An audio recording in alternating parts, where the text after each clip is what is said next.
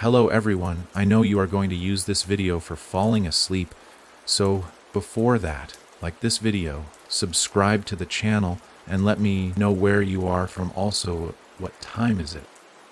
The first sound was not the storm, nor the wind, nor the groan of the old house. It was the knocking. 3 sharp raps on the front door. So precise and steady they seemed to echo through the marrow of the wood. Eleanor hadn't expected anyone that night, not when the rain fell like nails on the roof, not when the forest around the property seemed to claw at the windows. Yet the knocks came again. 3, then silence, then 3 again. Whoever it was knew exactly how to make themselves heard and how to make waiting unbearable. She froze in the hallway, clutching the flashlight, the beam jittering over the faded wallpaper. There was no electricity, hadn't been since the lines went down that afternoon. The phone was dead, her car wouldn't start, and even the little battery radio had sputtered into silence hours before. The storm was bad enough. But this house had been bad long before the weather. She should never have agreed to stay. The knocks grew louder. A pause, then a scraping, as though nails, long, hard, inhuman, were dragging slowly across the wood. Eleanor's chest rose and fell with shallow breaths. She hadn't even locked the door earlier. Why would she? She thought she was alone, miles away from the nearest neighbor. She took a step toward the entrance, then stopped. A memory from earlier in the day slid like a knife into her mind. The man at the gas station, the one with the milky eyes, had muttered something when she'd asked about directions to the house. He told her some places weren't meant to be found anymore. He had leaned close, so close she could smell the soreness on his breath, and whispered, "If you hear them knocking, don't answer." Not ever. She had laughed nervously then, brushing it off as backwoods superstition. But standing there now, with the sound rattling through the walls, she didn't feel like laughing. Her hand brushed the chain lock, and she realized how thin and breakable the barrier really was. She pressed her ear to the wood. On the other side, something was breathing. Not in the ragged, human way, but in slow, cavernous pulls of air, as though the lungs belonged to something too large to fit inside the house. The knocking stopped. Silence spilled in like ink. Eleanor waited. She thought maybe it had gone, whatever it was. She thought maybe she had imagined it. But then, from upstairs, came another sound, a door creaking open, floorboards bending under weight. Her head snapped up. She wasn't alone. But that couldn't be. She had locked every upstairs door when she arrived. Every one. She had checked them twice. And yet, above her, something was walking slowly through the second-floor corridor. The storm howled outside, but inside it was a different kind of storm. Quiet, heavy, charged with the feeling of being watched. The flashlight beam trembled as she lifted it toward the staircase. Dust drifted down from the steps, disturbed by something moving above. Then she saw it. A shadow stretched long across the landing, thrown not by her flashlight, but by some other light, faint and flickering. As if a candle burned where no flame should be. Her heart thudded in her ears. She had 2 choices: climb those stairs and face what waited, or turn back toward the front door where the knocking might resume at any second. Neither path promised safety. Neither path felt survivable. A sudden burst of thunder rattled the house. At that moment, she caught something in the corner of her eye. The mirror in the hallway, tall, cracked, leaning against the wall, reflected not her, but the door. The same door where the knocking had been. In the mirror, it stood wide open, letting rain pour into the hall. She spun around, heart seizing, but the door was still shut, still bolted, still chained.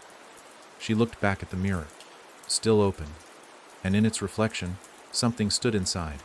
It was tall, hunched, its face nothing but blur and shadow, and its hands scraped the floor with nails that clicked and tapped like beetle legs. Eleanor staggered back, her shoulder hitting the wall. She lifted the flashlight, beaming it directly into the mirror. The reflection dissolved into smoke and water stains. The door was still closed, but her fear had grown claws. From above, the footsteps stopped. Silence again, then the whisper. It slithered down the staircase like a draft, "You should not be here." Her throat closed. She backed into the kitchen, forcing herself to breathe, forcing herself to think. She grabbed the only weapon she could find, a rusted kitchen knife from the drawer. It felt flimsy, ridiculous, but at least it was something to hold. She pressed herself against the counter, ears straining. The whisper came again, this time from the walls themselves, as though the house was speaking. "We're waiting." She bolted. She couldn't stand still, couldn't stay pressed into the corner. She ran through the narrow halls, pushing open doors she'd left shut, finding only empty rooms thick with dust and old furniture. Her light swept over portraits with the eyes scratched out, shelves filled with rotting books, corners piled with spiderwebs so dense they seemed alive. Then she came to the basement door. It was cracked open. She knew for certain she had left it locked. A draft breathed up from the dark, carrying the smell of damp earth and something fouler, like old iron, like decay. And in that draft she heard it faint, almost too faint, but unmistakable. The sound of more knocking. Not on the front door this time, but from beneath the house. 3 knocks. Silence. 3 more. Her grip on the knife slickened with sweat. She wanted to run out into the storm, but the thought of opening that front door and finding the thing from the mirror waiting was worse than death. Upstairs, something shifted again. A slow, dragging step. It felt like being hunted from both directions. Her flashlight sputtered once, twice. When it steadied, she saw words scrawled on the wall by the basement door. Words that had not been there moments before. "Don't go down." Her lips parted. She didn't dare whisper. She didn't dare breathe. The letters looked wet, fresh, like they'd been written in something darker than paint. But behind her, upstairs, came the creak of something descending the staircase. She had no choice. With every nerve screaming against it, she yanked the basement door wide and plunged into the dark. The steps were narrow, crooked, each one bending under her weight as if they might snap. The smell grew stronger, a sour mix of rot and wet stone. Her light bounced over the walls, stone foundations slick with moisture, pipes that rattled and moaned like voices. At the bottom she froze. The knocking was louder now. Not just one place, but many. All along the walls, all around her. Dozens of fists, maybe hundreds, pounding in the same rhythm. 3. Silence. 3. Silence. She swung her flashlight in a panic, and that's when she saw them. Handprints. Everywhere. Black, wet, pressed into the stone as though burned into it. Some small, like children's. Some larger than any hand should ever be. And as she watched, one pressed itself into the wall right in front of her. Invisible fingers digging out of the stone, leaving a fresh, dripping mark. Her scream tore out before she could stop it. The knocking stopped all at once. Silence collapsed in on her. Then a single voice, low and hollow, spoke from the far corner of the basement. "We've been waiting for you." The flashlight shook as she turned toward the sound. At first, she thought it was a man crouched there. But as her light steadied, she saw the truth. It wasn't crouched. It was folded, limbs bent the wrong way, bones creaking as it started to rise. Its head brushed the beams of the ceiling, and when it lifted its face into the light, it had none, only a mask of cracked porcelain, painted with a permanent smile. It stepped forward, joints popping, and upstairs, the front door burst open. The storm screamed through the house, and the footsteps came rushing down the stairs. Eleanor was trapped. Eleanor didn't scream again. She couldn't. Her throat had collapsed into a tight knot of dread. All she could do was press her back against the damp stone wall as the thing in the porcelain mask inched closer. Each movement of its limbs echoed like snapping branches, the joints cracking in a way that suggested pain, though its painted face never changed. That smile, wide, cruel, frozen, watched her with a joyless glee, like it had been waiting years to see her exactly like this. The storm howled through the open door above, wind rattling through the frame, flinging the old front door against the hallway walls. Something else had entered the house. She could hear its feet slamming down the staircase with unnatural speed, too heavy for any human. One step, then two, then a pause, then three more. As if whatever was coming down was counting, like it enjoyed the rhythm, like it had done this before. The thing in the mask tilted its head at the sound, as though amused, and then stepped aside, vanishing into the shadow, drenched corner of the basement like it was never there. Not running, not retreating, just stepping out of view, its form bleeding into the darkness like smoke. The footsteps were coming closer now. Eleanor didn't wait to see what followed. She turned and ran through the basement, deeper than she thought it could even go, flashlight barely staying alive. The hallway twisted without warning, stone turning into dirt, the ceiling lowering until she had to crouch, and then finally drop to her knees to keep moving forward. The knocking had stopped, but in its place came something worse. A wet breathing that moved in and out with her, matching her pace, as though something crawled just beside her on the other side of the wall. She couldn't tell how long she crawled. Maybe minutes. Maybe hours. Time had started slipping, and her sense of direction fell apart with it. Her hands were numb from the cold of the soil, and her clothes clung to her like soaked skin. The tunnel opened suddenly into a wider chamber. Circular, stone again, the walls lined with old iron cages, some still locked, some swung open, rusted hinges stuck mid-swing. Inside one of them, she saw what looked like a body curled into the corner. But when she shone the light directly onto it, there was nothing there. Only rags and dust. Yet she could still hear the breathing. Not behind her anymore. Now it was above. She tilted the flashlight up and her heart stopped. Dozens of eyes stared back. Human eyes, wide, glassy, unblinking, all peering through cracks in the stone ceiling. Some were bloodshot. Some so pale they looked blind. But they blinked, one by one, as if waking.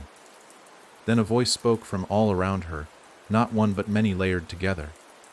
Like every eye had a tongue hidden behind it. You brought it back. She stumbled backward, slipping on wet stone, catching herself on the iron cage. The bars were warm. Somehow warm, like they had just been touched. She turned the light on her hands. Smears of dark red soaked her fingers. Blood, but it wasn't hers. The light flickered again. She banged the flashlight against her palm, desperation setting in. If she lost the light, she would lose everything. The walls, the way out, her mind. The eyes were gone now, the ceiling smooth again, as though they'd sunk back into the stone. The voice didn't speak again, but it didn't have to. She could feel what it meant. This place was alive. It had been waiting for her, not by name, not even by face, but by blood. Something in her, something buried deep in her family, had called it awake. And now that it wouldn't let her go. Not whole, not alive. A scraping sound dragged across the far wall. She turned. Flashlight beam shaking as it caught movement. Fingers poking out from the stone, long and thin, like they'd been reaching through the other side of a mirror. The stone cracked around them, flaking off like dry skin, and a hand slowly pushed through, then an arm, then a shoulder. A figure stepped out, dressed in rotted black cloth, face covered with a hood, no eyes, no mouth. Only the impression of where a face should be, sunken deep beneath the cloth, as though something had been skinned beneath it. It raised its hand and pointed to her. The debt must be paid. Its voice wasn't a whisper or a scream. It was a memory, echoed in her own thoughts, as though she had heard it before in a dream she couldn't remember. "I don't know what you want," she said aloud, her voice hoarse, shaking. But even as she said it, a piece of her knew that was a lie. She knew exactly what they wanted. She had seen it in the diary. The old journal she found hidden in the attic on her first night in the house. the one that belonged to her great-grandmother. A woman no one in the family ever spoke of. The pages had been watered, damaged, but some entries remained. One had said, "The ritual binds the soul, but the hunger remains. If the offering isn't made, the walls bleed. The dead wake. The house walks." At the time, she thought it was just madness, delirium from someone dying alone. But now she saw the hunger. Now she heard the walls. Now she knew the offering hadn't been made. And she had arrived right on time to pay it. The hooded figure stepped closer. From the shadows, others began to appear, sliding from the cracks in the stone, crawling from the ground like worms from the dirt. All of them faceless, voiceless. All of them watching her. Waiting. She bolted, running past them, slipping through the open cage, down another tunnel that hadn't been there before. The hallway pulsed with a sickly red glow, coming from no source she could find. Her heart slammed in her chest, each beat louder than the last, until it was all she could hear. She turned left, then right, then left again. The hallway had no end, only more turns, more twists, and behind her, the dragging sound began again. That same scrape she had heard on the other side of the front door. Nails. Long, clicking against the stone. She looked back once and instantly regretted it. The thing was back, the one with the porcelain mask.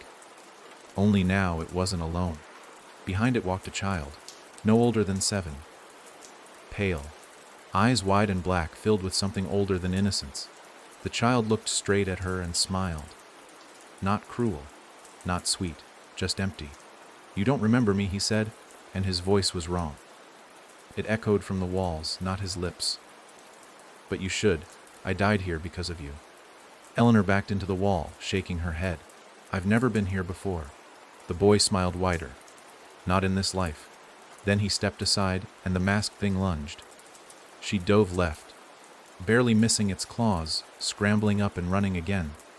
Her legs were screaming, lungs burning, but she didn't stop. She couldn't. She ran until she burst into another room, one with a wooden floor, a fireplace, and a single rocking chair facing the wall. Her grandmother's voice filled the air suddenly, as clear as if the woman sat behind her. "Whatever you do, never sit in that chair." She turned, slowly. The chair rocked once, then stopped. No one sat in it, but the impression of a body remained. The cushion dented, the wood warm. Then the voice behind her said, "Sit." She didn't turn around. Couldn't. Something told her if she looked, she'd never look away again. The voice tried again, softer. "Kinder, it's time to rest now. You've done enough running." She turned, against every instinct. And there, standing where the fireplace should be, was her mother. Or something that wore her mother's face. Eyes too wide. Smile too perfect. Head tilted just enough to be wrong. "Come on, baby," the thing said. "You're so tired." Eleanor shook her head. "You're not hurt. Don't be silly." "Of course I am. You left me, remember? You let them take me. But you can make it right now. You can take my place." Her legs moved on their own. She stepped toward the chair. 1, 2, then stopped. "I don't owe you," she whispered. "I owe them." The creature's face twisted. The illusion melted like wax, revealing something beneath the skin, something that writhed and pulsed and screamed. The thing lunged, and Eleanor grabbed the only thing she could, a rusted fire poker from beside the fireplace, and swung. It connected with a wet crack. The thing fell, hissing, bones snapping as it crumbled into itself. She ran. Again this time, she didn't stop until she found stairs. Winding, endless. She climbed, blood on her hands, breath in shards. She emerged in the attic, coughing, shaking, and slammed the door behind her. The diary lay where she had left it. Only now, new pages were filled in. Pages written in her handwriting. She hadn't written them. She knew she hadn't. But they were hers. They spoke of doors opening, of debts coming due, of names forgotten and reclaimed. And at the end, a warning, 5 words. Don't stay until the 4th. She didn't know what it meant, not yet. But outside, the storm quieted. The wind died. The house groaned. And somewhere below, The knocking began again. The knocking was softer this time, almost gentle, as if the house itself was breathing beneath the floorboards. Eleanor sat curled in the attic corner, the old diary pressed to her chest like a shield. Its pages cold and damp from the air that never stopped moving up here. She hadn't turned on the flashlight again. The attic was faintly lit by the flickering pulse of heat lightning outside, flashing just long enough to reveal the sea of old trunks, dust-caked furniture, and forgotten photographs with faces worn clean away. Her breath caught each time the light came. Every flash showed the attic just as it had been, unchanged, untouched, but every flash felt like a coin toss. Eventually, one of them would show something different, something closer. She tried not to blink when the lightning came. Tried to keep her eyes open long enough to see everything in case the shadows shifted and something stepped through them. The diary in her hand still felt warm. That was the part that frightened her most. It shouldn't be. It had been here, abandoned in this rotting attic for decades, but it throbbed faintly like a living thing, its pages whispering against each other in the slightest breeze, as though they could speak if she dared to listen. She hadn't yet read the newest entry, the one that had appeared in her own handwriting. She feared what more it might know about her than she did, but the warning kept repeating in her thoughts, don't stay until the 4th. The 4th what? Hour, day, knock, storm.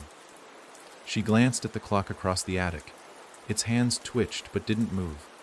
Stuck at 3:06, just as it had been when she entered the house. She began to wonder if time even passed here anymore. Something had broken in this place, something deeper than walls or wiring. Beneath her, the knocking started again, louder now. 3 knocks, then silence.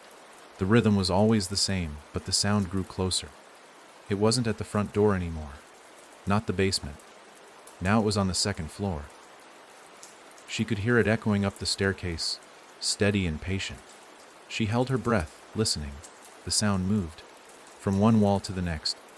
It circled the floor below like someone, or something, was dragging a hand along the walls, knocking in measured bursts. Then it stopped. A moment passed, and then the trapdoor to the attic shuddered. Not much. Just enough to shift the dust. Just enough to say, I'm here. Eleanor stood. Her legs ached, and the cold had crept into her bones. She had been up here too long. But she couldn't stay. Not when the knocking had reached the attic. She turned to the window and stared out at the forest that hemmed in the house from every side. It stretched into the dark like a sea of claws, no roads, no lights, no stars above. Only trees and blackness. The forest had changed. She was sure of it. When she arrived 2 nights ago, there had been a narrow path from the gravel road to the house, barely a trail but enough to walk. Now, even that was gone. The trees had closed in, bark twisted, roots coiled like ropes. Branches pressed close to the glass as if trying to reach inside. There was no way out that way. Not anymore. She turned back to the diary and flipped to the new entry. The page was lined with her own handwriting, but she hadn't written it. Not in this life. The words bled into each other, shaky but urgent, scrawled fast, as if they were tearing out of her. He comes with the 4th. The house does not stand still. It turns when you don't look. It listens when you breathe. Don't open the door beneath the staircase. Don't speak your name aloud after dark. And whatever you do, don't listen when the child cries. She read the last line again. Don't listen when the child cries. But she already had. The little boy. The one with the hollow voice who claimed she let him die. Who said he had once been hers? If she had answered him, had she already broken the rule? As if on cue, a soft whimper floated through the attic boards. Not loud, not demanding. Just the quiet sobbing of a child left alone in the dark. Eleanor pressed her hands over her ears. She didn't want to hear it. She didn't want to give it power. But the cry grew louder, more insistent, each sob laced with a gurgling edge, like the sound of someone crying underwater. Then the voice followed. You left me here. The attic door creaked. The trapdoor below flexed again. Eleanor dropped the diary and backed away, searching the walls for anything at all, that could protect her. There was nothing, just the relics of old lives. A trunk of yellowed clothes, a broken rocking horse. A pile of picture frames with the faces scratched out. She looked closer at one of the photos. A family. 4 people standing in front of the house. Their faces gone, gouged away by something sharp, but their poses still visible. One was a woman in a long dress. One a man with a shovel. One a small child. The 4th stood just behind them, taller than the rest. Almost twice their height. Its face was untouched. But it didn't have one. Just a porcelain mask. Eleanor's knees gave out. She dropped the frame, the glass shattering into shards at her feet. The trapdoor slammed open. She scrambled back as the ladder unfolded on its own, each rung slapping into place like a countdown. No one climbed up, not yet, but the space below breathed a foul wind, and in it came the voice again. It's time. She didn't wait. She leapt over the broken frame and flung herself down the other side of the attic, where a narrow crawl space led to the chimney shaft. She didn't know what waited there, but it had to be better than what stood at the ladder. She squeezed through the opening, scraping her shoulders against the wood, ignoring the nails that cut shallow trails across her back. The passage narrowed, the roof dipping low, and she could feel the heat of the house's breath moving around her as if she had crawled into a mouth. Then the whisper came again. Closer. The 4th night, she emerged into a space she hadn't seen before. Not really a room, just a hollow behind the chimney, bricked on 3 sides. There, hanging from the rafters, was a single object, a lantern, old, metal-rimmed, burning without flame. Inside its glass, shadows moved in circles. Eleanor reached toward it, not to take it, but just to feel if it was real. Her hand passed near, and the shadows stopped. They turned, looked at her, then scattered, vanishing into the corners of the lantern. The flame inside flared, and the house screamed. Not groaned, not shifted, screamed. A deep, guttural roar of wood and stone tearing at each other, beams popping, glass exploding. Eleanor clutched her ears and collapsed as the house's cry tore through her mind. Then silence. A silence so sudden it knocked the breath from her. She opened her eyes. The chimney was gone, the crawl space gone. She wasn't in the attic anymore. She stood in the hallway, the one beneath the staircase, and in front of her was a door. The door the diary said not to open. The one beneath the staircase. She didn't touch it. She didn't move. But the door opened anyway, on its own. Inside there was no room, no closet, just a hole that led down. A spiral staircase made of black stone, wet and glistening, and from the depths below came a sound like chains dragging. A voice, low and deep and waiting, whispered just one word, her name, spoken perfectly. She turned to run, but the hallway had changed. It wasn't her house anymore. The wallpaper was darker, older, covered in handprints. The floorboards were warped and breathing. The photographs on the wall showed people with their backs turned, all facing a window. And through that window, in every photo, stood the same figure in the mask, watching, always watching. The knock came again, this time from inside the walls. And then, finally, the clock in the hall chimed, once, twice, 3 times, and then a 4th. Her blood ran cold. The diary had warned her. She was still here for the 4th. Something moved behind her. She turned slowly, the lantern's light still in her hand. It didn't burn her, but it lit nothing ahead. The staircase into the black waited open, patient. 1 step, then 2, then 3. Then, she didn't know when she had started descending, only that her feet moved and the black stone steps accepted each one with a cold thud. The spiral curved endlessly downward, the air pressing against her skin like damp cloth, thick with the smell of mold, iron, and something else, something old, buried, and rotting. The lantern she had taken pulsed with a sickly glow, but it didn't shine outward. It lit only her hands and feet, refusing to reveal anything beyond the next step. Behind her, the doorway to the hallway had vanished. There was no going back. The knocking had stopped, replaced now with whispers so faint they might have been imagined, if not for the way they crawled into her ears and settled behind her eyes. The walls of the stairwell pressed close, and she began to notice the markings. At first they looked like cracks in the stone, jagged and random, but as she descended farther, she realized they were symbols. Not letters, not drawings. Scratches made by hands, thousands of them, some shallow, others deep enough to have drawn blood, one line after another. And under each symbol, a name carved. Some names were clear. Others had been scratched out, erased with such violence the wall itself had caved inward. Eleanor's breath became ragged. Her name wasn't there yet, but something told her it would be by the time she reached the bottom. If there even was a bottom. The spiral kept twisting, tighter and tighter, until the very air seemed to bend with it. The whispers grew louder. She began to make out words. Fragments.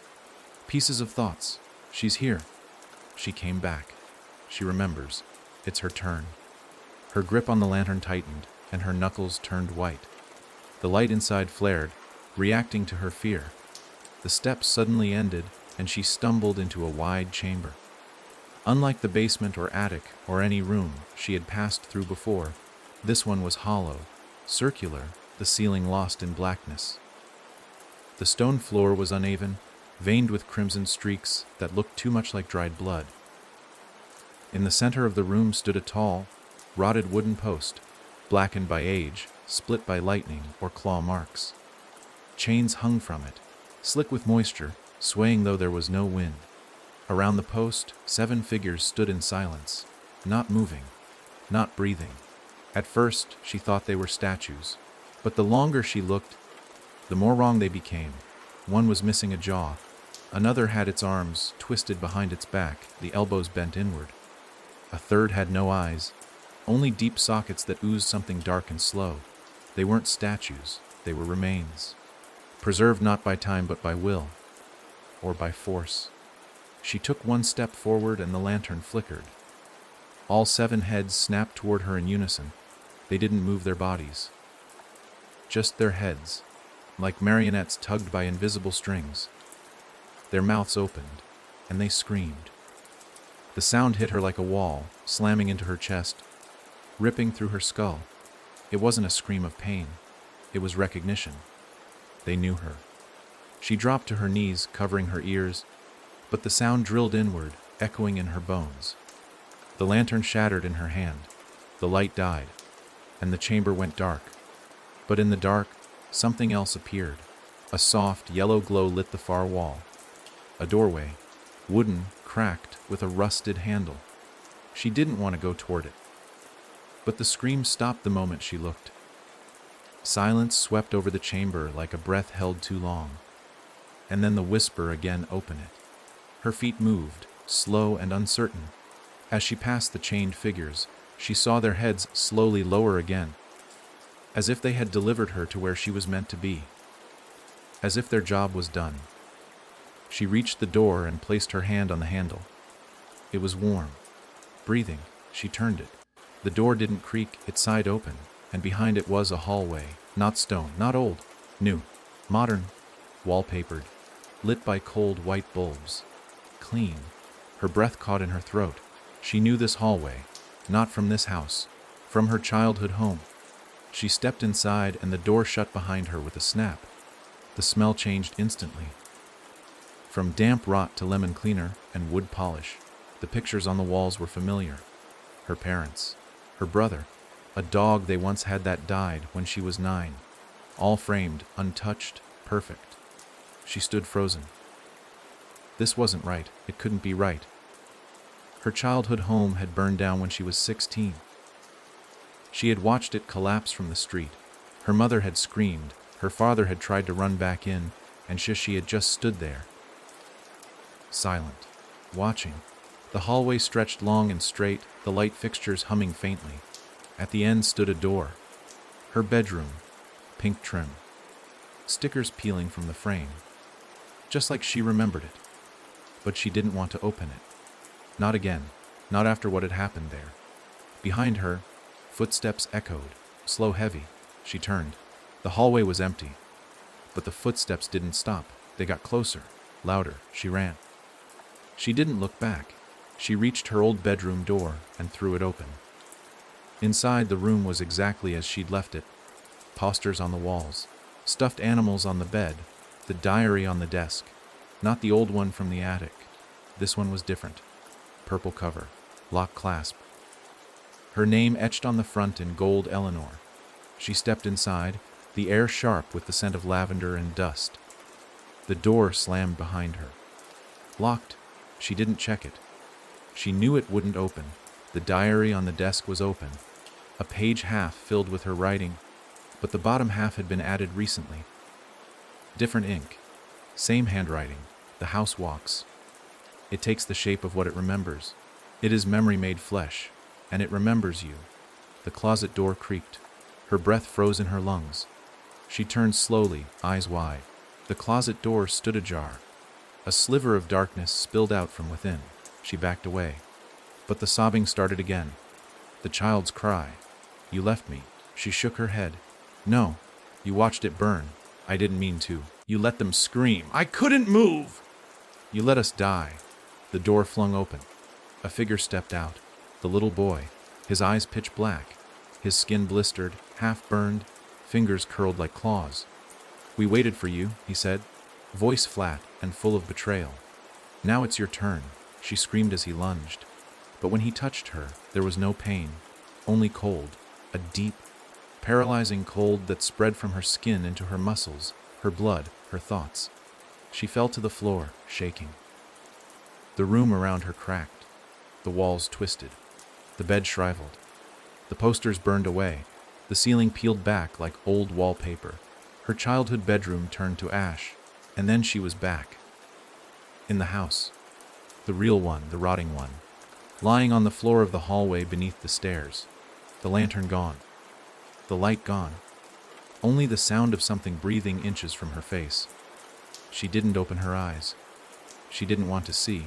But a hand touched her cheek, long fingers, cold, gentle, and a voice spoke. The fourth has passed. Then silence. She opened her eyes. Alone. No door beneath the stairs. No lantern. No figures. No child. Only the diary, lying open on the floor beside her, a new entry written in her hand. You were not chosen. You were remembered. The house knows now, and it will not forget again. She stood unsteady, the floorboards creaking under her feet like bones. Somewhere above, something moved. Something alive. Something patient. She wasn't safe. She never had been. The house wasn't just haunted. It was alive, it watched. It remembered. And now it was awake. The morning never came. Eleanor sat at the kitchen table, her hands wrapped around a cup of cold water she didn't remember pouring. The windows showed only a motionless wall of fog, thick and white like pressed milk, clinging to the glass and distorting everything beyond. No sun rose. No birds sang. The world outside the house had stopped, or maybe it had never been there at all. The silence wasn't peaceful. It was poised, waiting. Every tick of the grandfather clock in the corner felt slower than the one before, as if time itself had become cautious, afraid to move too fast and disturb what slept beneath the floors. The diary lay open beside her on the table, and the ink from the last entry had bled slightly, smudging her name across the page. It wasn't her handwriting this time. She knew that instinctively. The curves were too elegant, too practiced, like someone had written it hundreds of times before. Her name was written 12 times on the page, each line slightly darker than the last, like the hand that wrote it was pressing harder, more desperate, or more certain. At the bottom, beneath the last repetition, was a question. What will you remember when it's your turn to forget? She didn't have an answer. She closed the diary and pushed it away. The walls of the kitchen creaked softly, not as if settling, but as if listening. She stood, her chair scraping against the floor with a sound that made her wince. The floor tiles under her feet felt uneven, slightly warmer near the edges of the room, as if something was moving beneath them. She forced herself not to look down. The cabinet doors had been open when she entered, every single one, their contents emptied onto the floor. Cans, plates, rusted utensils, all arranged in strange patterns she couldn't understand. Spirals, circles. One shape resembled an eye, and when she stepped over it, she felt a jolt shoot up her spine like someone had watched her from beneath the linoleum. She left the kitchen. She couldn't stay in that room anymore. Every time she turned her back, it felt like the cabinets opened again. And the fog outside was getting brighter, but not from daylight. The light pulsing through the glass was too white, too pure, like a hospital corridor that had never known the sun. As she stepped into the hallway, she stopped. A smell lingered there now. Not decay, not mold. Something familiar. Vanilla and burnt sugar. It clawed up her memory with quiet violence. Her 6th birthday. The last time her entire family had been in the same room before the fire. The cake had smelled exactly like this. She turned slowly. At the far end of the hallway, a small wooden table now stood where there had been nothing before. On it, a birthday cake, perfectly frosted, candles unlit, 6 of them. Beside the cake sat a music box, lid open, turning slowly though no song played. Just the sound of the mechanism grinding. She approached against her own will, drawn like a needle to a magnet. Each step closer made the air thicken, like the hallway didn't want her to reach it. When she stood before the cake, she saw the photograph propped behind it. A child. Herself, 6 years old, smiling. But in the background of the picture, barely visible, something stood at the edge of the frame. A tall figure with a porcelain mask. She picked up the photo with shaking hands. It wasn't printed on photo paper. It was the same texture as the diary pages. She flipped it over. On the back, words had been scratched in jagged letters. "You were always the candle." She backed away. The cake began to melt. Not slowly, all at once. The frosting turned black, dripping to the floor, revealing underneath a mass of writhing things. Worms, fingers, things with teeth that shouldn't have been teeth. The candles bent and curled into horns. The music box snapped shut with a crack. She ran. Through the living room. Into the den. Anywhere else. But the house was no longer the house. The rooms were bending again. She opened a door that used to lead to the study and found a hallway with walls covered in mirrors, each one cracked but intact enough to reflect. She stepped inside before she could stop herself. Her reflection followed. All of them did. Hundreds of versions of her. Some stared blankly. Some screamed soundlessly. One stood still with its mouth wide open, eyes pitch black, bleeding from its palms. The light above flickered. One by one, her reflections began to move out of sync. First a blink too late. Then a head tilt she didn't mimic. Then a smile when her own face was frozen in fear. She kept walking. The mirrors stretched on endlessly. A maze. A trap. In the center of the path, she found the first door. It was made of glass, etched with symbols she didn't recognize, but understood instinctively. Memory, sacrifice, exchange. Behind the door was a room she hadn't seen in over a decade, her childhood basement. Complete with the old pong table, her brother's train set, and the box of old VHS tapes they were never allowed to watch. She stepped inside. The door closed behind her with a hiss. The room smelled like dust and regret. She walked to the shelf where the tapes were stacked. One of them had no label. She picked it up, popped it into the old player. The screen buzzed to life. At first static, then footage, handheld, shaky. Someone filming the house from outside. Nighttime, the windows glowing faintly red. Her mother's voice on the tape. "I don't know why she keeps dreaming about this place. It's not real. We burned it. We burned it." Her father's voice shaky. "Maybe that's the problem. We burned it, but we never buried it." The camera turned. A close-up of the front door. Knocking. 3 times. Silence. Then again. Her mother's whisper, "Don't answer." Not ever. The footage warped. The screen twisted. Her face appeared on it. Present day Eleanor, standing in the hallway, watching the tape. Behind her, in the reflection of the TV glass, the figure in the mask stood. She spun around. Nothing. But the tape kept playing, static. Then an image, a fire. A child trapped inside, screaming. Reaching. Not for help. For her. Screaming her name. She ejected the tape and threw it across the room. It shattered. The lights died. She stood in the dark, listening to the sound of something breathing behind her.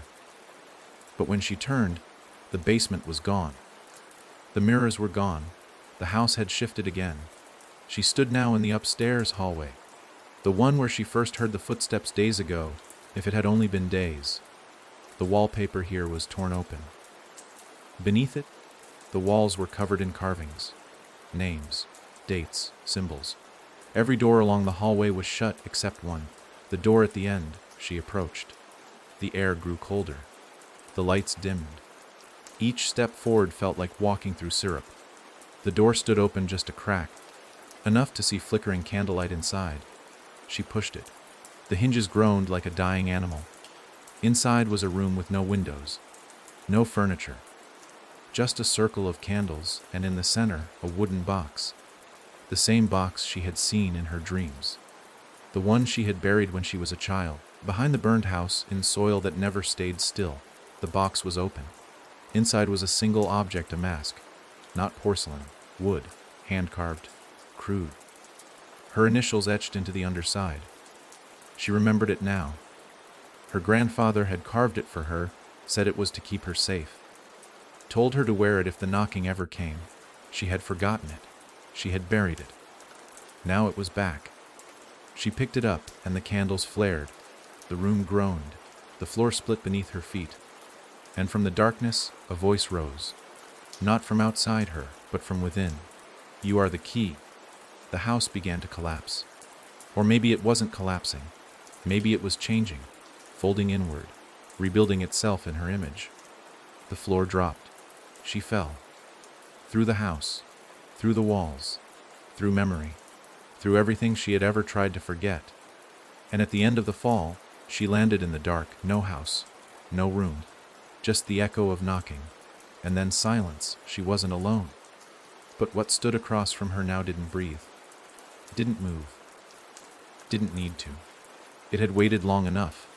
There was no floor beneath her anymore, no ceiling above, just the dark stretching out in all directions, dense and suffocating, and the subtle but inescapable feeling that she was not falling anymore. She was being held.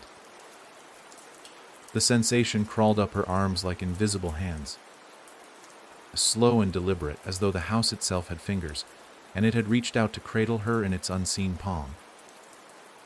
Her breath didn't echo, though she opened her mouth as if to scream. The silence was so perfect, so thick, it swallowed the sound before it ever left her throat. Across from her, something stood still, unmoving. No shape, not yet, just a sense, a presence. It radiated heat and cold in alternating waves, like the space around it couldn't decide if it was alive or dead. She felt it staring, though it had no eyes. Felt it waiting, though it gave no sign of intention. Then the first light bloomed, faint, red, like the dying coal of an extinguished fire, and it came from beneath the figure's feet, revealing outlines in the black, a floor of ash, cracked and scorched, stretching beneath them both. More lights flickered into existence, forming a ring around them. Candles. Dozens. Maybe hundreds. All burned low, all barely clinging to life. The flame didn't rise. It shivered. A memory trapped in wax. The figure began to shift. Not walk, not step. Just move, like a shadow given breath. It grew clearer with every breath she took, not by revealing more detail, but by making her remember what it was. The shape of it had always been in the corner of her mind, like an image burned onto her retina long ago. Tall, too tall, shoulders that bent to avoid ceilings, a body cloaked in fabric that was not fabric, movement without weight, and the face, or the absence of one, was worse than she remembered. No mask this time. Just skin pulled tight over a void, no mouth, no eyes, no anything. Yet it saw her. It always had. A voice rose from it, not with sound, but with memory. It spoke through her. You wore the mask once. Her head shook. She hadn't. She buried it. She swore she did. You forgot? The voice answered, as if correcting her. But forgetting doesn't make it untrue. She took a step back. The candles flared in response, almost angrily. The ash beneath her feet shifted, revealing patterns etched into the floor. Not symbols this time. Names. All names. Hers was there, repeated in a perfect circle around where she stood. Each instance of her name paired with a date, but the dates didn't make sense. One was from 1894, another 1931, then 1959, then 1977. Her actual birth year, 1994, was just the latest in the loop. Every date the same day, the same hour. She staggered, suddenly short of breath, a rising wave of nausea curdling her gut. "What is this?" she whispered. "Why me?" The figure took a step forward, or maybe she did. The distance between them vanished like breath on a window. "You were chosen because you remember," the voice said. "And you remember because you were taken." The ground trembled. From the ash, hands began to rise. Thin, brittle hands with too many joints. Some reached for the candlelight, some for her ankles. One latched around her leg, its fingers icy and stiff. She kicked it away. Stumbling out of the circle, the air changed instantly. Heavier, more aware, like she had stepped into the mouth of something sleeping. The figure tilted its head at her movement. Slowly, deliberately. "The circle protected you," it said. "There is no protection out there." She looked down. The names in the circle were gone now, replaced by just one word repeated over and over, etched deep into the ash beneath her feet. Remember. It pulsed with each heartbeat. Remember. "I don't understand," she said, though some part of her did. The voice didn't answer. Instead, the floor beneath them all cracked, and the ash peeled back like skin. Below it was wood. The old floor of the house, rotting and blackened, stitched with red veins that pulsed in time with her own blood. And then she was no longer in the ash chamber. She stood once again in the hallway. Only it wasn't just a hallway. It was every hallway. All of them. The upstairs corridor, the basement's winding brick tunnels, the attic's wooden beams, the mirrored walls, the fog-soaked kitchen. Every hallway she had walked since she entered the house collapsed into one impossible stretch. Doors lined both sides, each a different shape, style, and era. Some were broken, others burned. Some had locks, others blood. All pulsed like they were breathing. She turned slowly, knowing she couldn't leave until she chose. Until she opened one. Each door had something behind it. She felt them, even without touching the handles. One held her brother. The way he looked the day he fell into the pond. The way they pulled his body out, face blue. Eyes open. She hadn't seen him since. Another door held the dog, Bella, but not the way she remembered her. Not happy, not safe, but torn, like something had found her first. Another door pulsed warm. Behind it, her mother stood in the hallway of their old house, phone pressed to her ear, whispering Eleanor's name as if she could still hear her. Her hand trembling, her voice breaking. She was here, her mother said. I swear to God she was just here. Eleanor turned away. The voices were traps. The doors were lies, all except one. At the very end of the impossible hallway stood a door unlike the rest. Black, featureless, no handle, no frame, just a rectangle of absence. It wasn't a door, it was a wound. She walked toward it, each step making the hallway pulse and shift, the other doors bending inward, as though begging her to reconsider. But the black door didn't move, it only waited. As she reached it, the voice returned, not the figure's. Hers, a memory she had locked away. It's not over until you let it in. Her hand touched the surface. Cold, liquid, not solid at all. It bent beneath her palm like water, then pulled. She didn't step forward, it drew her in. The blackness swallowed her. No sensation, no light, only the sound of everything at once. Screams, laughter, fire, water, thunder, Then quiet. She opened her eyes. The house was whole again. Normal. Morning sunlight poured through the windows. The fog was gone. Birds chirped. The air smelled like coffee and toast. She sat on the couch in the living room. Her phone buzzed on the table. A news anchor's voice came from the TV, and in other news, the historic Radley estate has been officially reopened for public tours after being closed for renovations for more than 20 years. She stared. The screen showed the house, this house, but it was different, clean, restored, alive. She picked up the phone.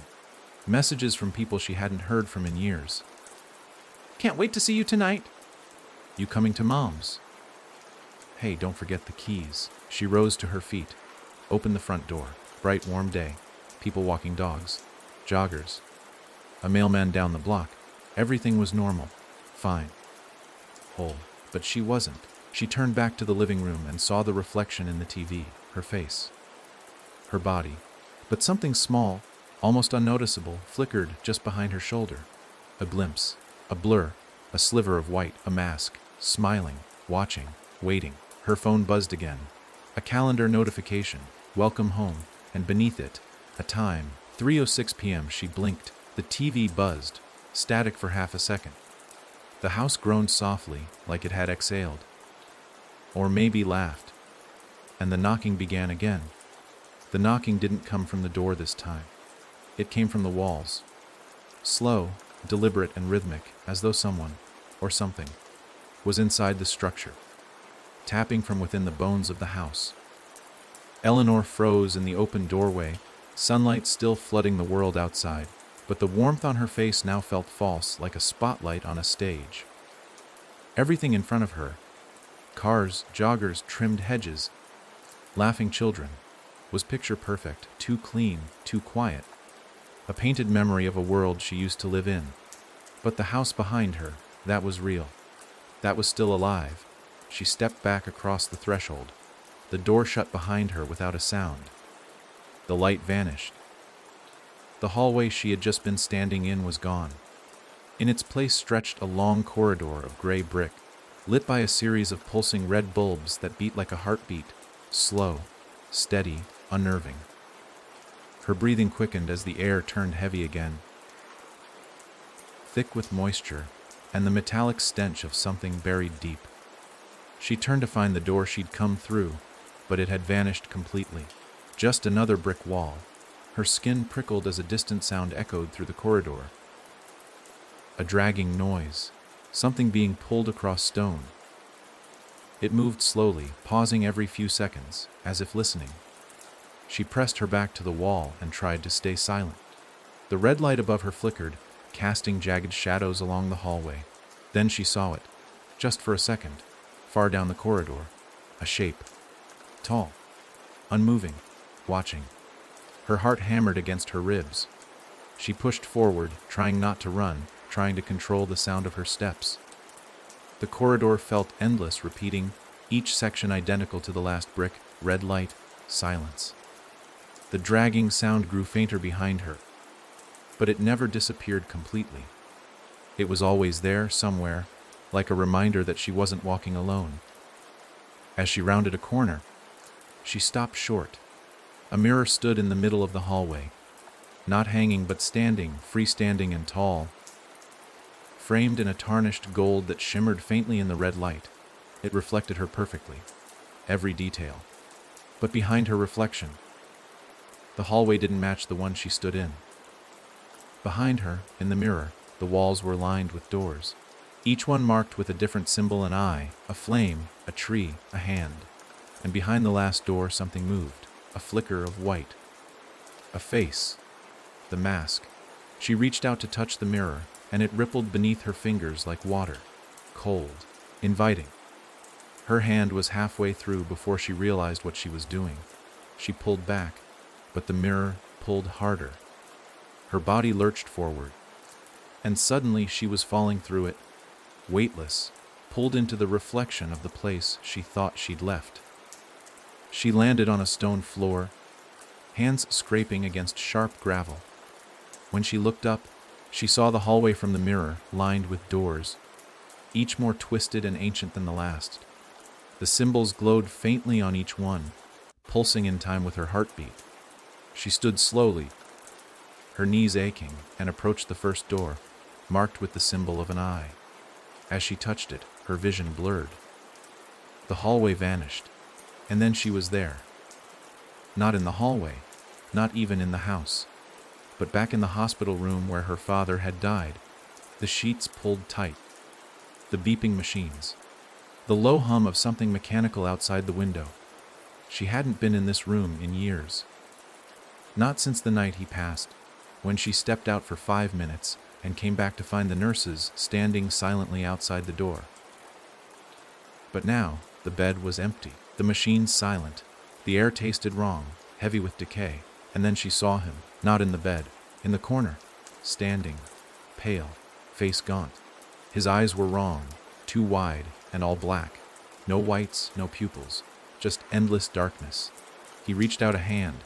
"You didn't wait," he said, voice soft, broken. "You left me here." Eleanor stumbled back, her foot catching on the leg of the chair.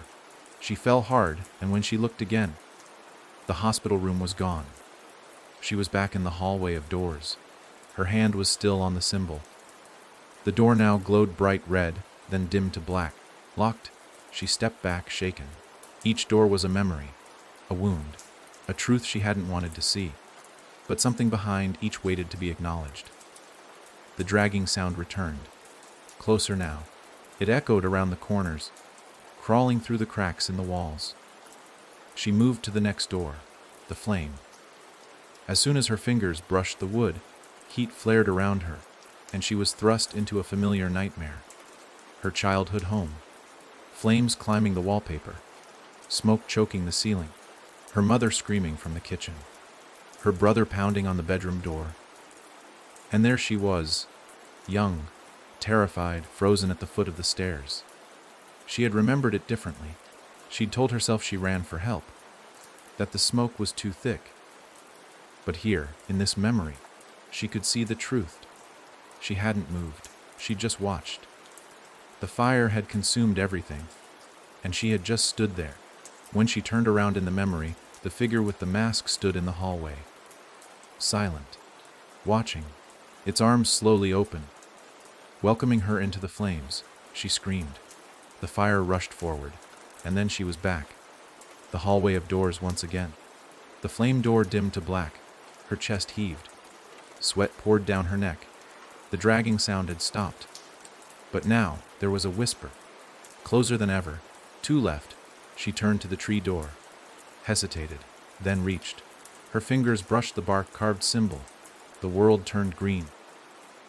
The memory this time was the woods behind her grandparents' home. A place she had always feared but never told anyone why. In the memory, she was 13, walking into the trees alone, drawn by something, a sound, a hum. It led her to a clearing she didn't remember existing. At the center, a circle of stones, and in the middle, a mirror, tall, freestanding, just like the one she'd touched before. She'd seen herself, but not quite herself. Older, eyes darker, a hand pressed to the mirror, reaching through. A voice whispered then, "Come find us." She had run, screamed, tripped, hit her head, told her parents she saw a snake. They never believed her anyway. But the mirror had stayed, and the voice had waited. She fell to her knees, back in the hallway, the tree door dimmed to black. Only one remained, the hand. This one pulsed differently, slower, more reluctant. She touched it. Nothing happened. No memory, no flash of fire or voice. Only darkness, silence. Then a room, white, sterile, clean. A single metal chair in the center. On it a girl, maybe 10.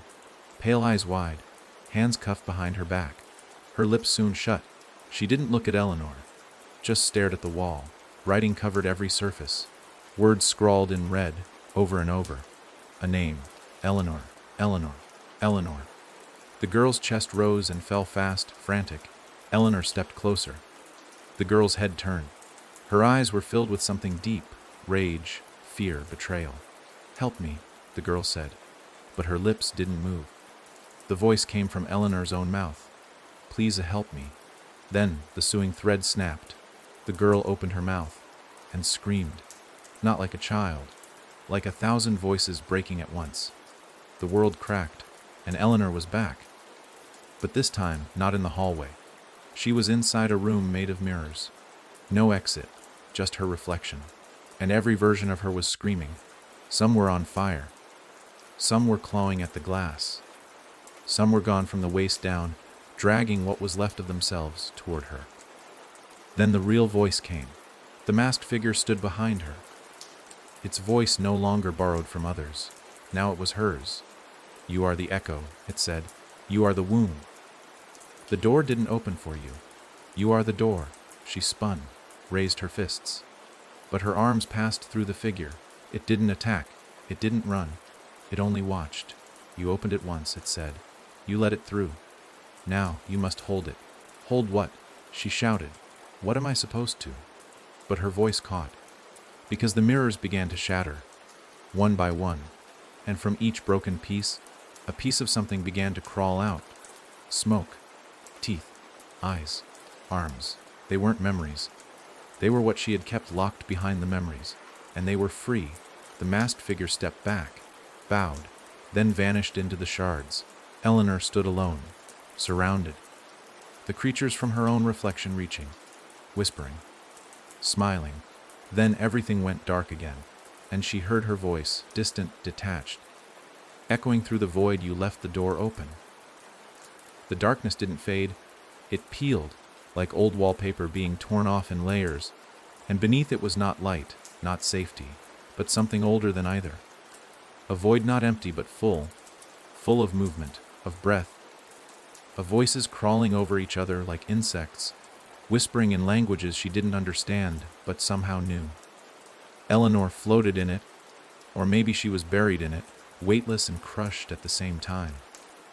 The last thing she remembered was her voice, echoed, stolen, accusing her of leaving the door open.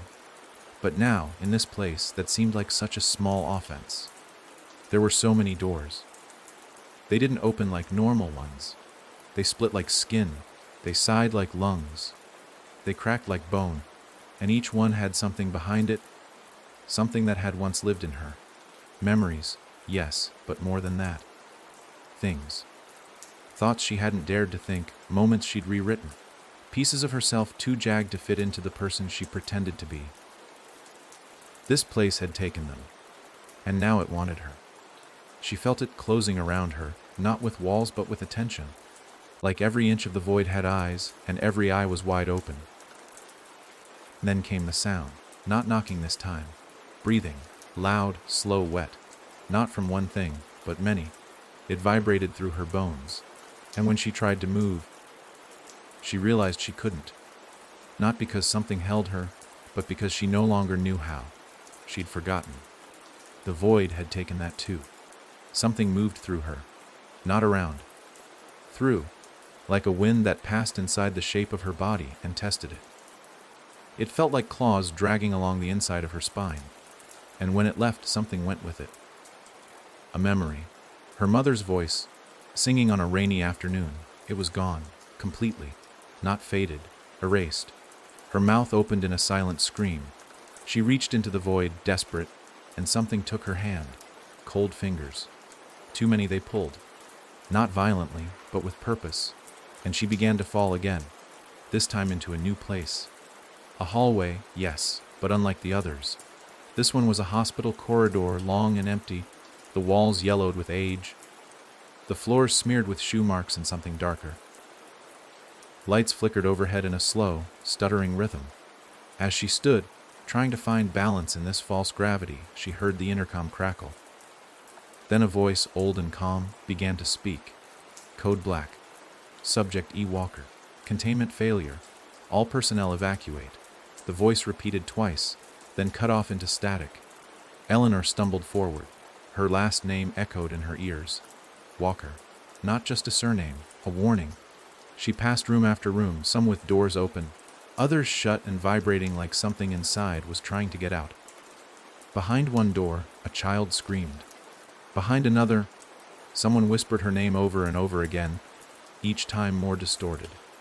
She didn't dare stop. The corridor shifted as she moved. The lights above buzzed louder, flickered more erratically. At the end of the hallway, a sign read Containment, Level 3. Below it, in smaller letters, "This door will remember." She didn't know what it meant, but the words sank into her like teeth. The door opened for her without a touch. Cold air rushed past her as she stepped through. It wasn't a hospital room. It was a chamber, circular, walls lined with glass tanks, each one filled with black liquid. Inside each tank floated a shape, some human, some not. All wrong. Her stomach turned as one turned toward her. Its eyes were hers.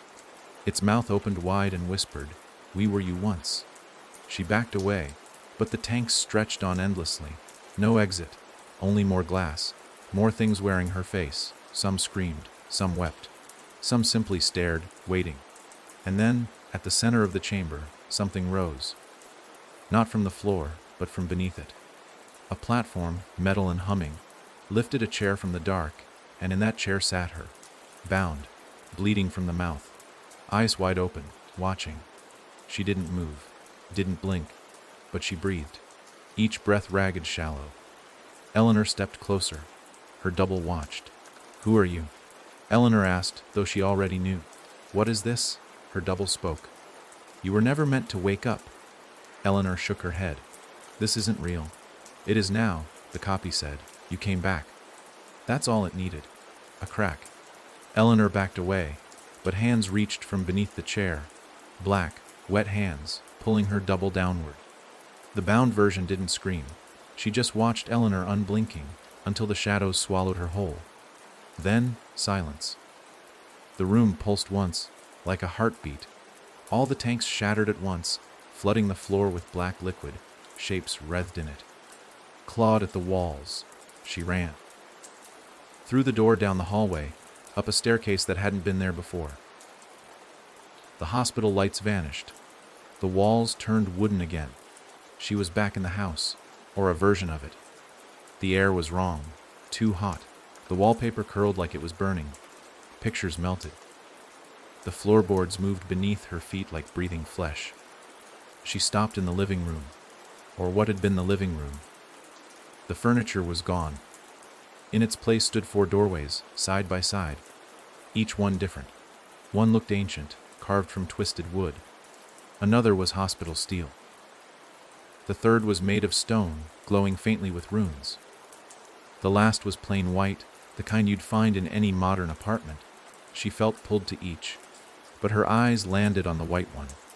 Familiar, safe, comforting. She reached for the handle, and the floor dropped. She fell again, this time through fire, through screaming, through her own heartbeat, louder than anything. And then, quiet. She opened her eyes. She was back in the kitchen. Morning sunlight poured through the window. The cabinets were closed. The radio played softly. Bacon sizzled on the stove. She turned and saw her mother, alive, smiling. "Sleep well?" her mother asked. Eleanor's lips trembled. "What is this?" "Breakfast," her mother said. "Like always." "You're dead," Eleanor whispered. "We both are," her mother said. Her smile never changed. Eleanor turned toward the door. The outside was beautiful again. Spring, birds, trees, children playing. She could hear laughter. But something was wrong with the sound. It looped every 5 seconds. The same laugh, the same bark, the same bike bell. The loop cracked. The walls peeled, the floor blood, and the mask returned. It stepped out from her mother's skin, dragging it off like a costume. The kitchen screamed. So did Eleanor. And then, nothing. A flash. Cold. Wet. She stood in the rain. The house behind her burned. Sirens wailed. She looked down. Her hands were empty. No diary. No mask. No memory. Then a voice whispered beside her ear, soft, close, like it lived in her skull. "We start again." A man behind her touched her shoulder. "Miss Walker. Are you all right? You've been standing here for quite some time." She turned. The man wore a realtor's badge. His name was John. His smile was rehearsed. Behind him, the house stood tall and perfect. No rot, no scars. Just brick and wood, like it had never burned. He gestured toward the front porch. "Would you like to come in for a tour?" Eleanor looked back at the house, and it looked back at her. She didn't say yes. She didn't say anything at all. Her mouth felt dry, sealed, like speech had to be earned now. The man, John, continued smiling with the patience of someone used to silence. Someone who had stood at many doorsteps offering keys to people who didn't know they were already home. His eyes didn't move. Not when a car passed behind them. Not when a bird landed on the railing. Not even when Eleanor stared into them for long enough to realize they were glass. Not blind. Not prosthetic. Just eyeglass. Behind him, the house loomed, perfect in all the wrong ways. The windows too clean. The wood too polished. The number over the door carved too deep. Even the vines that clung to the side of the porch didn't move with the breeze. They clung like veins. Eleanor took one step backward. But the sidewalk behind her had changed. The street, the jogger, the children laughing. It was all still there, but something subtle had shifted. The sun no longer touched the trees. The shadows on the sidewalk didn't match the direction of the light. And the laughter, once looped, had vanished. All that remained was the sound of wind. That didn't move anything, and a heartbeat that wasn't hers pulsing through the cracks in the porch wood. "I think you'll find this one just right," John said, gesturing to the front door. "It's been waiting for you." The words didn't come out of his mouth. They came from around him, like the house itself was speaking through the space he stood in. Eleanor turned to run, but found her legs unmoved. The world had not gone black or twisted or surreal. It had remained normal. Believably, devastatingly normal, and that was somehow worse. Her hand lifted without her willing it. Her foot crossed the line of the porch. Then the door opened, not because she touched it, but because it wanted to. A slow swing inward, revealing the same foyer she'd seen before, down to the creak in the right-hand floorboard, the mirror with the crack in the top corner, and the smell. God, the smell, like something that had been buried alive and somehow learned to breathe again. "After you," John said, voice still smiling. She stepped in. The door shut behind her. It didn't slam, it clicked, like a switch being flipped. The moment the latch caught, the silence returned, not the quiet of an empty house, but the charged silence of a place listening. Every breath she took felt amplified. Every heartbeat echoed. The mirror in the foyer was whole now, not cracked, but what reflected in it wasn't the room behind her. It was a hallway, long, narrow, lit by flickering bulbs. No end in sight. Her reflection raised its hand, but Eleanor hadn't moved. She watched in horror as the mirror version of herself smiled, slowly, with teeth she didn't remember having. The real her staggered back. The mirror her kept watching. "Why do you always come back?" the reflection asked. The voice was distorted. It sounded like her, but not now. Younger. Aged with reverb. Maybe 12. Maybe younger. "You always think it'll be different." Eleanor shook her head. "I didn't come back. I didn't choose this." "You did," the mirror said. "You never left. You just stopped noticing." A sudden snap, a light bulb above burst with a pop, spraying tiny shards across the floor. The reflection vanished. The mirror was empty. She turned. The house was wrong again. Not in the way it had been before. Not overtly nightmarish. Just shifted. The photos on the wall showed rooms instead of faces. Rooms that didn't exist. Rooms that shouldn't exist. A library of whispering books. A dining room where the chairs faced the walls. A nursery filled with ticking clocks. Her throat tightened. One photo showed the very foyer she stood in. But in the image, she was standing at the door. Blood smeared down her arms. The mirror shattered behind her. She reached out to touch the photo and the frame swung open. Behind it, a small compartment. Inside, a single object, the mask. Not porcelain, not wooden. This time it was flesh, sewn and stitched from skin. Her skin. She knew it by the birthmark on the jaw. The mask smiled. And the moment she saw it, the house sighed. The lights dimmed. Somewhere upstairs, something began walking. Not fast, not slow, just steady, a familiar rhythm, step, pause. But this time she didn't run. She turned, mask in hand, and faced the stairwell. The footsteps grew louder, but the space above remained empty. Then the sound stopped. Silence again. She climbed. Each step groaned like a warning. Halfway up, the air changed. Thicker, colder. She could smell the smoke again, could hear the echo of distant fire. At the top of the stairs, the hallway waited. The same hallway. Doors aligned like teeth, lights pulsing faintly above. But at the very end of the hall, something new, a mirror door. Framed like glass, but not reflective. Just black, smooth. Her name etched across the top in carved bone, Eleanor Walker. She approached.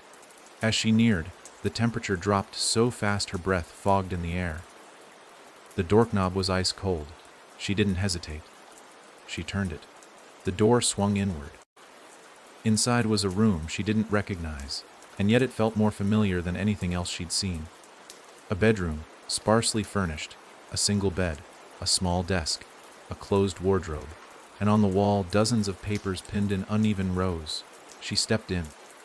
The floor here didn't groan. It breathed. She walked to the wall and examined the papers. Drawings, scribbled in crayon, a child's hand. The images were messy, frantic, a house burning, a figure in a mask, a girl crying in a corner, a door, always the same door, and one drawing in the center, the mask standing over a girl who wore another mask. Eleanor looked closer. The second mask was stitched to the girl's face. No eyes, no mouth, just skin. She turned. The wardrobe creaked. Slowly, the door opened. Inside hung only one item, a dress. Her dress. The one she wore the night of the fire. Stained at the sleeves. Burnt at the hem. Folded over a hanger like it was waiting for her to return. You died here, a voice whispered behind her. She turned. The mirror door had closed. The mask stood in the room. Not floating, not stalking, just standing, watching. You chose to forget. Eleanor stepped forward. Why? She asked. Throat dry. Why do you keep showing me this? Because you don't belong to yourself anymore, the mask said. You never did. What am I? A vessel, a door, an echo, a seed. It chose you because you could remember and still lie to yourself. Eleanor felt her knees weaken. I didn't ask for this. But you answered, the mask said, stepping closer.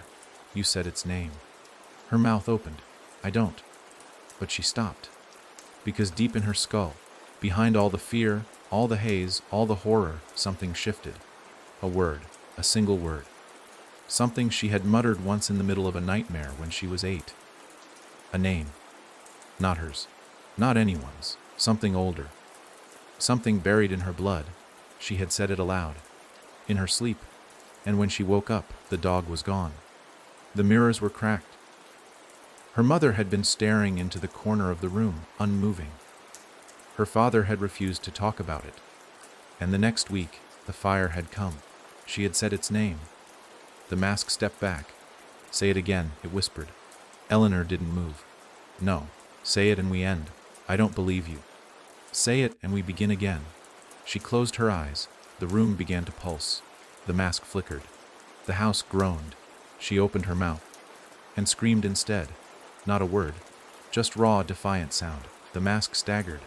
Cracks split across its surface. The walls of the room trembled. The drawings on the wall caught fire. The mask turned to her, and for the first time, she heard it scream. Not in pain, in rage, in fear. The room collapsed. The floor vanished, and she fell again. Into darkness, into memory, into everything. When she landed, she was in the foyer. Daylight outside. The door open. A woman stood in the doorway, holding keys. Is this the Radley place? The woman asked. Eleanor turned, numb, breathless. Yes, she said. It's yours now. The woman smiled. Are you the realtor? Eleanor smiled back, something like that. The woman didn't step into the house right away. She stood in the doorway, keys in hand. Eyes scanning the space beyond Eleanor with a curiosity that felt too calm, too practiced, like she'd done this before.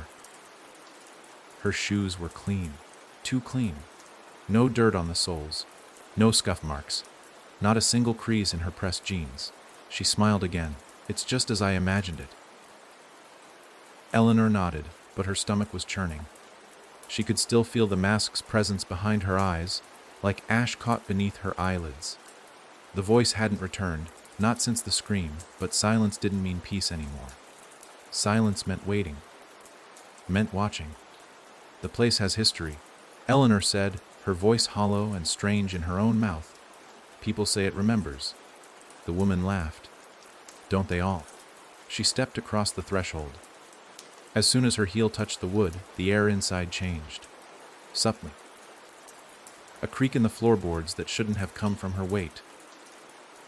A gust of air that moved only one curtain, the one in the far corner, a shadow that lingered 1 second too long as it passed across the wall. The woman didn't notice, or pretended not to. She stepped further in, her hands brushing along the wall as if reacquainting herself with something she hadn't seen in years. It feels right, she said softly. Eleanor watched her closely. Have you been here before? In dreams, the woman answered without looking at her. Since I was a girl. Eleanor's throat went tight. The light from outside began to dim, though no clouds covered the sun. It was the house, drawing in the day, stealing time. The woman moved deeper into the foyer, and Eleanor took an unconscious step back, not out of fear, but from recognition. Something about her movements, her calm, the way she touched the doorknobs as if checking them for memory, not function. What's your name? Eleanor asked. The woman turned, that same smile still locked in place. Grace. The name rang like a cracked bell in Eleanor's mind. Not from this life, from before. A childhood memory twisted out of shape. Her mother on the phone, whispering. Grace said she saw her again. Grace is back.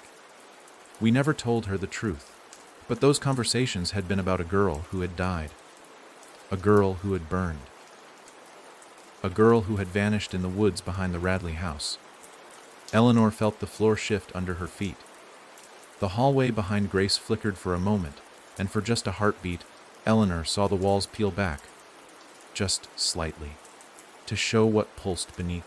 Not wood, not plaster. Skin, black veins, a wet, glistening pulse. Then it was gone. Grace walked down the hall. Do the rooms change often? She asked. Eleanor didn't answer. Grace turned a corner and disappeared from sight. The sound of her footsteps echoed much longer than they should have. Eleanor followed slowly. As she reached the hallway, the photographs on the wall were no longer blank. They had changed again. Now they showed her. Not Grace. Her, Eleanor, standing in the same hallway, over and over again, facing the same door. The door beneath the staircase. But in each photo, the door was a little more open, a little wider, and in the final frame, the door was gone. Only the black remained. She touched the edge of the last frame and felt it breathing. It was subtle, barely there, but it was alive. The hallway beyond bent unnaturally now, the angles off, like the walls had been forced to imitate memory, but not built to hold their shape. At the end, Grace stood with her hand on the doorknob to the basement. Is it locked? She asked. It was Eleanor whispered. Then I guess I'm the key, Grace said, and the door opened. A breath of cold air rolled out, thick with damp and memory. Eleanor wanted to warn her, wanted to scream, to pull her back, to slam the door shut before it could breathe too deep. But something inside her had begun to go quiet. Not from fear, from exhaustion. She had screamed. She had fought. She had remembered. And yet here she was. Still in the house. Still a part of it. Still trapped in the turning cycle of doors and masks and mirrors that always led back here. Grace descended the steps without hesitation. Eleanor followed, each step downward loosening something inside her spine. The further they went, the more the house changed. It stopped pretending. The walls turned black. The air turned red. Lights flickered, then died. Eleanor's skin itched with something invisible. She kept her eyes fixed on the back of Grace's head, watching for the moment the mask would appear, the moment she would turn, grinning, and reveal she wasn't Grace at all. But nothing happened. At the bottom of the stairs, the basement had expanded. It was no longer just a basement. It was a cathedral made of rotten wood and dripping bone. The ceilings stretched impossibly high. The walls pulsed. Chains hung from beams that hadn't been there before. In the center, a pit. Deep, circular, covered by a wooden grate that throbbed like a rib cage. Grace walked toward it. "I've seen this place in my dreams," she said again, and this time her voice was different. Slower, measured, but it was never complete. "Not until you came back." Eleanor stepped closer, the air thickening around her lungs. "What do you mean?" Grace turned. Her eyes were no longer blue, they were gray, empty. "The house needed its heart," she said. "It had its bones, its skin, but not its heart.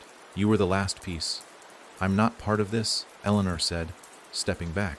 "I broke the cycle." "No," Grace said, and now she smiled without kindness. "You are the cycle." The pit behind her groaned. The wooden grate split open like lips pulling back from teeth. A sound began to rise, slow and rising. Not a scream, not a growl, a calling. The smell of blood filled the air. The walls began to sweat. "What do you remember?" Grace asked, stepping aside. "What did you leave down there that brought you back?" Eleanor's knees shook. She wanted to run, but her legs betrayed her. She approached the pit, looked in, and finally, she remembered. She remembered the woods behind the house, the day she wandered too far, the circle of stones, the chant she didn't understand. The other children, 3 of them, holding hands, one mask, one knife, one word whispered, not screamed, "Welcome." The deal made, the thing called. She had been the one to speak its name. The others were dragged away, screaming. She was left behind, and she forgot. She forced herself to forget. She broke the circle, ran hid, changed her name. But the house had waited. The thing beneath had waited. And now it wanted what it was owed. "You never broke the cycle," Grace said softly. "You started it." The floor beneath Eleanor cracked, and the pit opened wider, and from the red-black dark, something began to crawl upward. The mask, but not just the mask. The body behind it. The thing that had no true shape. That wore flesh like clothing. That had learned her name. That had learned her blood. It smiled. And Eleanor fell to her knees. Grace stood beside her. "It needs a keeper," she said. "It always needs a keeper." Eleanor looked up. "You brought me back." "No," Grace said. "You never left." The thing reached out. One long hand, wet and endless, and Eleanor took it. The hand was colder than anything she had ever touched, but it wasn't the cold of winter or ice. It was the cold of things forgotten, of stone left untouched beneath the earth for centuries, of breath held so long it forgets how to warm itself. The moment Eleanor's fingers closed around it, the rest of the world fell away. The ceiling of the basement dissolved like mist. The walls pulled back with the sound of wet roots tearing from soil. Grace was gone. The house was gone. Even the pit was no longer beneath her. There was only the void, and the hand that gripped hers, and the sensation that something was watching from every side. Not one thing. Many. Not from outside her. From within. She had awakened them. No, she had remembered them. And that remembering had acted like blood in the water. She was no longer falling. She was sinking. And not through space, but through time, through memory. Through layers of self she had never dared peel back before. She saw flashes. Not images, but moments overwhelming and out of order. A wooden floor covered in salt. A voice whispering in a cornerless room. Her own hands, smaller, carving something into a door frame with a rusted nail. A child's laughter echoing backward. And above it all, the chant. That damn chant. A single word said over and over again, faster, louder, until it stopped meaning anything at all and instead became a door that opened inward. The hand pulled her through. She didn't scream. She didn't struggle. There was no point. This was what the house had waited for.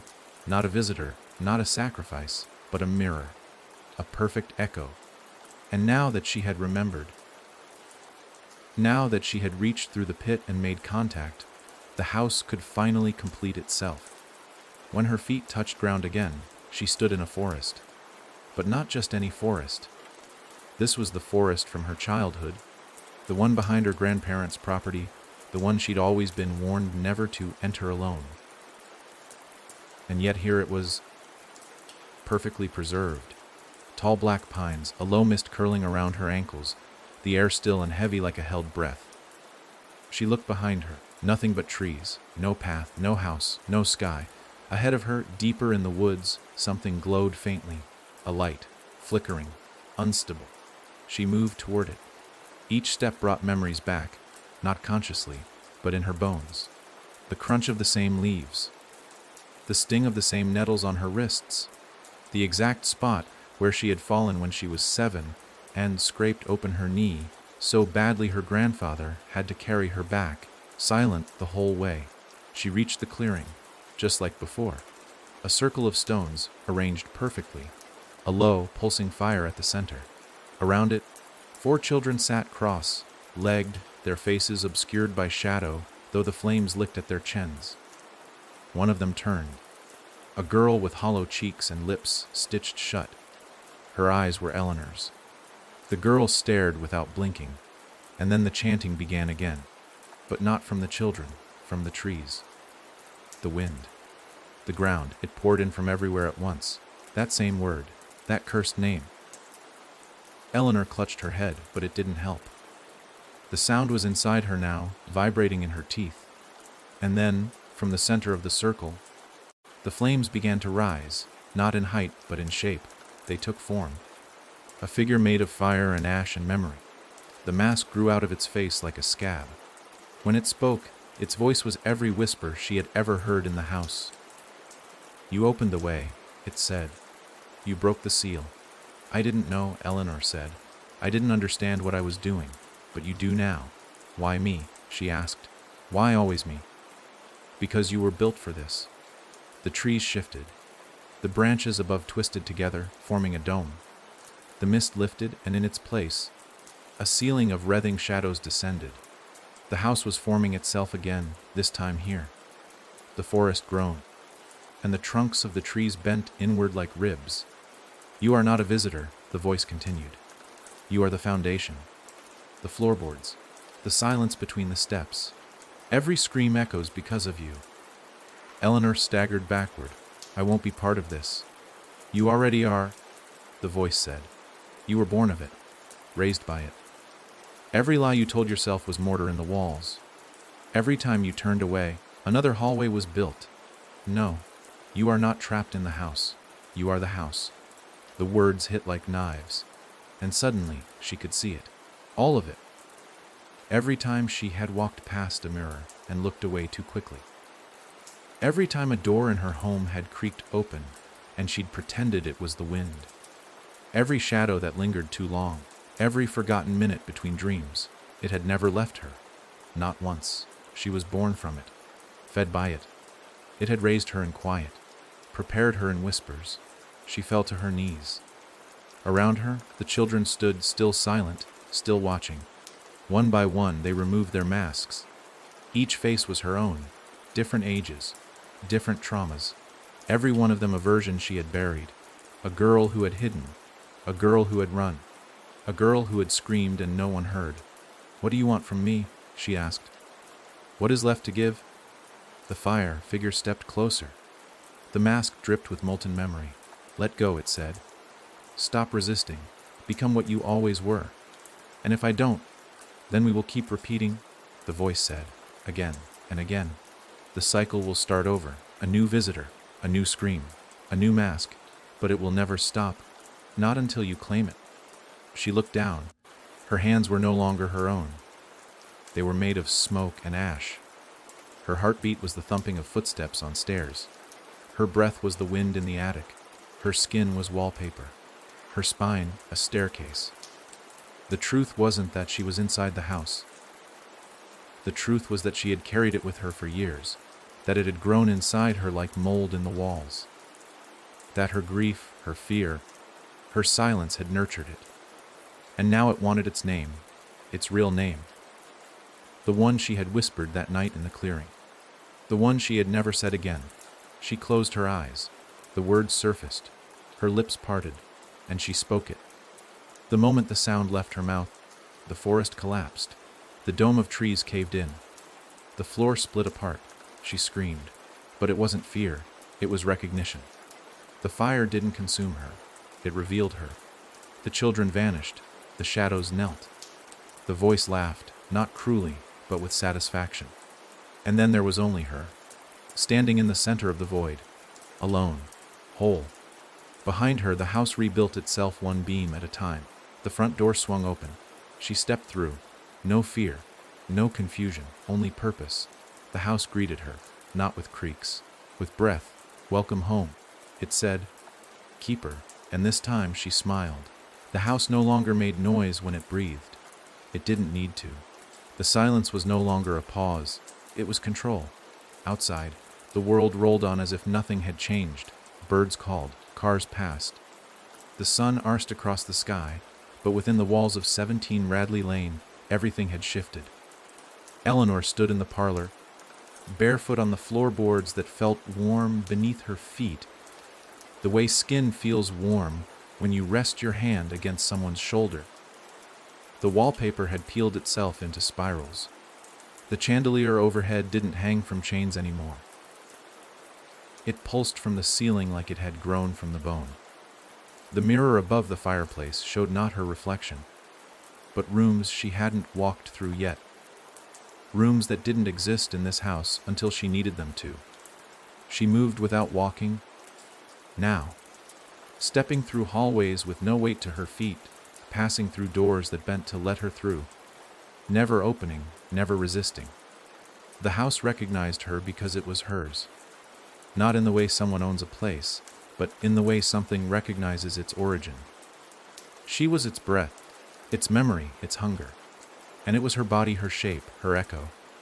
But outside, people still saw the house as it had always been.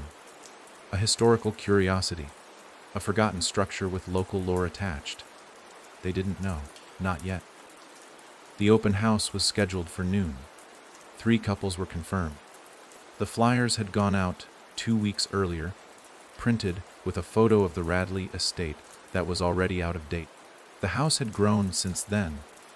Hallways folding into closets, attics curling into basements, staircases that shifted when no one watched. Eleanor didn't need to plan. The house did that for her. It knew who was coming, and it had already begun adjusting.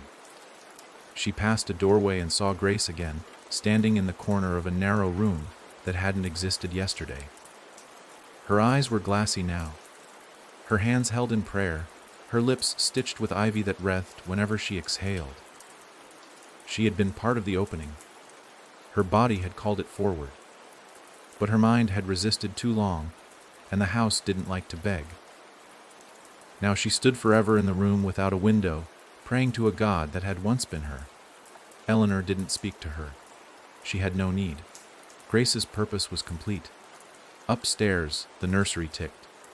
Not from a clock, but from teeth clicking together behind the closet door, a sound like insects mimicking the rhythm of time. That room would open for one of the couples. The woman who had once wished for a child she could not have. The house had heard her whisper that wish to no one in the dark. It would give her what she wanted. It always gave them what they wanted. First, the dining room reassembled itself in quiet jerks. Chairs pushed themselves in.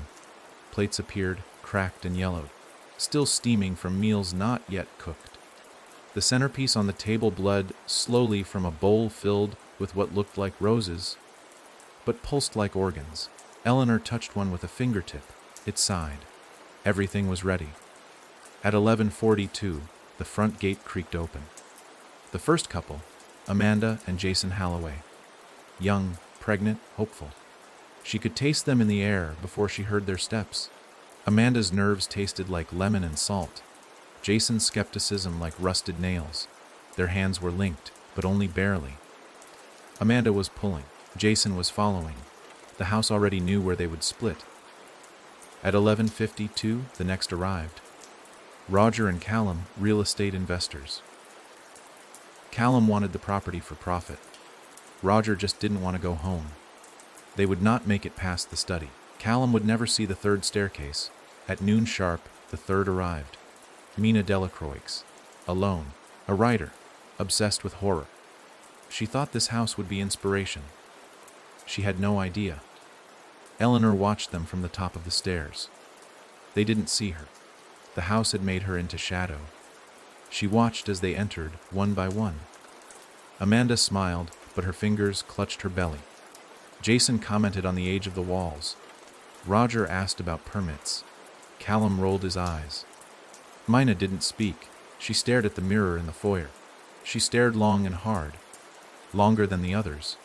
The mirror didn't show her reflection. It showed her house, the one she grew up in. Eleanor smiled. She let the door close behind them. Gently. A soft click. The latch slid into place like the final tooth in a mouth closing. The tour began. The house took over. Eleanor didn't need to guide them. The house had rehearsed this dance for years. It split them apart gently at first. Roger wandered toward the kitchen. Callum said he'd follow, then didn't. Amanda asked where the bathroom was. Jason said he'd ask someone, then walked upstairs instead.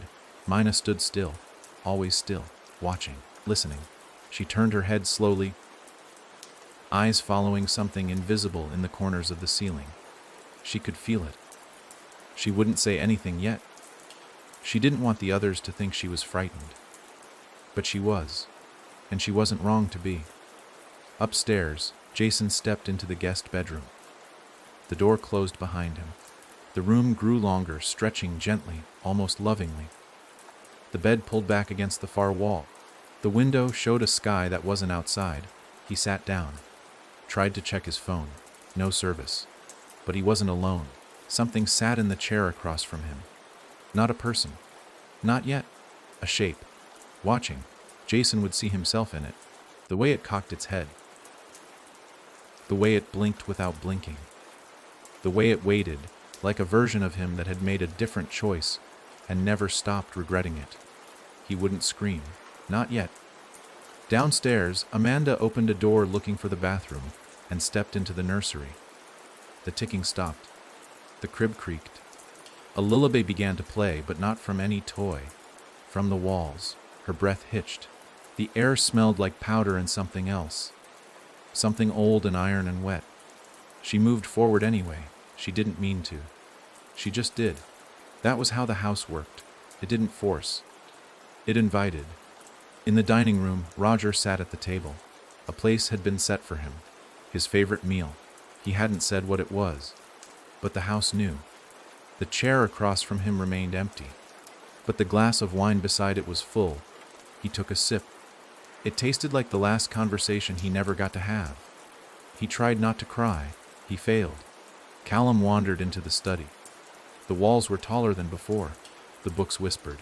One fell from the shelf. He picked it up. Opened it. Read his own obituary. The date was tomorrow. Mina finally moved. Into the hallway with the photographs. She looked up at them. Every one of them had her face. She didn't flinch. She didn't look away. She just smiled faintly and whispered, finally. Eleanor stepped from the shadows behind her. Mina turned. I knew this place was real, Mina said. But I never imagined it would recognize me. It always recognizes the ones who see it, Eleanor replied. That's why they never last. I'm not like them. No, Eleanor agreed. You're closer than most. Then show me, Mina said. Show me what's beneath. Eleanor reached out, touched her forehead. Mina collapsed without a sound. The hallway around her peeled away like skin. Eleanor walked back into the parlor. The mirror above the fireplace showed Amanda curled up in the crib. Jason curled into the chair across from himself. Callum still reading. Roger still crying. Mina sleeping beneath the floor. The house purred, and Eleanor smiled. Not from pleasure, from rightness. This was what the house wanted.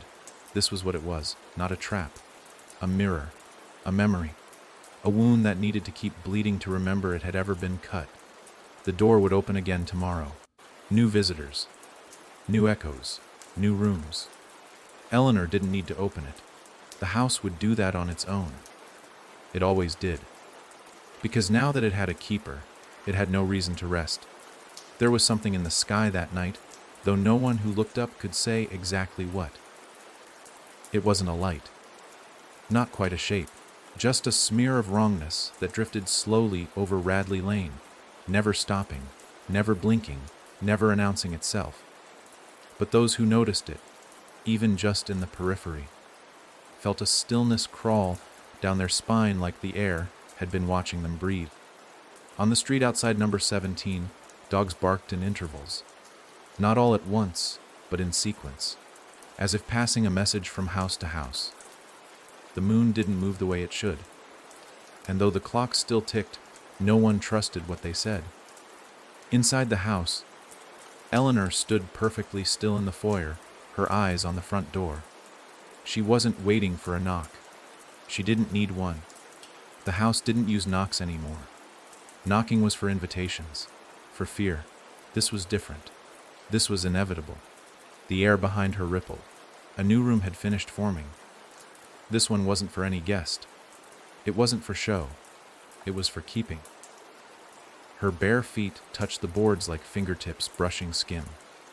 She could feel the tension in the walls, the subtle heartbeat in the ceiling, the way the beams sighed inward every time the front steps creaked. The guests from the last showing were still within the walls, though not in the same shape. Amanda was quiet now, curled into the nursery like a question never asked. Jason had been split between the hallway and the mirror, depending on which version of him a person needed to see.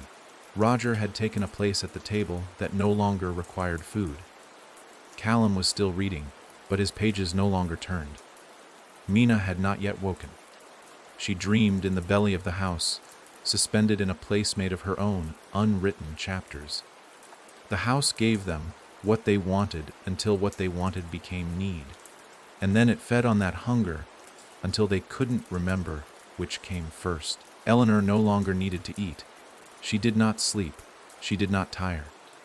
But sometimes, rarely, she sat in the attic with her hands folded and remembered her name, just to feel the shape of it behind her teeth. Not because she missed herself, but because it anchored her to what she had become. It was important to remember that the house had not taken her. She had returned. Outside, the smear in the sky spread wider. Something was leaking through, not from above, but from within. The air shimmered over the front yard. The gate creaked open. No hand touched it. No wind pushed it. The latch simply gave in, like it had grown tired of resistance. Down the street, someone's lights flickered. A child cried. And then silence. A woman approached the gate. Her name was Ava Morton. 39 years old. She had passed the Radley house for 3 years on her evening walks, always crossing the street just before she reached it, never consciously, just something instinctive. But tonight, she did not cross. She slowed, then stopped, eyes on the open gate. Her hand rose to her neck. Not out of fear, but to press her fingers to her pulse. She wasn't sure why. The house breathed. Eleanor heard it, felt it, a ripple of warmth through the floorboards. It recognized Ava before Eleanor did. The house always knew first. Ava's foot moved over the threshold. The gate whispered shut behind her. She didn't hesitate. Her hand reached for the door, though she would not remember touching the knob. She would not remember stepping inside. That part always faded. The house preferred confusion. It made the rest easier. The door opened without a sound. Ava stepped into the foyer. She stood still. Her eyes adjusted slowly. But there were no shadows to adjust to. The house had taken on a new shape tonight. The walls were pale blue, familiar. The air smelled like cinnamon and lemon polish. Ava blinked twice. Her grandmother's house. That's what this was. Or something almost exactly like it. Eleanor watched from the second floor landing. Ava didn't see her. They never looked up first. She studied the woman carefully. The way her shoulders curled slightly inward. The way her hands moved like she wanted to reach for something, but didn't know what. The way her mouth stayed slightly open, like she was on the edge of saying the name of someone who was already gone. The house already knew. Ava's grandmother had died when she was 15. She hadn't been allowed to go to the funeral. She had blamed herself for never saying goodbye. The house had already begun building the room, a sunroom with creaky wicker chairs and tea that never went cold. A photograph on the mantel with her own face as a child, and her grandmother behind her, smiling in that wide, toothy, patient way. Eleanor turned away. She had no interest in watching this one. Ava would not scream. She would settle. She would sit. She would stay. The house didn't always take. Sometimes it simply absorbed. Sometimes people wanted to be walls more than windows. Sometimes being part of something that could never forget was better than living with memory alone. In the parlor, the mirror flickered. It showed not Ava, but another. A man. His hands covered in dirt, his clothes soaked in rain. Standing outside the house at the edge of the yard, watching the window. He hadn't stepped in yet. The house didn't always pull them. Some it waited for. Some needed to knock first. Eleanor moved through the walls like breath through lungs. She reached the edge of the parlor and touched the glass with the back of her hand. The mirror rippled. The house showed her more. His name was Thomas Avery, 44, a land surveyor. He'd been sent by the city to investigate the strange activity on Radley Lane. Reports of electrical disturbances, seismic vibrations, air pressure changes. They'd tried drones first. They never came back. Now they'd sent him. Alone. The house had already marked him. Eleanor stepped out through the side wall into the yard. He didn't see her at first. His flashlight flicked up and down the side of the house, scanning cracks that weren't there yesterday. His radio buzzed once, then died. The air was thick. Each step he took made the grass sigh. "You shouldn't be here," Eleanor said softly. He turned, startled. "Who?" "Jesus, sorry. I didn't see you. You weren't meant to. Do you live here?" "In a way. This property's under inspection. No one reported occupancy. They wouldn't have. I'm with the..." "You won't find what you're looking for," she interrupted. "Not in the report. Not in the blueprints. Not in the records." He frowned. "Have we met before?" Eleanor stepped closer. "Not yet." He stared. Something in her face confused him, unsettled him. He didn't recognize her, but he remembered her. A dream, maybe. A flicker of a face in a mirror once. A shape outside his window. "You should leave," she said. "I can't." "You won't," she corrected. He opened his mouth to speak, but the ground beneath him shifted, just slightly, like the yard had exhaled. Behind him, the grass opened, not much, just enough for the soil to part like lips. A sound rose, deep, throbbing, like something beneath the property had begun to hum. "What is that?" he whispered. "The foundation," Eleanor said. "It's waking up." "Why?" "Because you're asking the wrong questions." "And what's the right one?" "Who built it?" He turned back to the house. The windows were no longer lit. They were eyes, watching, hundreds of them. The sky above shimmered. The smear widened. The stars blinked out one by one. The radio on his hip hissed, then spoke in his own voice. "You already know how this ends." He backed away. Eleanor didn't follow. The door behind her creaked open. The foyer pulsed. Ava stood inside, smiling faintly, holding a cup of tea that smoked with memories no one else could taste. Thomas took another step back, and then he ran. But the fence had moved. The sidewalk was longer. The road curved now. The city lights dimmed. Radley Lane bent inward like a question no one knew how to answer. Behind him, the house closed its eyes, and Eleanor smiled. Thomas didn't stop running until his lungs burned and his legs felt like rubber stretched to tearing. He didn't know how far he'd gone, only that when he looked over his shoulder, the house wasn't behind him anymore. It wasn't anywhere. The street looked normal again. Porch lights flickered, dogs barked in fenced yards, sprinklers clicked on and off with mechanical indifference. Radley Lane was exactly what the maps said it was, but something in the air still pulsed. Something beneath the sidewalk, something that had sunk its roots too deep to see but not too deep to feel. He reached his truck, slammed the door, locked it without thinking, and sat for a long time with his hands shaking against the steering wheel. His reflection in the windshield looked older than he remembered. Tired, not just physically, like something behind his eyes had rusted, the way her voice had curled around him. Soft, patient, familiar. It was like talking to someone he'd already met in a dream he didn't want to remember. But what shook him most wasn't the woman or the house. It was the way the yard had moved, like it had breathed, not shifted, not collapsed, breathed. Slowly, deeply, like it had waited years to exhale. He didn't file the report, couldn't. What would he write? That the property was unstable.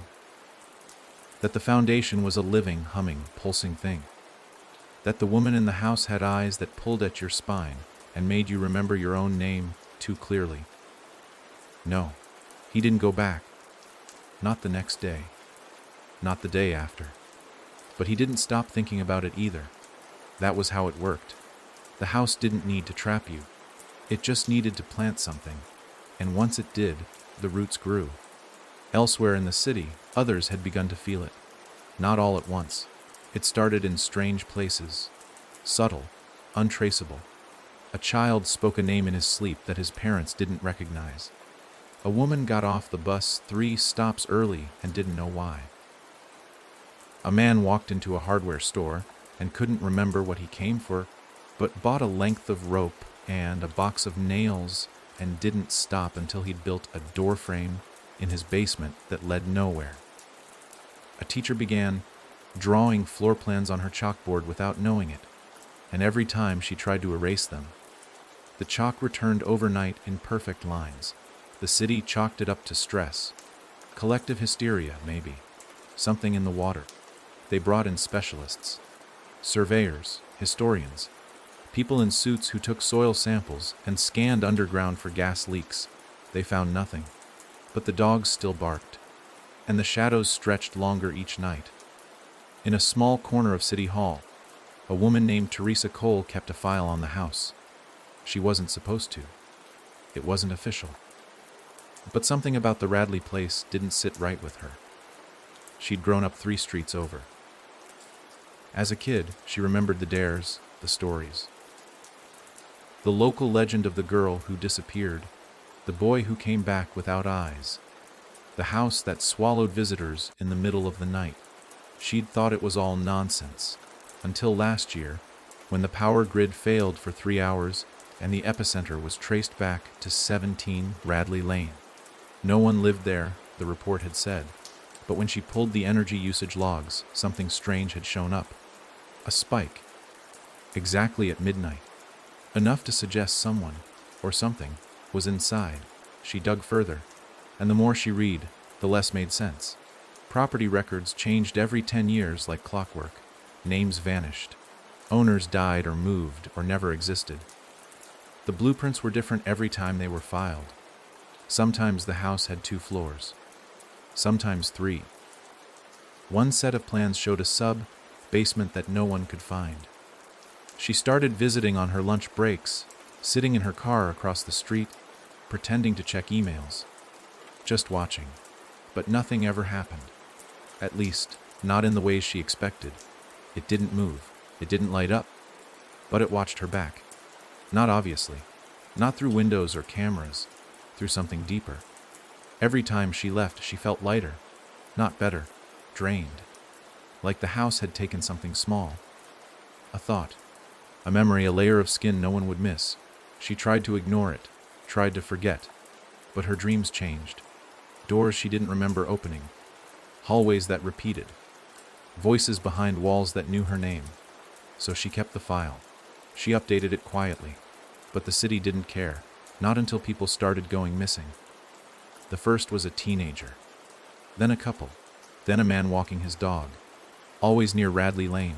Always at night. Always no trace. Teresa brought the reports to her supervisor. He laughed. Said maybe they just moved away. But his eyes were tired. And when she left his office, she saw him staring out the window. Not at anything in particular. Just at the sky. where the smear had started to widen again. Back at the house, Eleanor stood at the top of the basement stairs. The new room was almost ready. This one wasn't for guests. This one was for memory. The house had begun remembering things Eleanor hadn't fed it. Places she had never been. Faces she didn't recognize. And yet, when she stood in the center of the dark and closed her eyes, she knew them. The man with the 3 watches on his wrist. The woman with the red, stained apron. The child who walked on hands instead of feet. They were hers, and they were coming back, one by one. The house had started rebuilding its deeper layers. Not just physical rooms, but conceptual ones. Corridors of forgotten time. Spiral staircases that never ended. Libraries filled with books that wrote themselves in blood, and then screamed when you opened them. It wasn't about scaring anymore. It was about becoming. The house wasn't a place. It was a process, and Eleanor was its shape. She had stopped counting days, stopped naming hours, but she still remembered one thing clearly: the next visitor wouldn't come alone. They never did. They would bring something with them. Something broken. Something hungry. The house would feed it, or wear it, depending on how strong it was. She stepped into the basement. The walls were wet, but not with water. Something older soaked the bricks. The pit was gone now, but in its place was a stairwell that spiraled down farther than should be possible. She had not walked it yet. That was not her purpose. That stairwell was meant for someone else. Someone who would come looking, who would ask questions, who would think they had found answers. Eleanor smiled. She turned back toward the hall, where the doors had begun whispering again. Upstairs, the attic window opened on its own. The air outside was thick with whispers. On Radley Lane, all the streetlights blinked out at once, and Teresa Cole, awake in her apartment, sat bolt upright with a single thought in her mind. Go to the house. Not a voice, not a command, just a knowing, like remembering where you left your keys. She didn't fight it. She didn't get dressed. She just walked. Down the stairs. Out into the night. Toward the street that should have frightened her but no longer did. Because something inside her had already turned. And the house was waiting. Teresa didn't remember putting on her shoes, but they were on her feet. She didn't recall locking the door, but her keys weren't in her pocket. She walked like someone in a trance, except she wasn't asleep. She knew what she was doing. She just couldn't stop. Every step toward Radley Lane made her chest feel lighter, like pressure was lifting rather than building, like her body had been holding something in for years and was finally letting go. There were no thoughts. Not the usual stream of rationalizations. Doubts, lists of things she had to do the next day. Just the growing sense that this night, this walk, this arrival, it had always been waiting. When she turned the final corner, Radley Lane looked wrong in the way dreams do when you revisit them years later. The street was longer. The houses looked quieter, too still, too symmetrical, like sets on a stage no one had stepped onto in years. All except one. Number 17. The house didn't loom. It didn't threaten. It invited. That was always the trick. It didn't need to be haunted. It needed to feel familiar. And Teresa had seen it in her dreams for months. She just didn't know that was what it was. Her file had grown thick with newspaper clippings, satellite images, hand-drawn maps with inconsistencies circled in red. All of it rational. All of it compiled with care and skepticism, and a need to make sense of what she couldn't quite name. And yet here she was, drawn not by logic, but inevitability. The gate opened before she reached it. She didn't stop. The path to the front door looked short but took longer than it should have. As she moved, the porch grew wider, the windows taller. Her footsteps didn't echo, they disappeared. The air was too thick, not with humidity, but with memory, a weightless pressure pressing inward, like the house was already wrapping around her before she touched the door. She didn't knock. She placed her hand on the wood and pushed. The door didn't open, it yielded. A soft motion, like parting flesh, and then she was inside. The house exhaled. Eleanor heard it from the attic and smiled without showing teeth.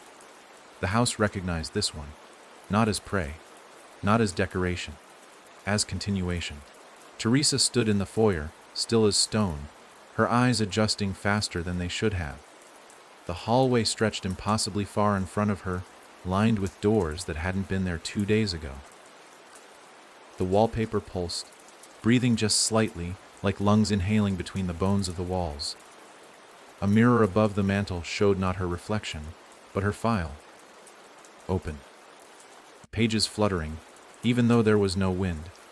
Her handwriting scribbled in ink that moved when she tried to focus on it, curling into words she didn't remember writing. She turned to leave, but the door was gone. Not closed, gone. In its place, another hallway. This one darker, slanted somehow like a mouth beginning to smile. Teresa didn't scream. She'd expected something like this, or rather, accepted it. A long time ago, something about this place made the horror feel gentle. Not because it was safe, but because it was honest. That was the terrifying part. Nothing here lied. That's what made it unbearable. Upstairs, Eleanor descended. She didn't walk. She appeared. One moment at the top step, the next at the bottom. She was barefoot, dressed in something pale and old and heavy. Her eyes were open too wide. "You came?" she said. Teresa turned. "I didn't think I'd make it. You always were. What is this place really?" "A memory trying to become real," Eleanor said. "A wound looking for a mouth to speak through. A door pretending to be a house. I don't want riddles." "Then go deeper." Teresa didn't ask what that meant. The house showed her. A stairwell opened beneath her feet. The floor split without sound. A spiral staircase curved downward into lightless dark. It didn't wait for her. It pulled, and she followed. The air changed with each step, not colder, not thicker, but older. The smell of earth long undisturbed. The scent of metal and wet roots, and beneath it all a strange sweetness, like rotting fruit and burning sugar. The steps were smooth, worn down by feet that hadn't walked in centuries, and the walls pressed closer with every turn until the space was no longer physical but emotional. Memories began to bleed out of the darkness, hers and others. A hallway from childhood, a hospital waiting room, a basement she'd never been in but knew instinctively had no exit. Whispers drifted from cracks in the stone. Some spoke her name, others just wept. She didn't stop, couldn't. She had to see what was at the bottom. It was calling, not to her body, to the part of her that still remembered what it felt like to be afraid of the dark. And then, without transition, she was there. At the bottom, a chamber, round, vast, silent. The walls were flesh. The floor was not ground, it was pulse. And in the center, a single figure, kneeling, bound in chains that weren't metal, but time. Its head was low. Its back rose and fell with slow, pained breaths. It wasn't a prisoner. It was a seed, waiting, dreaming. Teresa stepped closer. The chains tightened, as if aware of her. The figure didn't look up. It whispered something. A name, not hers. Eleanor's. Teresa turned. Eleanor stood behind her now. "What is this?" she asked. "This is the first one," Eleanor said. "The one that built the door. Why is it chained? Because if it wakes, the house becomes something else. Worse. Not worse. Just free." Teresa looked at the figure. "What happens if I touch it?" "You'll remember who you were before you were born." "Is that a threat?" "It's a mercy." The chains twitched. The walls groaned. The floor throbbed. Teresa knelt. She wasn't supposed to. She knew that. But she had to see its face. She reached out, touched the chain. The moment her skin made contact, her body convulsed, not in pain, in recognition. Images flooded her, images not hers. A door in a desert, a staircase in the sky, a voice calling from under the ocean, a man laughing as he bled into a mirror. She pulled back, gasping. Eleanor's eyes were wide now. "You're not just a visitor," she said. "You're part of the lock." "What does that mean?" "You came here to stop the house, but you are the house." part of it. One of the pieces left behind to keep the chains in place. Teresa looked down at her own hands. Her skin shimmered, just faintly, like light behind paper. The chains on the figure slackened slightly. It raised its head. Its eyes were hollow sockets, but the sockets watched. And then, for the first time, it spoke. "You brought the key." The voice was hers. Her own voice, from a dream she'd had when she was 10. A voice she hadn't heard since. She turned to Eleanor. "What happens now?" "Now," Eleanor said, "you decide what kind of house this becomes." The chains cracked. The walls shook. Upstairs, the mirror shattered. The attic window screamed open. On the street, lights exploded one by one. The city went dark, and the thing in the basement began to stand. It stood slowly, not with the jerky tension of something waking from a long slumber, but with the deliberate ease of a thing that had always been awake, simply pretending not to be. Its height was impossible to track. One moment it barely reached Eleanor's chin. The next it seemed to stretch beyond the contours of the basement ceiling, its head brushing a place in the dark that wasn't architecture, but memory. The chains slithered off its limbs like molted skin, hissing faintly as they turned to rust before even hitting the ground. Teresa could not move. Not out of fear, though fear was there, but thick and sour in her mouth, but because her legs no longer felt entirely real. She could still see them, yes, still feel the cold stone against her knees, but something in her bones had softened, or shifted, or begun to unspool. The figure, this first one, turned toward her, but its face remained featureless. A shifting oval of skin or not skin, its surface like oil disturbed by wind, constantly forming and reforming suggestions of features that never settled. Eyes blinked in and out, a mouth smiled and disappeared. Then it spoke again, not aloud, but into the marrow of her. "You brought the key. Now choose the door." Teresa tried to speak, but her voice came out flat and distant, like hearing someone else use her vocal cords. "What doors are there?" Eleanor stepped back, her face unreadable. "Only two," she said. "As it always is. Keep the house chained," the thing intoned, "and you will remain, shape and shadow, a keeper." Another Eleanor. Or set the house free, let it walk. Walk. The word left Teresa like a laugh choked in fog. "A house can't. This one can." Eleanor interrupted. "It's never been a house, not really."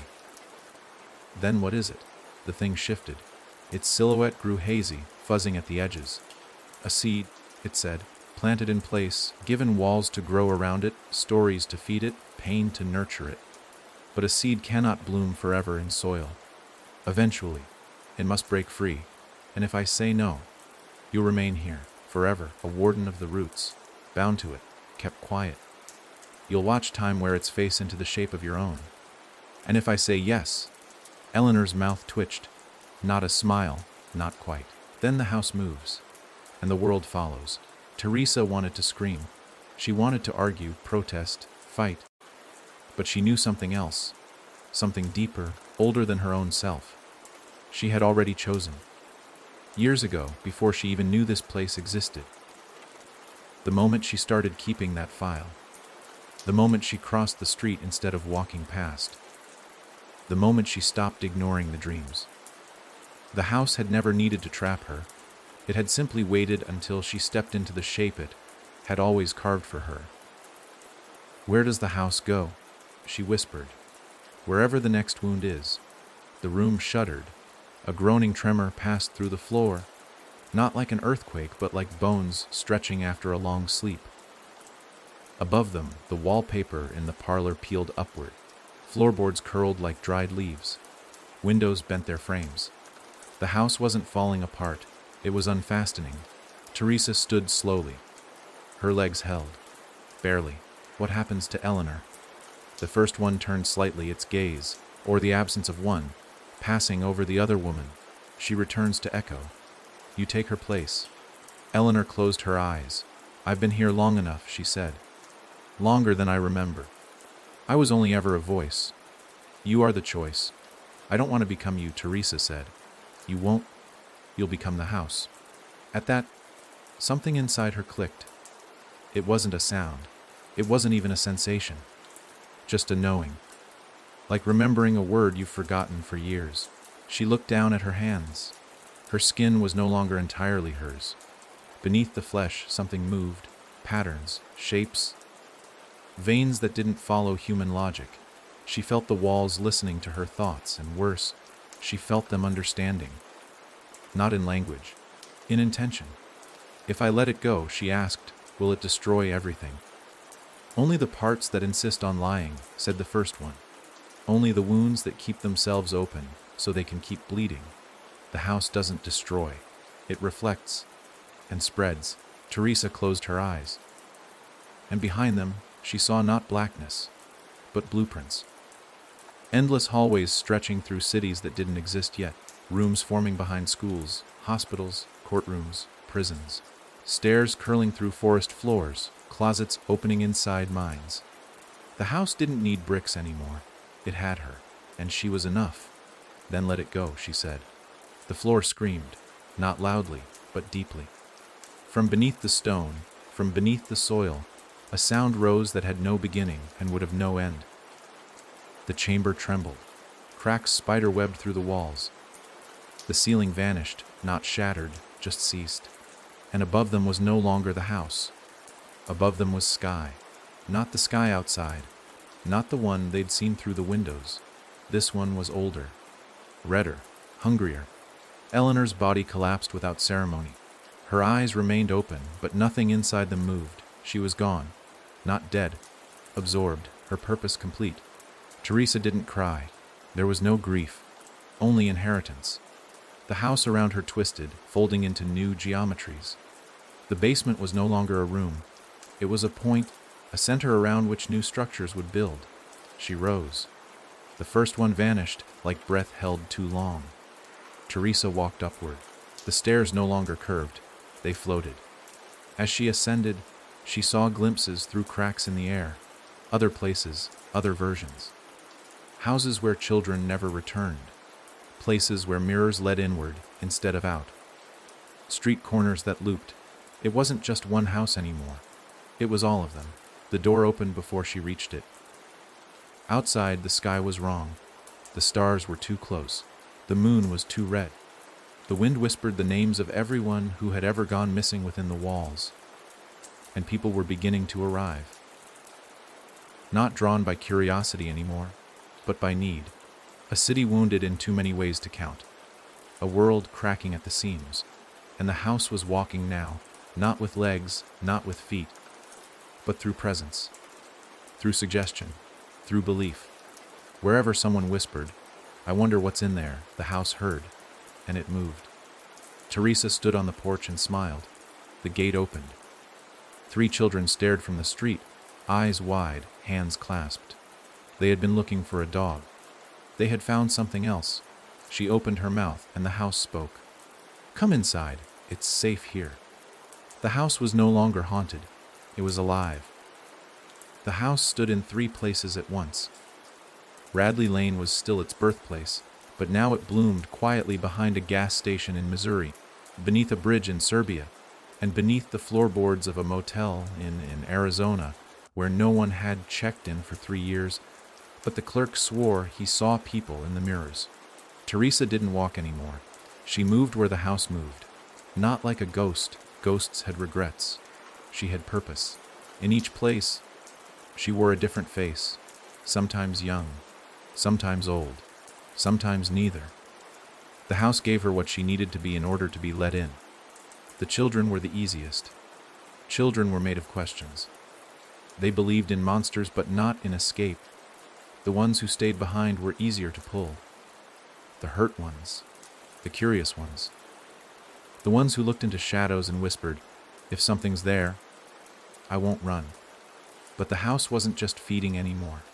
It was teaching, building rooms out of thoughts. It listened to the broken prayers of night shift nurses, of grieving fathers, of boys hiding their faces from the world. It shaped spaces out of guilt. It whispered to architects in dreams, to writers at midnight, to janitors walking empty halls. It let them believe they were the ones who thought of it first. In the city, Teresa sat inside a public library that hadn't paid its utility bill in 6 months, but somehow the lights stayed on in the back. Room 17. No one remembered building it, but they didn't question. That's what the house counted on. Not fear, indifference. Indifference was easier to grow in. That night, a girl named Lacey found the room. She wasn't looking for it. She'd followed her mother there, but her mother had forgotten her. Not maliciously, just the way mothers do when they're drowning. Lacey pushed open the door and stepped inside. The carpet was soft. The walls were warm. It smelled like strawberries and safety. She stayed. She never screamed. They never do if they believe what they see. Teresa sat beside her, brushing her hair gently, whispering lullabies written by a house with too many rooms and no roof. The lights outside flickered. And then someone noticed. Not just a person. Not just someone curious. Something else. The first one had warned about this. Long ago, before the chains broke, before the house was set free, before Teresa had become a mouth, there had been another house once. A mirror, a boundary, a rival. And now it was waking, not because it cared. Not because it wanted to stop what was happening, but because it was jealous. Jealous that this house had learned to move. Jealous that someone else had found the trick of echoing forward. It stirred beneath the ice of a lake no map marked anymore. Its windows long shattered, but its roof torn away by time. But its intention remained, and it remembered the shape of Teresa's voice. Because it had once spoken with her face too. There was always more than one house, more than one voice, more than one mouth. And now, one of them wanted to bite back. Teresa felt it first in her teeth. A pressure, a reversal, like something was tugging on her voice from inside. The child beside her tilted her head. Why is it cold now? Teresa blinked. The room hadn't changed temperature, but the feeling had. The air was no longer obedient. The walls stopped listening. Something had found a crack in the foundation, not of the house, but of her. She stood up quickly. Too quickly. The girl frowned. Are we leaving? Teresa didn't answer. She walked to the far wall, put her hand on the wallpaper. It was still, but not in the comforting way. It had stopped breathing. Where is it? She whispered. The wall replied, not in sound, in shift. A seam opened. A mirror slid out of plaster like a sword pulled from flesh, but the reflection wasn't hers. It was another Teresa. Slightly older. Hair shorter. Eyes dimmer. Behind her, a room that burned but did not consume, and beside her, a figure wearing a suit made of torn photographs. The mirror cracked. But no, she whispered. Not yet. But it was yet. It had already begun. Somewhere in the woods outside the city, a man named Grant was digging. Not because he wanted to. Because the dreams made him. Every night he woke up with dirt under his nails. Every morning, he checked the hole behind his barn, and it was deeper. Something beneath the roots was rising. He didn't tell anyone. Wouldn't have mattered. The house under his feet was growing too, even though no one had built it. Even though no one could see it during the day. But he could feel it, especially at night, in the way the walls groaned when he passed. In the way his own reflection blinked out of rhythm. In the way the barn light flickered when he thought about closing the hole. He wouldn't. Not now. Not ever. Because something was whispering to him. And the whisper didn't belong to Teresa. It belonged to the other one. The rival. The one that had slept too long and wanted to make up for lost time. Teresa slammed her hand into the mirror. It didn't break. It didn't budge. It just absorbed. Her fingers went too deep. She pulled back and found nothing on the end of her arm, just smooth skin, like a mannequin. The rival was feeding now, not off people. Off her, and it was learning. Learning how to speak, how to move, how to build. The balance was breaking, and the house, her house, began to feel it. Floors tilted slightly. Windows melted. One of the staircases began to loop in on itself, feeding into a dining room where no one had ever eaten. Mirrors refused to obey. The guests still inside didn't notice. They never did. They were part of the walls now. But Teresa noticed, and the house waited for her to act. She stepped into the mirror, not as herself, but as something in between. The threshold welcomed her. Or maybe it just swallowed. The other side was colder, not physically, but in tone. No heartbeat in the walls, no breath in the floors, just silence. This house did not reflect pain. It stored it, archived it, shelved it, a house of perfect corners and no forgiveness. It had no Eleanor, no smile. Just a curator, a figure made of flat gray cloth, mouth sewn shut, eyes wide with stitched pupils. It bowed when it saw her. She didn't bow back. "You're not supposed to wake yet," she said. The stitched figure tilted its head. "You had your time." It didn't answer. It didn't need to. The walls answered for it. They opened like gills. Rows of teeth behind every brick. "You won't take my house," Teresa said. "It's mine." The figure blinked, and the mouths behind the walls smiled. Then, for the first time in its history, Teresa's house shuddered. Because it knew it had made a mistake. It had grown too far.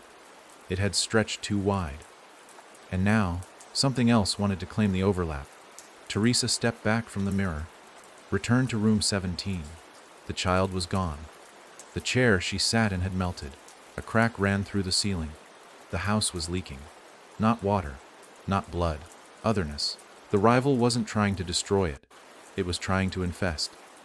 And if Teresa didn't act soon, she wouldn't be the voice of a house anymore. She'd be a guest again. In a place with no exit. The wallpaper curled back from the corners, as if flinching from something it couldn't name. Room 17 no longer existed as it once had. The door stood, yes, but what lay behind it was no longer Teresa's. She stepped into the hallway, only to find that the hallway had no length. It folded into itself, a spiral of doors that all led back to her. She opened one, only to emerge from another, behind herself, watching her own back move forward. The house was breaking, not crumbling, not dying, splitting. And inside the fracture, she felt the other one coming. Not fast, not loud, but slow and sure, like water leaking into a ship's hull. Quiet until it's too late. Teresa ran. She didn't pick a direction. There weren't directions anymore. Only instincts. Each step cracked the floor deeper. The lights above her swung in arcs that didn't match gravity. Paintings on the wall began to twist, their subjects turning to face her as she passed. Mouths open in screams she couldn't hear, but could feel in her teeth. She stopped when she saw the frame. It was new. Gilded. Hung between two doorways that hadn't been there yesterday, or perhaps ever. Inside the frame was no painting. Only glass, a mirror, but not one of hers. This was his, the rival's. The glass didn't reflect her image. It reflected her doubt. She saw herself aged, her mouth sewn shut like the curator's, eyes wide, hands folded, waiting. And behind her in that vision, the second house, vast, cold, infinite. The opposite of hers in every way, but it was smiling. Not out of joy, out of certainty. It didn't need to fight. It just needed her to question. Doubt was its root system. Teresa stepped back. The wall behind her pulsed like flesh. It had never done that before. The house was trying to resist, but it needed something more. Not obedience, not loyalty. A name, a true name, the one she had buried. Teresa had never remembered who she was before Eleanor, before the file, before room 17. That part of her had always felt faded, like a childhood dream smothered in fog. But the house remembered, and now it was beginning to whisper it back to her, not in her voice, but in its own. She followed the whisper, down the corridor, past the looped staircase, into a door that didn't open but unwound. Inside was a room she'd never seen and had always feared. A nursery, empty crib, faded wallpaper. A single mobile still spinning slowly from the ceiling, even though there was no air movement. On the walls, handprints, tiny ones. Too many. More than could fit in a house this size. She stepped toward the crib, and a single note rang out from beneath it.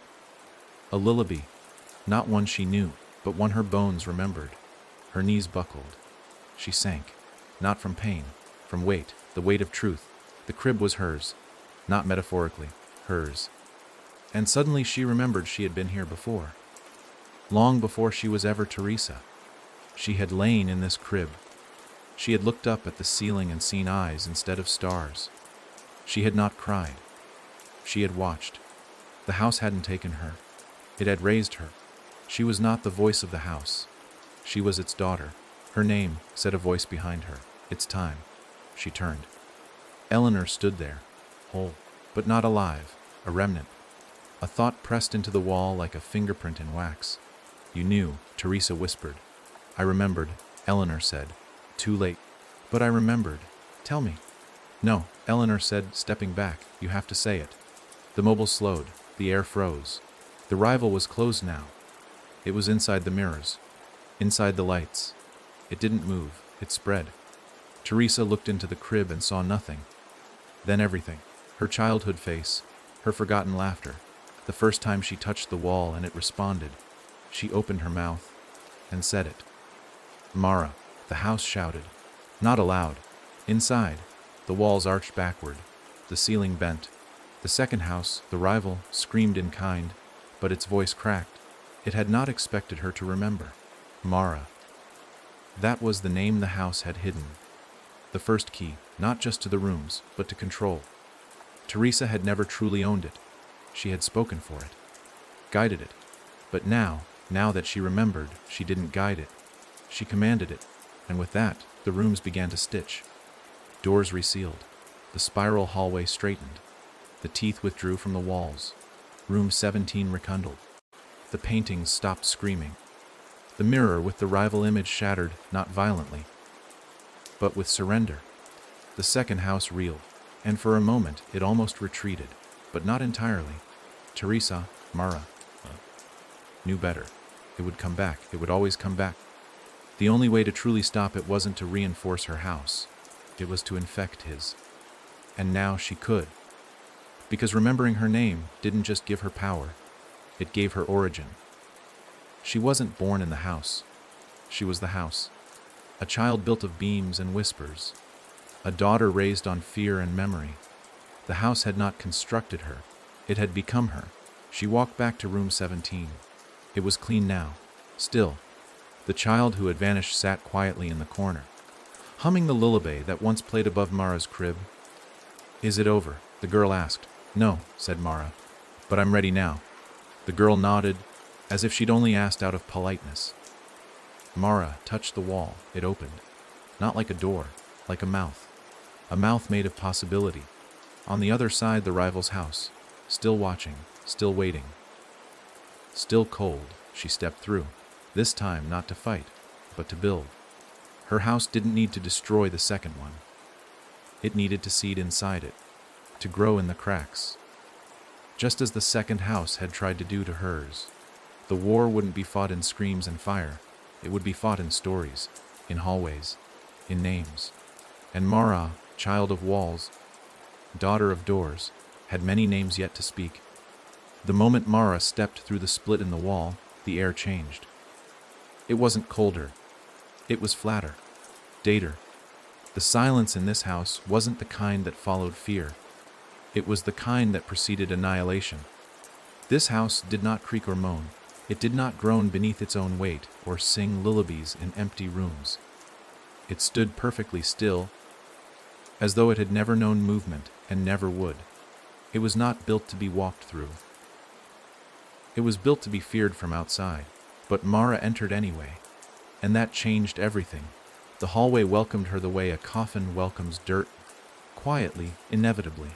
No doors here, just walls, endless, smooth, seamless, no seams, no cracks. Not yet. That was her job. She moved forward, or thought she did. Every few steps, the floor vanished beneath her only to reappear in front. A strange trick, as if the house were both resisting and obeying her at once. Somewhere behind the walls, she felt the presence of its architect. Not the curator, the stitched-eyed figure who catalogued suffering and hung trauma on its gallery walls like trophies. No, this was something else. Older, more hateful, and empty in a way that frightened even Mara, because she knew that emptiness wasn't a flaw, it was intentional. The second house had birthed something once, long ago, just as hers had birthed her. But it had not given its child a name. It had given it a purpose instead: erase. Not clean, not purify, just remove. Remove meaning, emotion, memory. Flatten the world into nothing but stillness and shadow. And now, that child knew Mara had stepped inside. It was watching. She moved down the hallway until the walls began to narrow, compressing her shoulders. The ceiling dropped low enough that she had to duck. Her fingers skimmed the walls, looking for texture. There was none, not until she bled. A hairline crack opened just wide enough to bite the tip of her finger. Blood smeared on the wall didn't drip. It sank inward, absorbed. The house shuddered, barely. That was all she needed. A weakness. A pore. She whispered into it. One word, her true name. Mara. The wall resisted for a second, then bulged outward, like something beneath was pushing back. A door formed, pale, seamless. But it opened. She stepped into a room that should not have existed in this place. A replica of room 17. Not perfect, off in subtle ways. The wallpaper was colorless. The books were blank. The floorboards made no sound when she stepped. But it was her design, her influence, a seed taking root. She stood in the center and closed her eyes, pushing her mind deeper into the walls, speaking not to the house itself, but to the memories it tried to suppress. There had been a child here once, a girl like her, but without a crib, without song, without a name. The house had raised her like a weapon, taught her silence, taught her to erase herself until nothing was left but obedience. And now, that girl was coming. Mara felt her before she heard her. No footsteps, no breathing, just presence. A soft distortion in the room, like heat rippling in the air, but without warmth. She turned slowly. The girl stood in the corner, no older than 10. Pale, no hair, no eyes. Just smooth skin where features should have been. Yet Mara knew she was staring at her. Felt it in her teeth, her spine, her blood. The house hadn't given her a name because it hadn't needed to. It didn't want her to be anything. Only to unmake. You're not supposed to be here, the girl said. Her voice was wrong. Too clear, too sharp. Like glass breaking underwater. I was born here, Mara answered. Not in this house, but in the idea of houses. You and I are sisters. No, we are opposites. Same thing. The girl stepped forward. Her feet didn't touch the ground. Or maybe the ground simply didn't acknowledge her. Mara didn't flinch. She raised her hand and let her fingers brush the air between them. It rippled. The girl recoiled. You have a name, the girl said. You don't. Mara whispered. I don't need one. Names anchor you. Names make you visible. I am what happens when no one sees. Mara nodded slowly. But that's why you're afraid. I'm not. You are, Mara said. You're afraid I'll leave pieces of myself in here. And people will start seeing you. And once they do, they'll name you. And then you'll be real. And once you're real, you can die. The girl froze. The air around her turned brittle. The walls flickered. For the first time, Mara saw the house shrink. The edges of the room tightened, as if retreating. You're lying, the girl said. You're trying to bind me. I don't need to, Mara said. I already have. She turned and pointed at the corner of the room. A new door was forming. Not hers. Not the second house's. A third, neutral, undefined, and through it stepped a boy, no more than 8, wide eyes, blue shirt, and in his hand, a crayon. He walked to the wall and began to draw. The girl screamed, not aloud, inward, the kind of scream that peels dimensions. The floor warped. The ceiling bowed. The seat of Mara's room began to flicker, fighting to stay solid. But the boy didn't stop drawing. A house, a crooked little thing, with windows, a chimney, and 3 stick figures in front. What is that? The faceless girl whispered. It's yours, Mara said softly. A name, if you want it. The girl trembled. I don't. Then you'll fade, Mara said, because I'm not leaving. My rooms are already spreading, and soon your house will forget it ever stood alone. The girl stepped backward, handless arms raised. I won't let you. You don't get a choice anymore, Mara said. You gave that up when you chose silence over story. The boy finished his drawing and looked up. Her name is Nell, he said, without hesitation. The girl, Nell, staggered. Her knees buckled. She collapsed into herself, not dying, but forming. Hair sprouted, eyes opened. A mouth took shape, and she screamed again. But this time it sounded human. Mara walked to her and knelt beside her. I'm sorry, she whispered. But now you get to remember. The second house buckled. All across its hollow structure, new rooms formed, some crooked, some brothel, some beautiful. The house didn't fall. It rewrote. The curator dropped his book of names. Every page inside was blank. The rival wasn't dead, but it wasn't alone anymore, and it never would be again. Mara turned and took the girl's hand. Come home, she said. Nell didn't answer, but she didn't resist either, and behind them 2 houses became one, not peacefully, but permanently. The silence after Nell screamed was worse than the scream itself. It wasn't quiet. It was the sound of something vast taking its first breath, something that had never breathed before. The rival house, hollow and hateful, shuddered in its foundations. The walls that had once been blank and seamless now carried color, streaks of blue, flashes of red, faint drawings like chalk scrawled by unseen hands. Mara felt it ripple beneath her bare feet. The ground was not floorboards anymore, it was potential. The 2 houses had not merged cleanly. They had not joined as one voice, they had collided, and in the collision, something else had awakened. A third presence. Not Eleanor, not the curator, not even Mara or Nell. Something born out of the clash between silence and memory. Something that could not decide which it preferred, so it began to dream. Dreams in a house were not like dreams in a human mind. They did not vanish in daylight. They bled, they warped space, they rewrote history, they created and destroyed rooms with the same blink. Mara had seen fragments of this before. Looped hallways, staircases that folded back into themselves, whispers from doors that never existed until you touched the knob. But those were fragments of memory. This was different. This was creation without anchor, imagination with no tether. Mara closed her eyes and listened. The new house, the dreaming house, was forming something beneath them. A door, not one she had built, not one the rival house had hidden. Something deeper, something neither had intended. It pulsed like a heartbeat. It wanted. Nell stood beside her, no longer faceless, though her features were still unstable, as if clay still being molded by unseen fingers. She clutched Mara's arm like a child clinging to her mother. It's here, Nell whispered. Her new mouth trembled with the sound. It's under everything.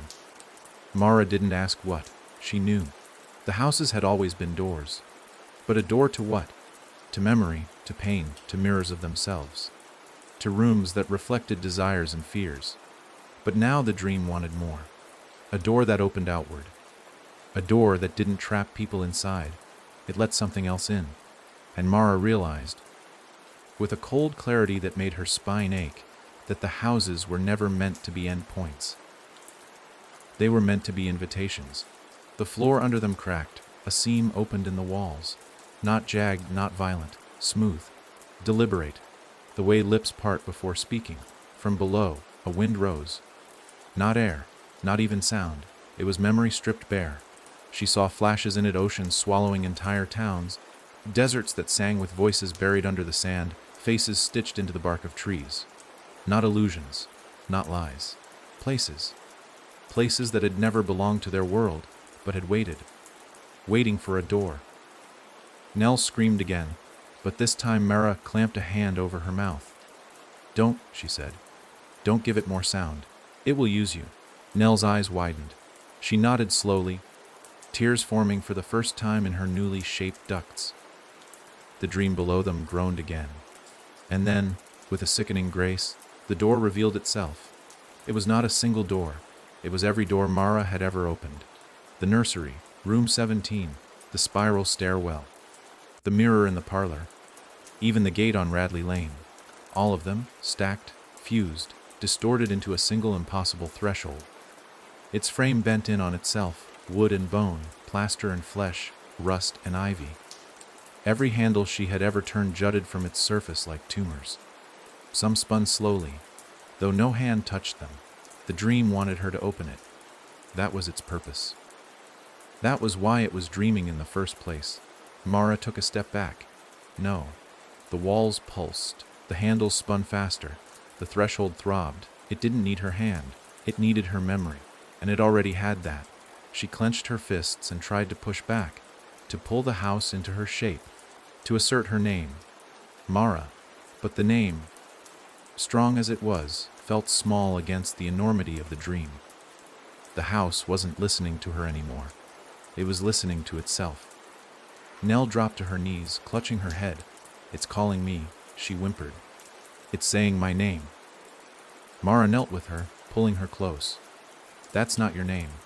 That's not your voice. That's its echo. Ignore it." But Nell shook violently. "It's stronger than me.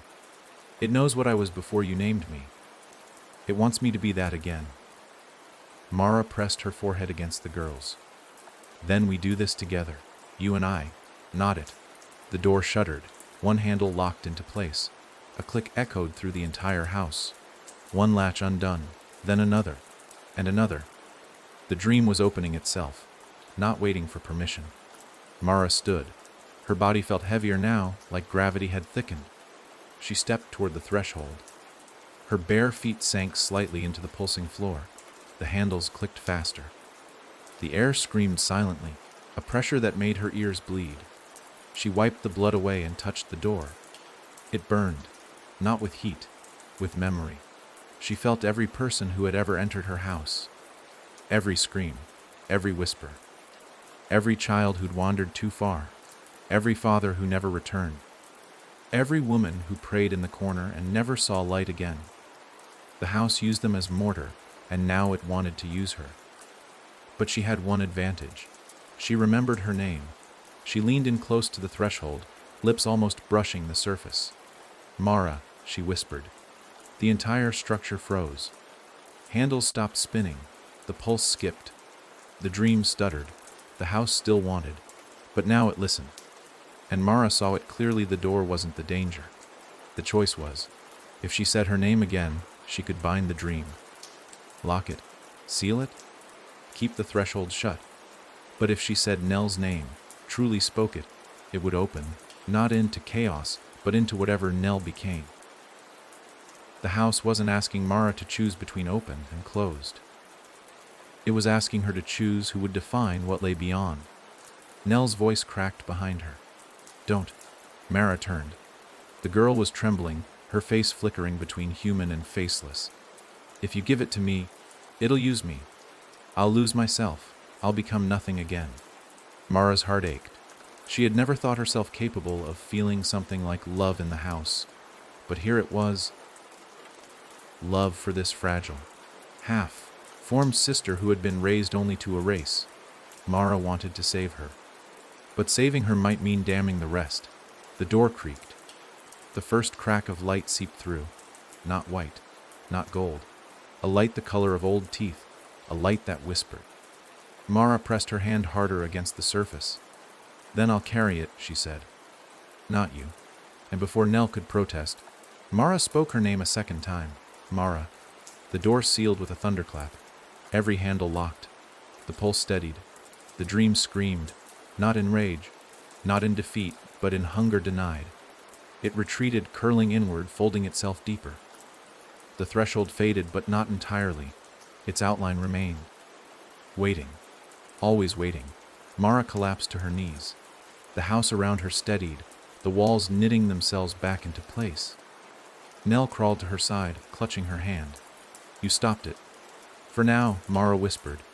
Her throat felt raw, her teeth loose in her gums, like speaking her name had cost her something. Maybe it had.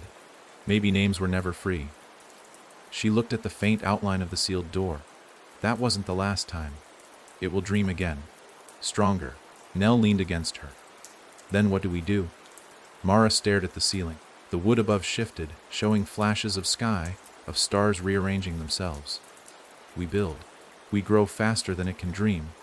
We make more rooms, more doors. Not to open outward, but inward. We give people places to hide from what's coming. But what if the dream doesn't stop? Nell whispered. Mara didn't answer, because she already knew. If the dream ever forced the door open, it wouldn't matter how many rooms they built. The house wouldn't be sanctuary anymore. It would be an invitation, and someone, or something, was waiting for that invitation. The night after Mara sealed the door, the house grew restless. It didn't groan or crack like before. Its unease was subtler, woven into the quiet, threaded through the rhythm of its breathing. Every corridor hummed faintly. Every wall seemed to lean inward as though listening. And the windows fogged not from weather but from thought. The house wasn't waiting for visitors anymore. It was waiting for instructions. Mara sat in the parlor, barefoot on the boards, her eyes fixed on the mirror above the fireplace. It no longer reflected rooms. It reflected minds. Faces she had never seen flickered across its surface. Sleeping children, exhausted nurses, truck drivers gripping their wheels in the dark. An old woman praying before her bedside. The mirror whispered their names in a voice too soft to follow. Like a breeze carrying syllables she almost recognized. These were not visitors. Not yet. They were possibilities. People whose walls had already begun to thin. People who would open the house without ever stepping through the gate. That was the new plan. Not lure bodies, lure dreams. Nell sat in the corner, hugging her knees, eyes darting from shadow to shadow. She was still half-formed, her new face flickering at times when she grew anxious. Sometimes her mouth vanished. Sometimes her eyes melted into smooth skin before reforming. She hated it. Mara knew. But Mara also knew that Nell's instability was proof of something greater. The rival house had lost its grip. Nell was no longer just a Rajer. She was becoming. And the house itself reflected that. A staircase in the east wing now led to a child's bedroom that hadn't existed yesterday. Walls covered in posters from a band that had broken up years ago. A room in the attic now contained an unfinished painting of a man who had never lived. The house was dreaming, but Mara had turned its dreams inward, away from the sealed door. It wasn't safe, but it was safer. Mara stood, her shadow stretching across the parlor as though the firelight bent differently around her. She placed her hand on the mirror. The faces swirled faster, hundreds of them, all in sleep. She whispered a word, not her name, not Nell's. Just open. The glass rippled, and then she was somewhere else. Not her body, not her feet on the boards, but her mind slipped into another's. She stood in a dim bedroom, a ceiling fan turning lazily overhead. A man lay in the bed, tossing and turning, his sheets twisted around his legs. His face was etched with the tension of someone who fought nightmares often. Mara walked closer. The floor beneath her was not wood, but mist. The man's eyes snapped open. He didn't look at her, not really. He looked through her. "It's you again," he said hoarsely. Mara froze. "Again. I see you every night." His voice cracked. "In the corners. In the mirror. In the goddamn hum of the refrigerator. You've been waiting." Mara tilted her head. She hadn't been here before, but the house had. "You've already built a room," the man whispered. His hands trembled as he reached under his pillow and pulled out a sketchbook. He flipped it open with frantic fingers. The pages were filled with drawings of doors. Dozens, hundreds, some crude, some detailed, all the same shape, all hers. Mara touched the paper. The door shifted, opening slightly, leaking black ink. "Why me?" the man asked, tears streaking down his cheeks. "Why my dreams?" "Because you believed in the doors," Mara said softly. "You gave us space." The man sobbed, slamming the book shut. "I don't want this." Mara leaned down, her lips near his ear. "Wanting doesn't matter. You've already opened them," he screamed. But not with his throat, with the walls. The room bent, the ceiling tearing open into a void of staircases and hallways. Mara smiled. Another seed planted. Another mind infected. The house was spreading. She pulled back into herself. The parlor returned. The mirror steadied. Nell was staring at her, eyes wide. "Where did you go?" "Into him," Mara said. "Into his dream? You can do that?" "I have to," Mara said. "If the door dreams again, we need more walls, more rooms, more people tied to us. The more minds we're in, the harder it will be for anything to unmake us." Nell frowned. "That's not protection. That's possession." "Call it what you like," Mara whispered. "It's survival." The mirror pulsed again. Another face rose, a child this time. Lacey, the one who had wandered into room 17 days ago. She was asleep in her bed, her mother snoring beside her. Mara touched the glass and slipped again. This time she was in a forest, trees taller than towers, leaves like stained glass. Lacey was running, barefoot, her dress snagging on roots. Something chased her. Something formless, like a smear of ink that bent the ground wherever it touched. Mara followed, her steps silent. Lacey tripped, fell. The smear closed in. "Lacey," Mara said sharply. The girl looked up, eyes wide. "Do you want to live?" Lacey nodded. "Then say it," Mara commanded. "Say my name." The smear screeched, its shape collapsing inward as if the word burned it. "Lacey shouted, Mara!" The forest shook. A door rose from the ground, old wood, crooked hinges. Mara pulled the girl to her feet and pushed her through. The smear tried to follow, but the door slammed shut with a sound like bones breaking.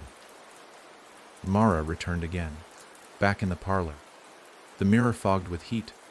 Nell was trembling. "You can't keep doing this," Nell said. "You're pulling too much." "If the dream notices," it already noticed, Mara cut in. "That's why we're racing. Either we spread faster than it, or we vanish." "Do you want to vanish, Nell?" Nell didn't answer. She just lowered her head. The house groaned again, this time not in resistance, in hunger. It wanted more, and Mara was ready to feed it. That night she slipped into 7 minds, a widow crying in her kitchen, a soldier sleeping in a barracks overseas, a girl who had just buried her dog, a man who had tried to hang himself and failed, a teenager staring at her phone until her eyes burned. Each one had a door waiting. Each one whispered her name when she asked. Each one became a room. By dawn, the house was bigger than it had ever been. Radley Lane no longer mattered. Its walls stretched into dreams across the globe. People woke with splinters in their mouths, dirt under their fingernails, the taste of dust and ash they couldn't explain. They wrote down drawings of doors, of staircases, of rooms they had never seen but somehow knew were real. The world was catching the infection.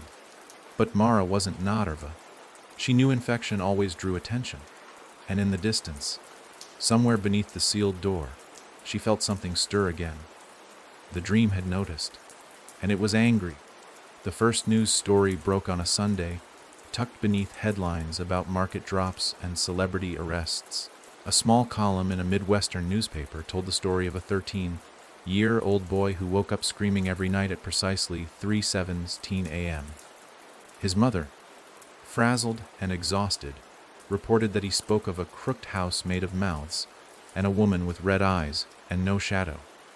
The boy had never seen the house before in his life, but when shown a sketch by a local artist, a drawing submitted anonymously online, he pointed at it, trembling. "That's the one," he whispered.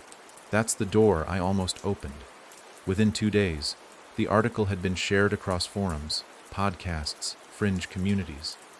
Not because of the child's story, but because others, hundreds of others, had experienced the same dream. Different details, same shape, a crooked house hidden somewhere between places, often at the edge of sleep. Always calling, always waiting.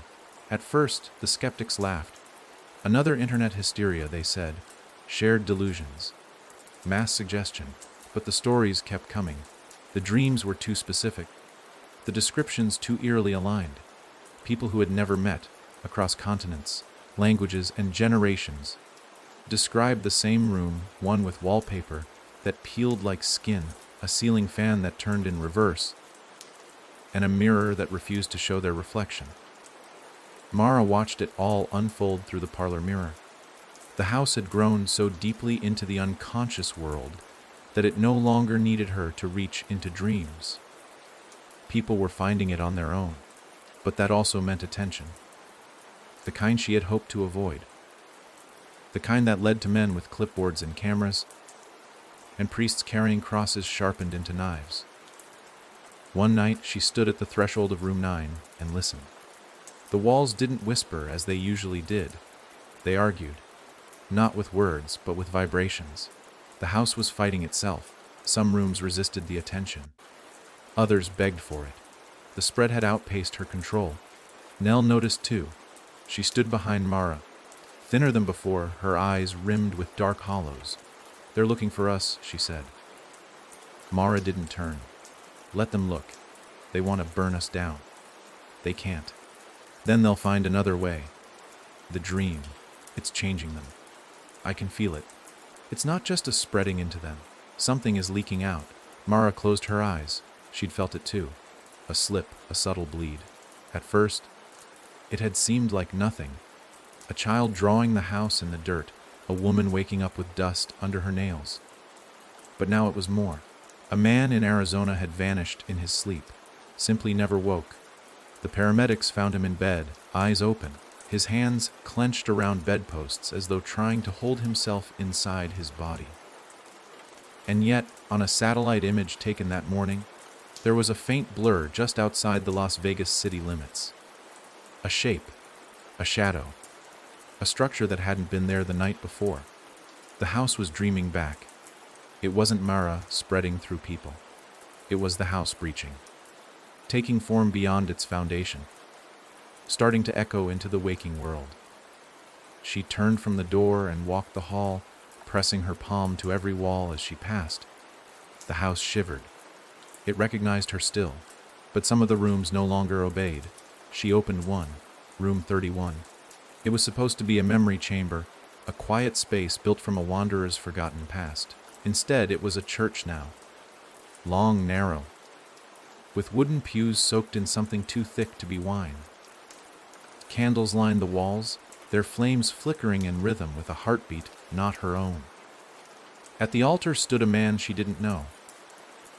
He was whispering prayers in a language she didn't recognize, but the house bent toward his words like wheat in the wind. He turned. His eyes were all black. "You shouldn't be here," Mara said. "I was called," he whispered. "The house told me where to kneel." "It doesn't talk." He smiled. "Not in words." She stepped closer. "You opened a door in your sleep." "I opened more than that," he said. "I invited. I brought others. They wait outside now. They build shrines. They dream even when they're awake." Mara's chest tightened. "You're not part of us. I am now," he said, "and we're not waiting anymore." She turned and fled, slamming the door behind her. The hallway shifted underfoot, nearly dropping her. Nell caught her by the wrist. "They're building altars," Mara said. "I know," Nell whispered.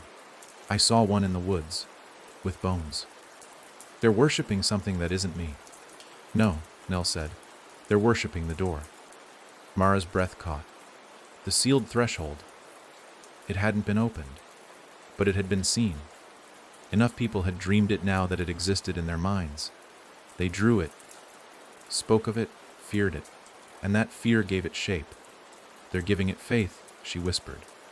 The dream didn't need Mara to open it anymore. It needed followers, and it had them now. People who called themselves watchers, door keepers, the whisper.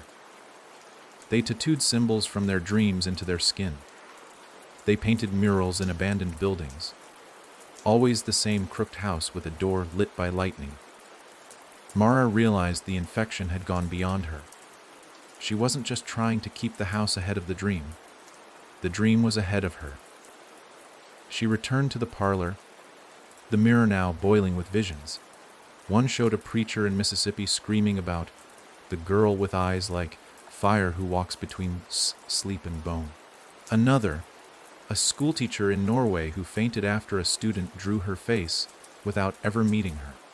Every story ended the same way, the drawing of a door. Mara knew what was coming. It wasn't an invasion. It was a birthing. The door would not be opened from within or without. It would form wherever enough belief gathered. She pressed her forehead to the mirror. Then I need to wake the house up. Nell stepped forward. You mean, wake them? Mara nodded. The forgotten ones. The first visitors. The ones who had fallen too deep, buried in rooms lost to time. Not dead, not alive, just dreaming. She had locked them away long ago to keep the house balanced. But now balance didn't matter, only resistance. They remember before even I did, Mara said. They saw what the house was before it had structure, before the walls, before me. If you wake them, Nell whispered, they might not recognize you. They don't have to, Mara said. They just have to fight. She reached into the wall and pulled. Not wood, not plaster, memory. The house screamed. Rooms groaned. A hallway folded backward. Doors vanished. New ones emerged. And from the floor below, deeper than the basement, deeper than the nursery, the first ones began to stir. They had no names, no mouths. Only hunger for the silence that came before the dream. And they were angry. The moment Mara pulled the memory from the wall, the house answered, not with a whisper, but with a wail. It wasn't sound in the ordinary sense. It was deeper, the way bones ache before a storm, or how silence sometimes feels loud in the dark. The floors warped beneath her feet, and the walls blood ink that curled like vines up toward the ceiling. Nell backed away, hands pressed to her ears, her mouth open in a scream that made no sound. The temperature dropped not to cold, but to absence. It was like the heat hadn't just left, it had been erased. Mara felt it in her lungs, first the weight of breathless air, then in her vision, as the world around her dimmed not from darkness but from forgetting. The house was descending, not physically, not in space, but in time. There were levels beneath the nursery, beneath the root of room 17, places the house had buried before Mara had ever remembered her name. These were the under rooms, the spaces created when dreamers went too far and never came back. They weren't sealed. They weren't forgotten. They were left behind. Even the curator had avoided them. Even Eleanor's death had not stirred their dust. Until now. Mara stepped through the wall she'd torn open. It had no edge. It was like walking into a breath held too long. Her feet made no sound. There was no floor. Not really, just pressure. The space stretched around her, infinite and suffocating, as though she'd walked into the mind of the house itself and found only the parts it couldn't speak aloud. Shapes moved ahead, slow, twitching. Forms wrapped in bedsheets stitched from shadows. Eyes floated without faces. Bones hovered in air like wind chimes made of old teeth. Some limped forward. Others crawled. None stood fully upright. These were the first dreamers. Visitors from long ago who had wandered so deep into the house's early rooms that their identities had broken, peeled away by the rawness of dream logic before the structure had rules. Mara had buried them herself once. Before she knew her own name, she had sealed their rooms and stitched their doors closed with whispers. Not out of cruelty, out of mercy. They had begged her for silence. Now, they had none. The closest of them stopped. Its shape rippled like fabric underwater. It had no face. Just a long vertical slit where its mouth should have been, stitched with something that looked too much like human hair. It stared at her, not with eyes, but with awareness. Recognition wasn't immediate.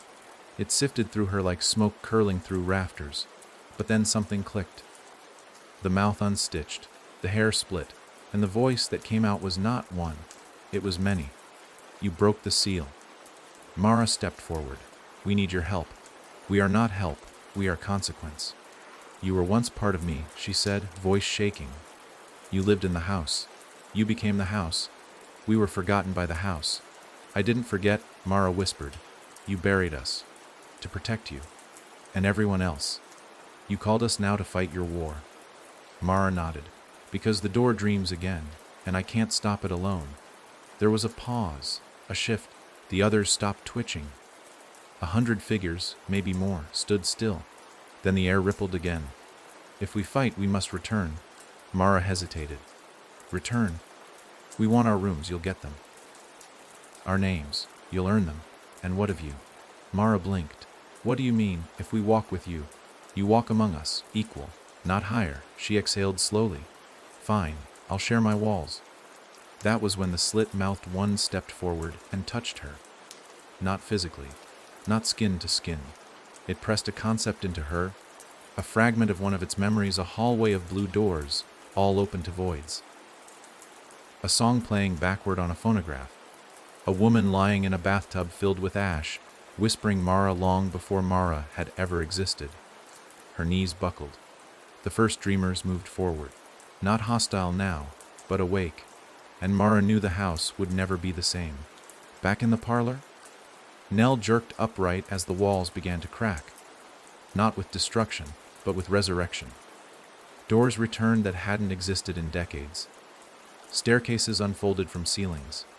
The house was absorbing the dreamers again, not as prisoners, but as equal parts. Some of them had already begun reshaping rooms. One dreamer took over room 11 and transformed it into an infinite library where the books only whispered when no one looked. Another turned the ballroom into a frozen lake, where people skated in silence while their reflections watched from below the ice. But not all changes were beautiful. One dreamer created a corridor that led nowhere but made you older with each step. Another formed a bedroom where a figure lay in your bed, but every time you blinked, it looked more like you. Mara walked through the house, now alive with contradiction. She'd done what needed to be done, but she had also changed the rules. And in the distance, the sealed door throbbed with awareness. It felt the shift. It heard the dreamers return. And it dreamed harder. Mara stood before it that night, watching the handles spin slowly. It knows, Nell said behind her. Yes. It's accelerating. People are starting to go missing again. I know. Then what now? Mara turned to her. Now we go out. Out. Yes, Mara said, pressing her palm to the door. But not that door, one behind her, a new one. Formed in the shape of a dream not yet dreamed. We've waited long enough for visitors. It's time we become the ones who knock. And the house followed. There was no lightning, no tremble of the earth, no apocalyptic scream as the house moved. Its migration was quiet, thoughtful. It did not tear itself from the plot on Radley Lane. It did not lift its foundations or displace the trees that had grown around it. No. It simply stepped sideways, not through space, but through thought. The door that Mara touched was not wood, not metal, not even concept. It was permission.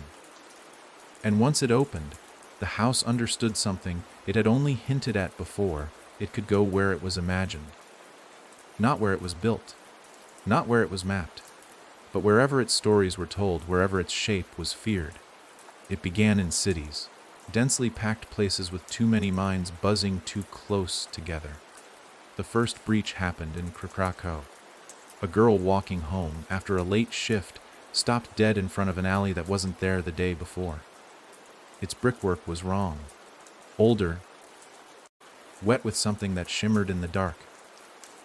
She turned and left, heart hammering, only to find the same alley outside her apartment building. The smell of damp plaster followed her into her dreams that night, and when she woke, the boots she'd worn were wet. In Osaka, a janitor cleaning a high school hallway noticed a door that didn't match the others. No signage. Just a brass handle stained with fingerprints. He opened it and found a staircase spiraling upward into complete darkness. He closed it quickly, locking it from the outside. But the next day, another door appeared, this time in his home. In Santiago, a woman gave birth during a lightning storm. Her child did not cry. Not at first. When it did, hours later, its first word was Mara. These were not accidents. They were incursions. Not full invasions, not yet. The house was testing its reach, sending fragments of itself into the folds between reality and reverie. The dreamers helped guide it.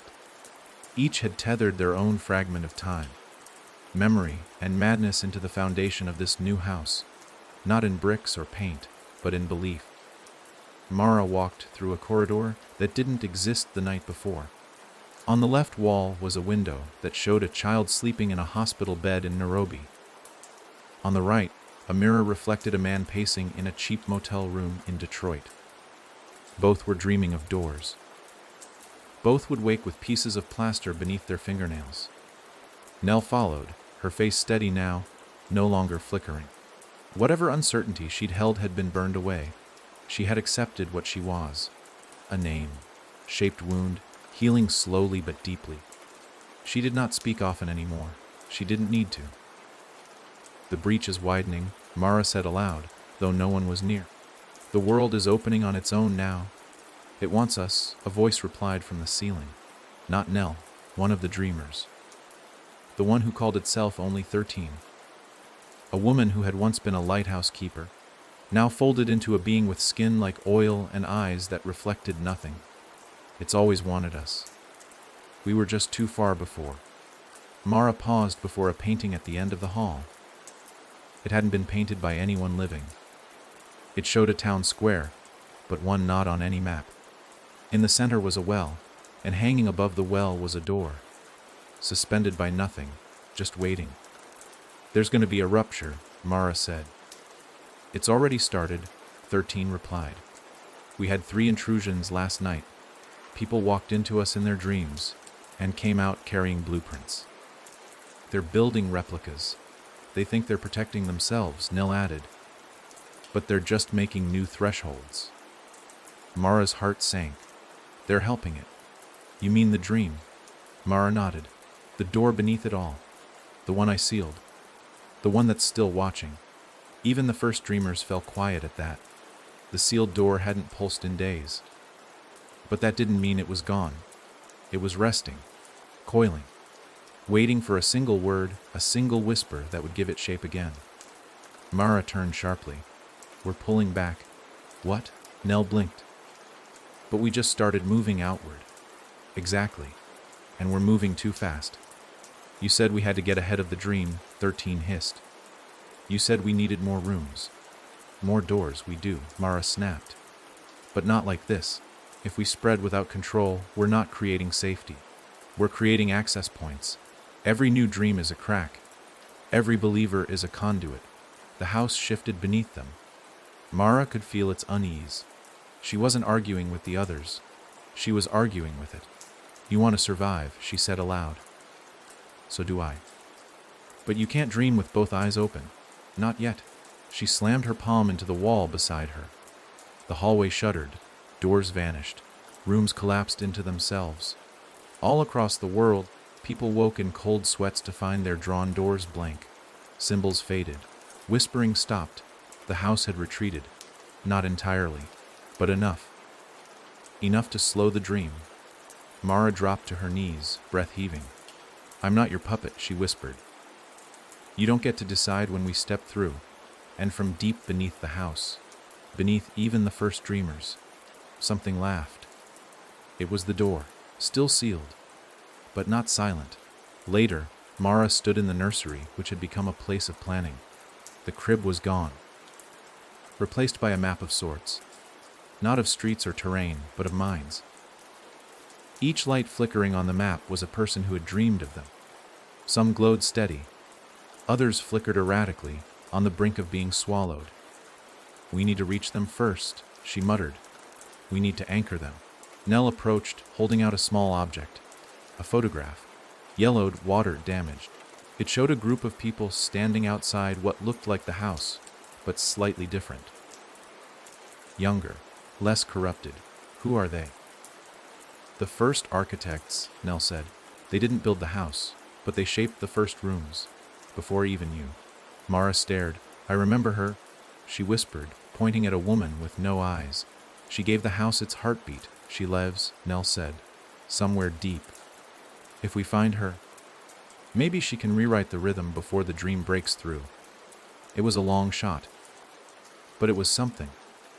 And in a world where doors were forming without permission, and people were worshipping things they didn't understand, something was more than they had.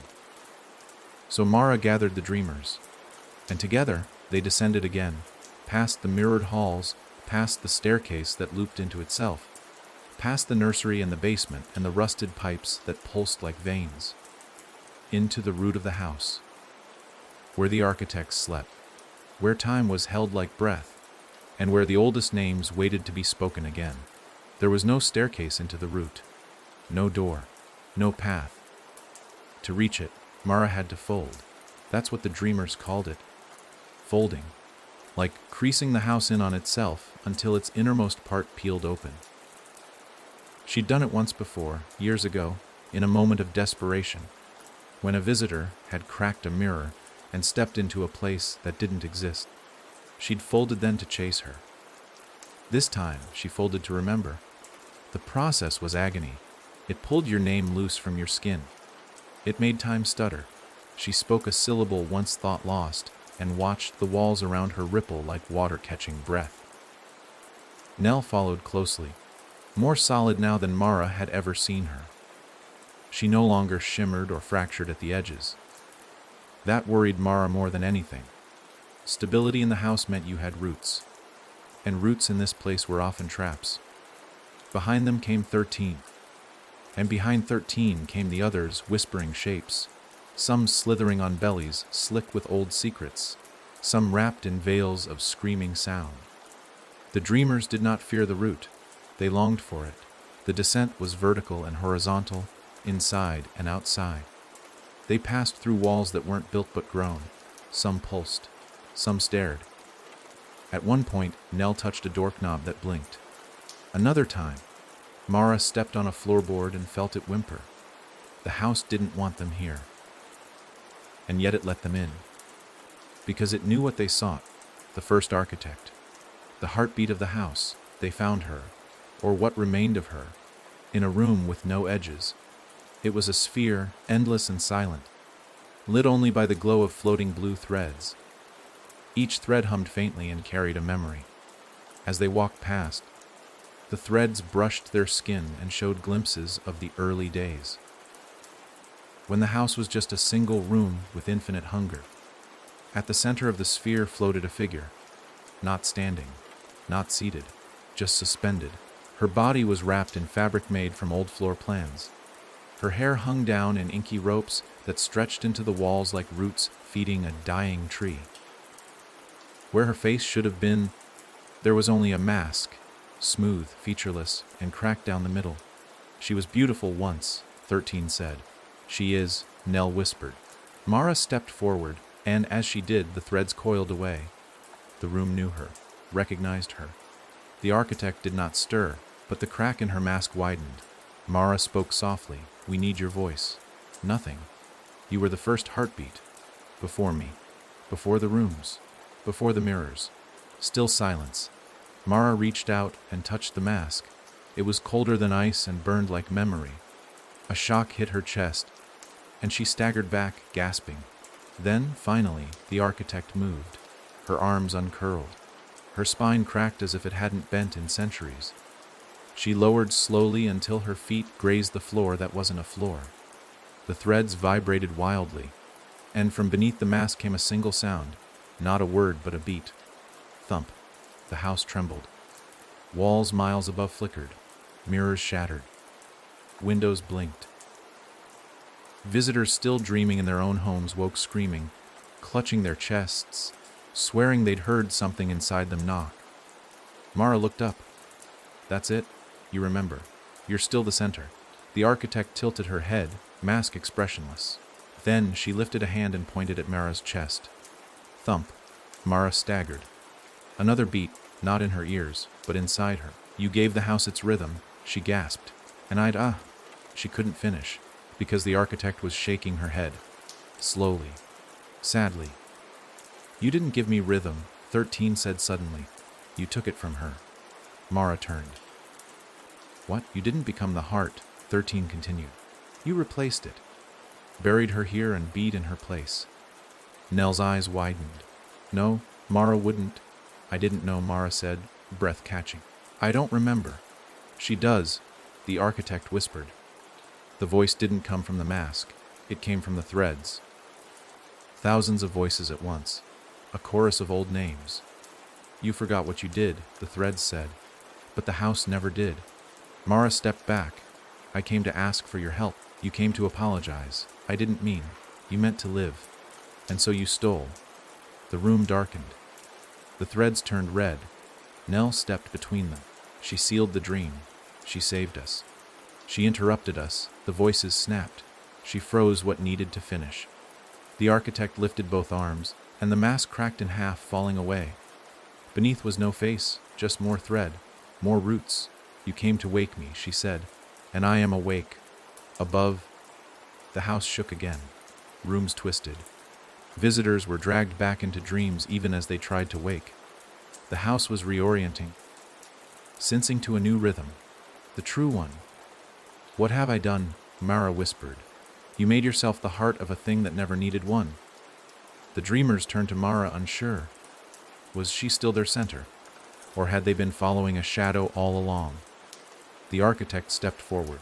You wanted to stop the dream. But the house is the dream, and you slowed it, caged it. Let it fester. Mara fell to her knees. Then tell me what to do. The architect leaned in. You give it back. Give what back? Your name. Silence. I gave you the shape, the architect said. You filled it. But it was mine. Now it must be empty again. Mara closed her eyes. The name. Her name. It wasn't just a word. It was a structure. A wall. If she let it go, the house would fill the void. It would grow again. But without her to guide it. And yet, was she guiding it anymore?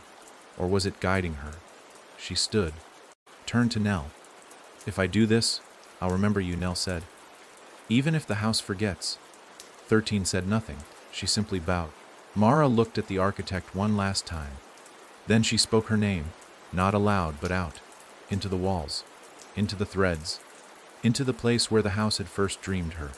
The moment she did, she vanished, not dead, not destroyed, just returned. The house pulsed, once, twice, then again. A new rhythm, an old one. The dreamers bowed, Nell wept, and in the cities above, people stopped dreaming of Mara. They dreamed of the house itself, not a person, not a woman, not a guide, just a door, waiting. The house didn't mourn, it didn't pause. When Mara vanished, it barely rippled. There was no wind, no morning cry. Just a shift in weight, like a building tilting a single degree. And in that 1 degree, everything changed. The walls no longer bent around Mara's shape. They responded instead to a beat that had been buried too long.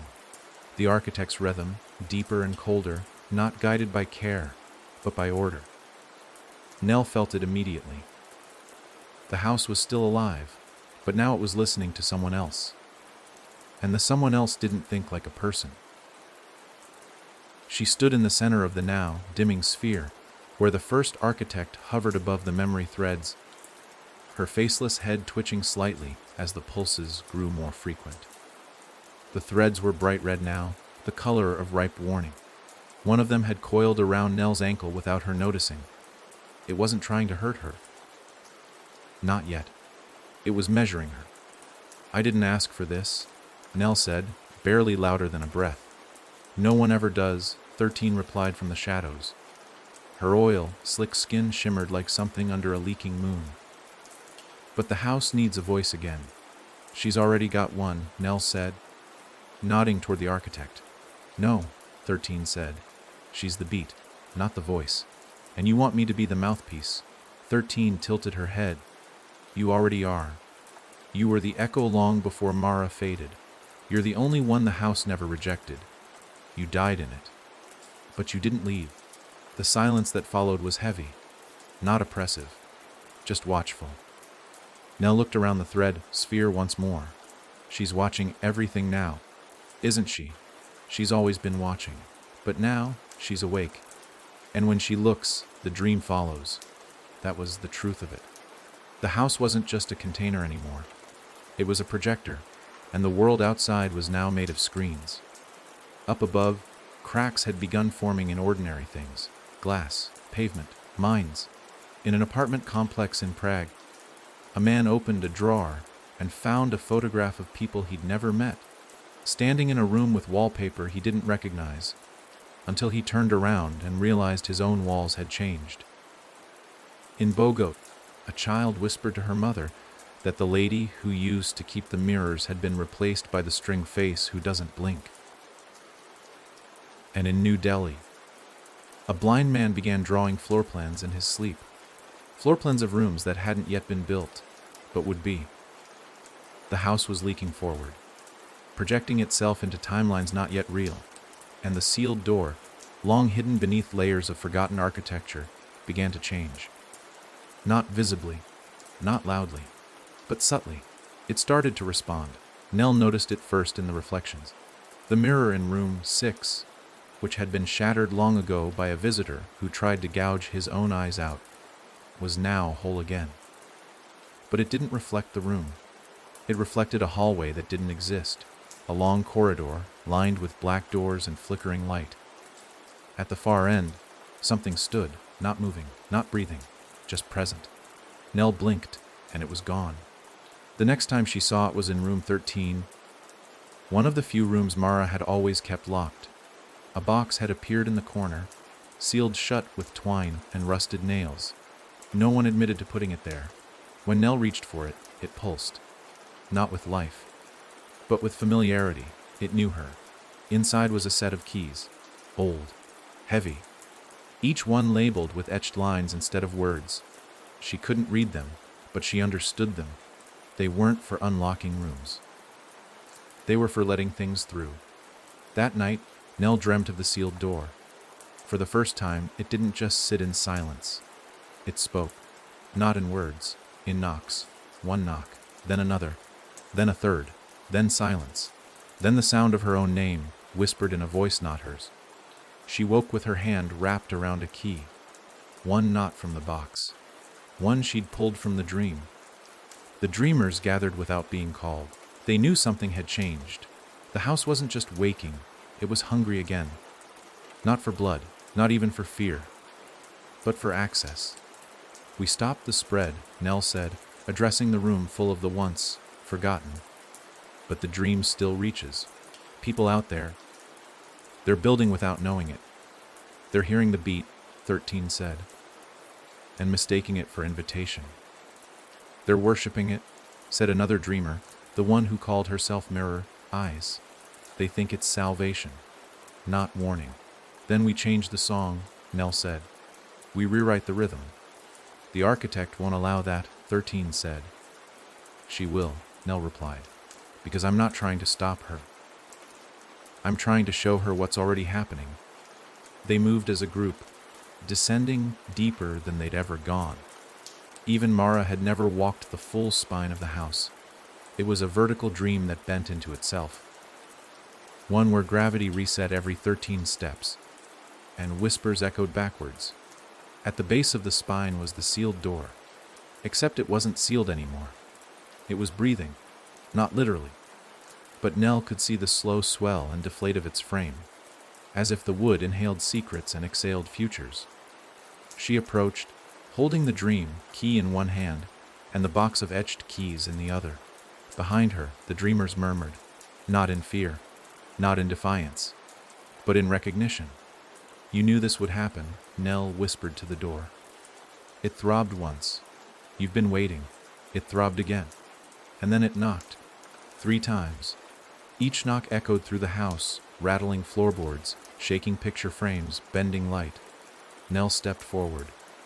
The architect watched from the threads above, saying nothing. But her mask began to reform. Only now it bore eyes. Something had shifted. Permission had been given. The door wasn't being forced open. It was being welcomed. And somewhere, in a quiet room that didn't yet exist, a child was born with a heartbeat that matched the house. 3 knocks, 1 breath, and then silence. But it wasn't over. It was just inside now. The door was warm, not burning, not fevered, just alive like skin left too long in the sun. Nell didn't move at first. She stared at it. Fingers curled around the key she'd pulled from the dream. A thing she never remembered choosing, but had found clenched in her palm like an afterthought of fate. Around her, the hallway buckled gently, the wallpaper peeling in slow waves like paper turning itself inside out. The dreamers stood at a respectful distance, not out of fear, but reverence. This wasn't just any door, it was the first one. The one that had existed before Mara, before the rhythm, before the house had a name. It had been sealed not with boards, not with locks, but with memory itself.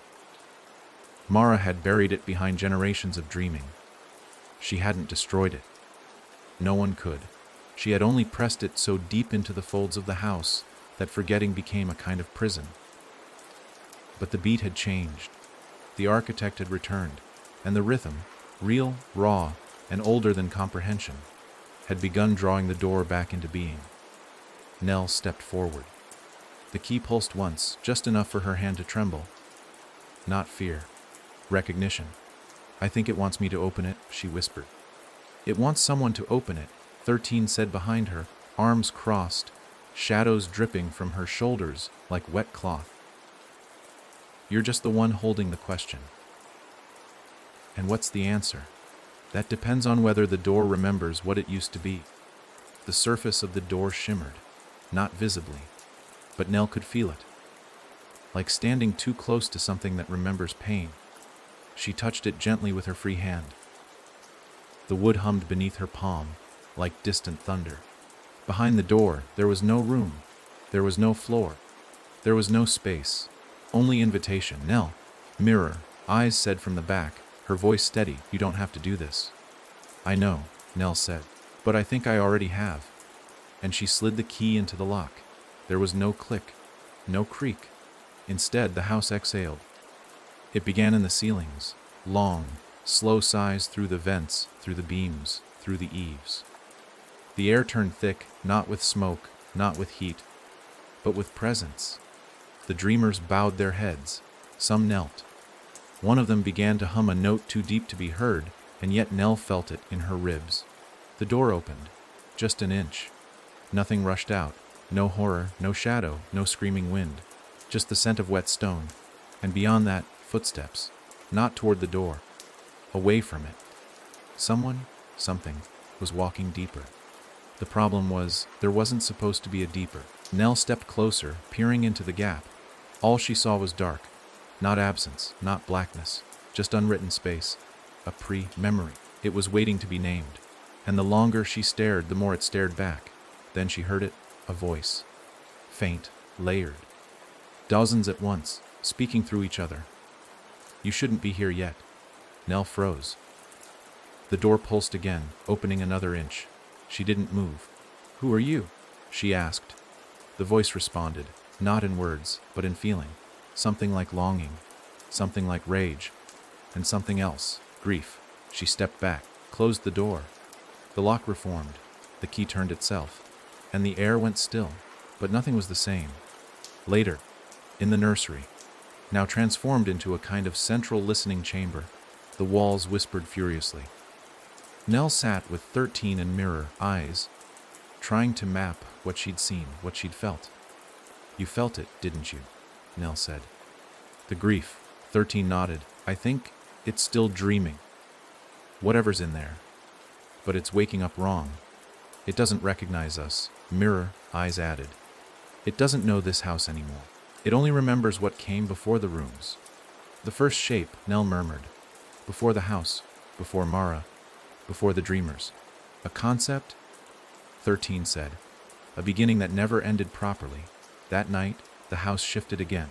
Visitors outside, strangers across the world who had seen fragments of the house in dreams, or in doorways that vanished at dawn, reported strange experiences.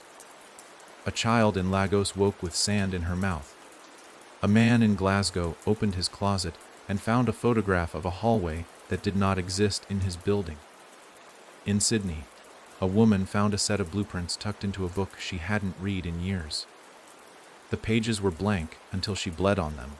The house was extending, not growing, unfolding. But worse, something was calling back. Not people, not dreamers, not even the architect. The thing behind the door was reaching out. Nell tried to ignore the dreams, but each night she woke to new bruises in the shapes of keys. She stopped sleeping, stopped blinking too long, and still the door knocked. 3 times. Always 3. Then one night, she didn't wake alone. 13 was at the foot of her bed, eyes wide, body twitching. I saw it, she rasped. I saw its face. Nell sat up. Whose? The first, 13 whispered. The one Mara forgot to name.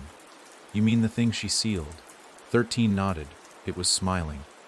Outside the room, a hallway blinked into existence. A door at the end. Open just a crack. No handle. No key. Nell stood. Walked toward it. The floor bent beneath her, like soft clay. She reached the door and placed her hand on it. Inside was no room. Only a face. One eye. Open. Watching. Then it closed. The door slammed. And on the other side, the dream began again. But this time it wasn't the house doing the dreaming. It was something older. Something beneath the roots. And it had just remembered its name. The house had gone still. Not quiet. Not silent. Still. The difference was subtle.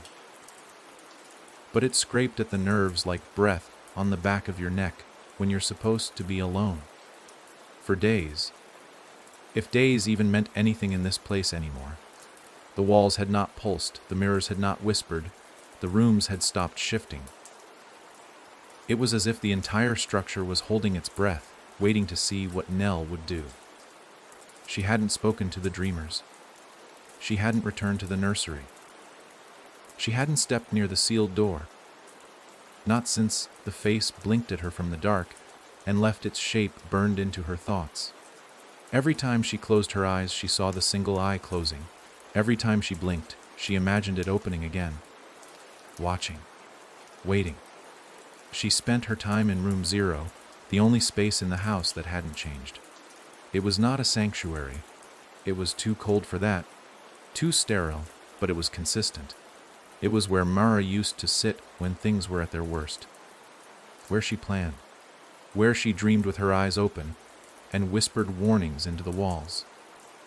Nell sat where Mara once had, but she didn't feel like the new center. She didn't feel like the voice. She felt like a placeholder. And worse, she felt like bait. Outside the house, reports continued. A teacher in Ghana walked into her classroom and saw every child drawing the same doorway, black, circular, rimmed in thread.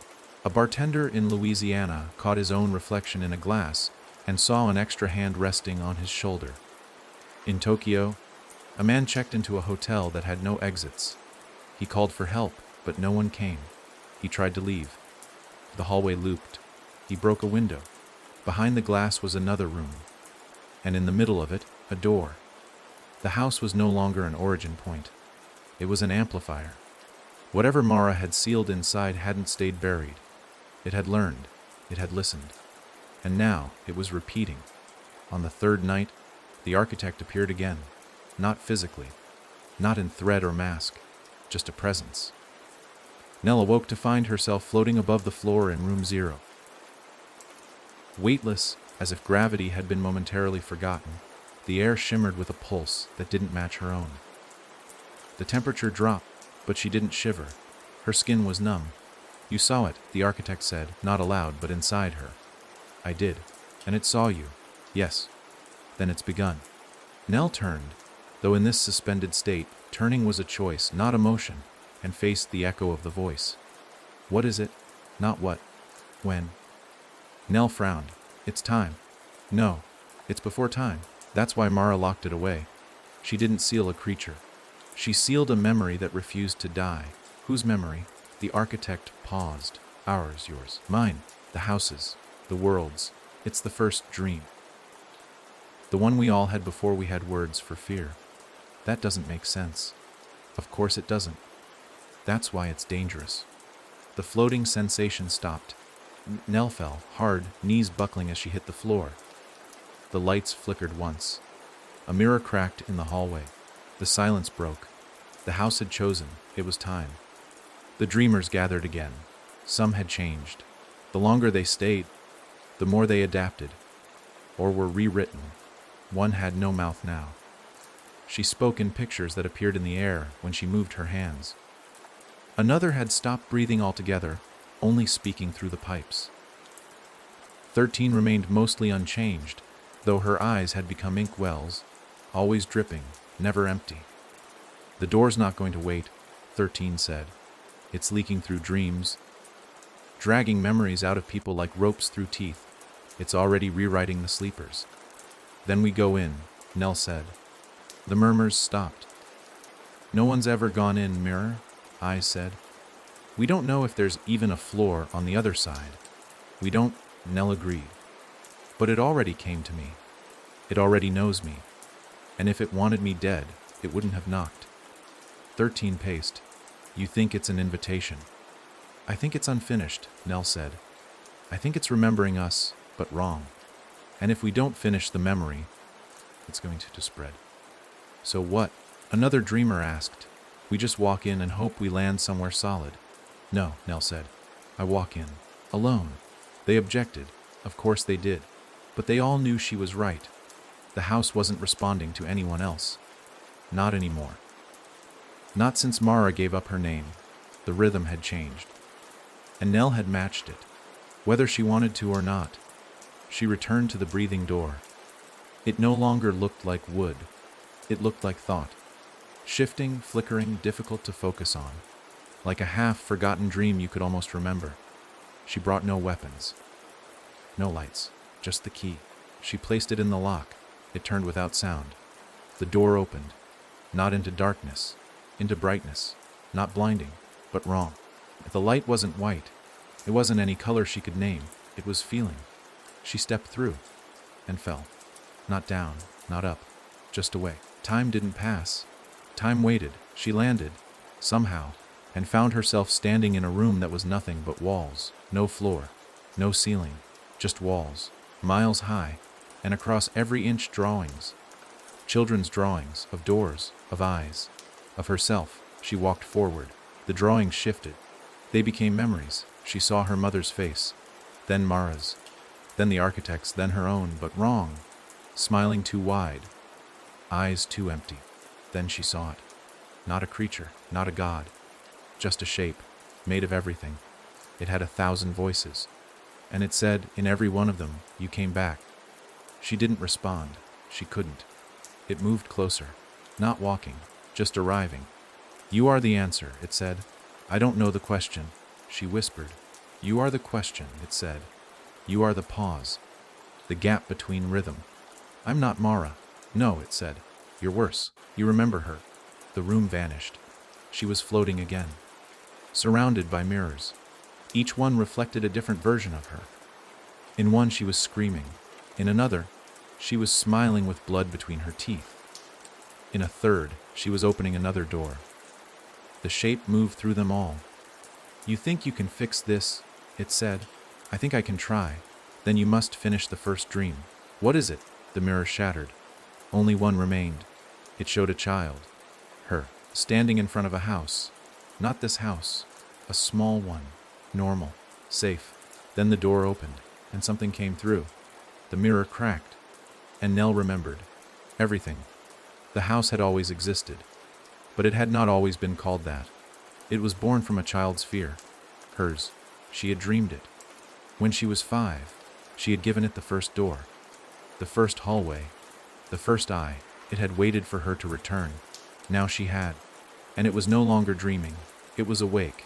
And she was inside it. Nell stood still. She had no other choice. Movement here didn't follow normal logic. Every step forward risked becoming a memory, and every backward glance echoed too loudly. Around her, the world twisted slowly, like the inside of a clock that was never meant to be watched. The mirrors had vanished, but the reflections remained, haunting the air like smoke, flickering with unfinished scenes. She saw herself in them. Not copies, echoes. In one, she was 7 again, hiding under her childhood bed as shadows slipped under the door, blackening the light that once meant safety. In another, she stood alone on a playground at dusk, watching a house blink into existence at the edge of the woods, where no house had ever stood before. It was all connected, all of it. Every terror she thought she had outgrown. Every nightmare she dismissed as childhood hysteria. They had been blueprints. Each one, a whispered instruction to the house. She hadn't just imagined the rooms. She'd birthed them, not on purpose, not with intent. but through fear, through dreaming. That was what the architect had meant. This wasn't about Mara anymore. Mara had just taken the dream and structured it, sealed it when it began to bleed. But Nell had been the spark. Now the dream wanted her back. The floor beneath her pulsed with heat. It wasn't fire. It was memory, her memory, beating through the ground like an old, forgotten drum. With every pulse, she felt herself slipping from her current self into a younger version. Her limbs lightened. Her thoughts scattered. Her name trembled at the edges of her mind like it might fall off and vanish. She gritted her teeth and dropped to one knee, slamming her palm into the pulsing ground. "No," she said. "Not yet." The heat recoiled. The dream listened. She stood steadier now. Ahead, a hallway unfolded. Not like the house's shifting corridors, but smoother. This was older. This was the first one. The hallway from the first nightmare she'd ever had. The wallpaper was yellowed and torn, patterned with clumsy floral shapes that seemed to move when she looked too long. The carpet was deep red and soft, too soft, like walking on breath. She moved forward. Each door on either side was marked, not with numbers, not with names, with moments.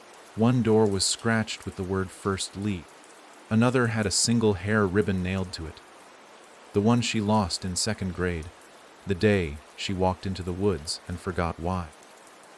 Another door had her father's voice humming behind it, repeating the tune he used to sing while washing dishes, until the day he stopped humming and never said why. This wasn't just a dream, it was her. A corridor of choices. A museum of everything she never wanted to remember. At the end of the hallway stood a door without any markings at all. Smooth, black. Silent, it waited. She reached for the handle, but the moment her fingers touched the metal, the world twitched. The hallway bent. Not broke, bent, like a thought misremembered. The floral wallpaper peeled backward, revealing a layer of charred wood beneath it. The humming behind the doors turned into whispers, all in her own voice, but at different ages. One cried, one screamed, one begged, and one whispered, "You left me here." She turned. Behind her, something moved. Not footsteps, not breathing, rustling. As if dozens of pages were being turned in the dark. Then a hand reached around the corner. Gray, jointless, made of thread and ink. Nell threw open the final door and slammed it behind her. The room beyond was a child's bedroom. Hers, down to the stuffed bear missing one eye. Down to the posters on the wall, down to the lamp that flickered if you bumped the nightstand too hard. But it wasn't right. The proportions were wrong. Too tall, too narrow, and there were no windows. She stepped inside, heart pounding. The bed creaked behind her, though she hadn't touched it. She turned. A child sat on the bed. Her no older than 5, wearing the same pink pajamas she'd had when the dreams first began. The child looked up. Her eyes were bottomless. "You came back," the child said. Nell swallowed hard. "You're not me. I was," the child said, "before you started forgetting. What is this place?" "It's the end," the child said, smiling faintly. "You left it open. You dreamed of something so scary you never finished the dream, so it waited. And now it's real. I didn't mean to. It doesn't care what you meant." Nell knelt slowly. "Can I finish it now?" The child's smile faded. "Maybe. But it doesn't want to be finished. It wants to begin again." Behind her, the walls pulsed. The wallpaper turned to flesh. The stuffed animals on the shelves turned their heads. One by one, the doors she'd passed outside began to open. From them, pieces of her spilled in. Screams, cries, guilt. A laugh from a boy she hadn't thought about in years. Sammy, the one who vanished after following her into the woods. They never found him, because he had opened a door, too. One she'd shown him. The child stood now, towering, her limbs stretching, her hair twisting like rope. "You called it the house," the creature said in the child's voice. But it was always a hollow. Something that needed filling. "You're not real," Nell whispered. "I'm real enough to build with." It moved forward. Nell backed away, hands shaking. "You can't run," it said. You're in me.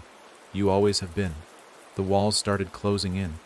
The bed twisted upward, growing arms. The floor cracked, revealing darkness beneath. Then she remembered. The dream had started here, but it didn't end. Because she'd woken up. She'd chosen to wake up. Not because the dream ended, but because she ran. So this time, she wouldn't run. She wouldn't wake. She stepped forward, into the darkness that split the floor. The creature lunged, but Nell didn't flinch. She embraced it, and whispered the final words she never dared speak as a child: "I'm not afraid of you anymore." The dream shattered. Not violently, like glass melting. Everything dissolved, walls, voices, whispers, weight, and then stillness. Nell floated in nothingness, but not lost. She felt clean, like a page with the ink finally wiped off. She opened her eyes, and she was back in the house. The real one. The breathing door was shut, and this time, there was no keyhole. Behind her, 13 stood. "I felt it," she said. "You finished it, didn't you?" Nell nodded. "Is it over?" Nell looked at the walls. They didn't breathe anymore. But somewhere, deep inside, the beat continued. Quieter now. Not because it was gone. Because it was sleeping again. "No," she said. "It's not over." She turned to the dreamers. "It's never over." The rhythm was different now. Subtle, but undeniable. The house no longer pulsed with the urgency of waking dread, nor did it hum with the constant tension that once stretched its walls, thin like skin over something too large to name. Instead, it breathed slow, methodical, like an old god asleep under the surface, lulled by the voice of the one who remembered its name and dared speak it. Nell walked its corridors in silence, her fingertips brushing against the cold wall, the textures of paint, plaster, and something that had no earthly name. The dreamers followed her quietly, not out of reverence, but because they didn't know what else to do. Without Mara, without the storm of doors opening themselves to the void, there was no war left to fight.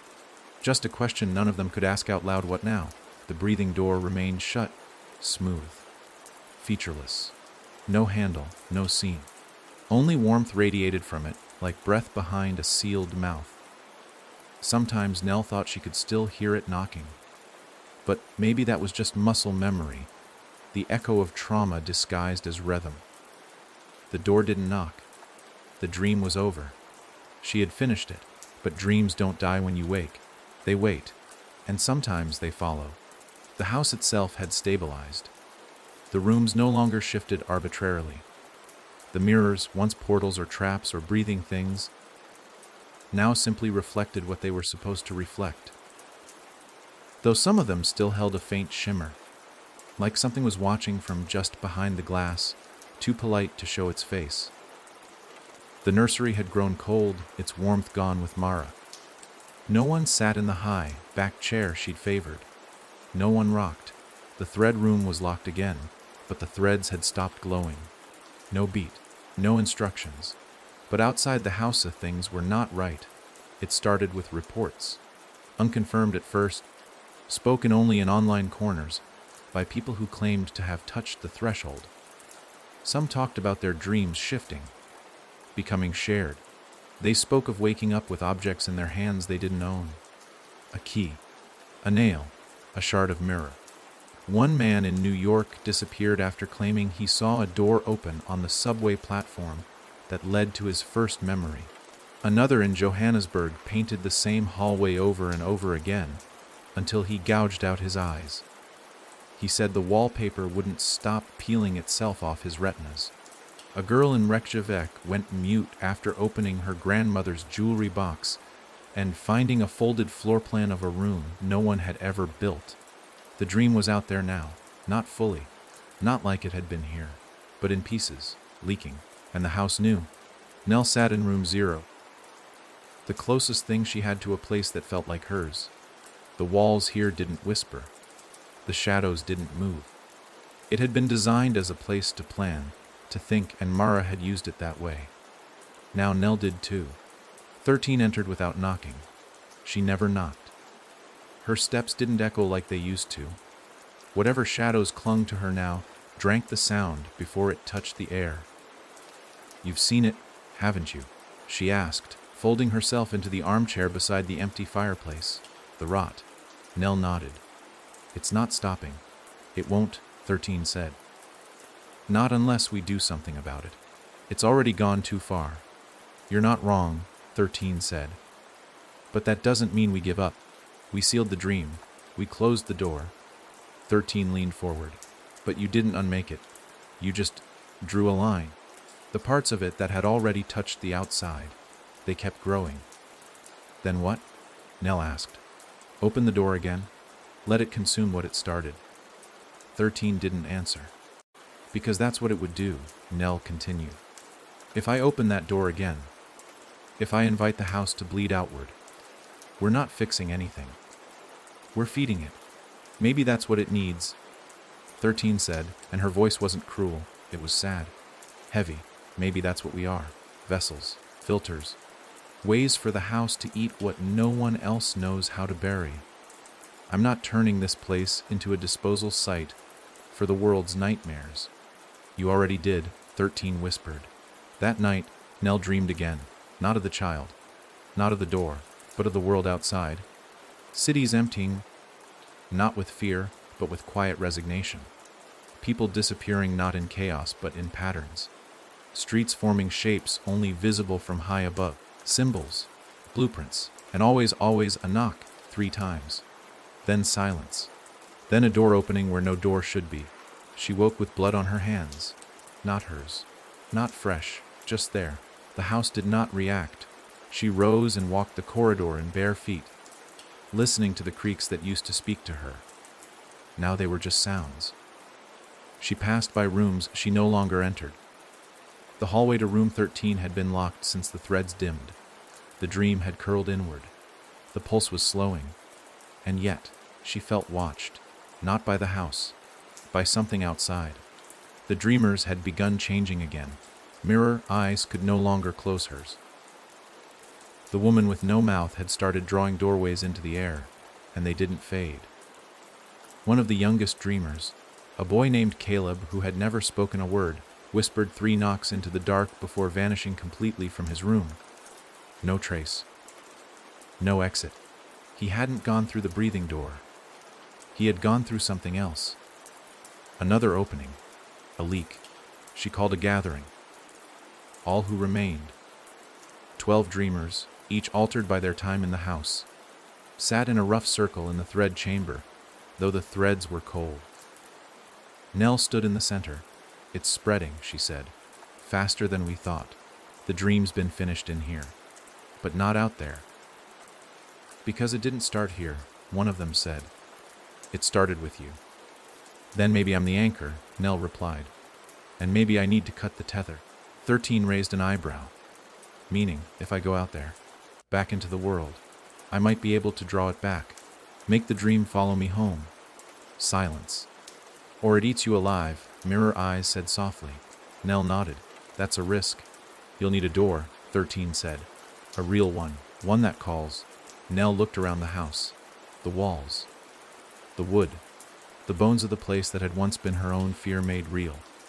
"We'll build it," she said. "Not open the breathing door. Not again, but build a new one. One that pulls instead of leaks. A doorway home. A way to reclaim what had begun slipping." It would take time. It would take pieces of her. It would take pieces of the house. But she would build it. A door that leads to the first ending. And maybe, if she walked through, she could finish what even Mara was too afraid to name. It began with blood. Not because it was needed, but because it was honest. Nell had tried other materials first. Wood from the nursery walls, thread from room 13, ash from the chair where Mara used to sit. But the dream didn't move. It didn't shift. It didn't respond. She stood in the unfinished frame of what should have become the reclaiming door, and all it did was stare back at her like an insult. It wasn't just a frame. It had to be invitation. It had to mean something. Something personal. Something real. And so, when everything else failed, she pressed her palm against the center beam, drew in a breath, and dug her fingernail into the soft skin, just below her wrist. The blood that came was slow and reluctant, as if even her body had learned to be stingy with hope. She wiped it across the wood. The house exhaled, a low, full body sigh that rattled the walls in their frames. The dreamers heard it, all of them. No one needed to be summoned. They came because they felt the shift, the turn, the way the air changed its mind. 13 arrived first, her steps quiet as always, the shadows around her growing deeper. "You started it," she said. Not a question. Just observation. "Didn't have a choice," Nell answered, not looking at her. "We never do," 13 muttered, "we just think we do." The others trickled in slowly. Mirror eyes. The girl with no mouth. The twin brothers who had begun speaking in reversed speech. A dreamer who had not blinked in 27 days. They gathered in silence as Nell pressed her other palm to the wood. The blood mixed, soaked, sank. The frame pulsed once. Then again. The reclaiming door was beginning to listen. They set to work without instructions. There were no blueprints, no sketches, just instincts sharpened by trauma. Threads were drawn from forgotten hallways. Wood was taken from rooms no one entered anymore. A shard of glass was embedded in the top beam, taken from the one mirror that still whispered when no one watched it. Every piece meant something. That was the point. The house responded to meaning, not structure. It always had. It wasn't the material that mattered, it was the memory. By the third day, the frame was humming.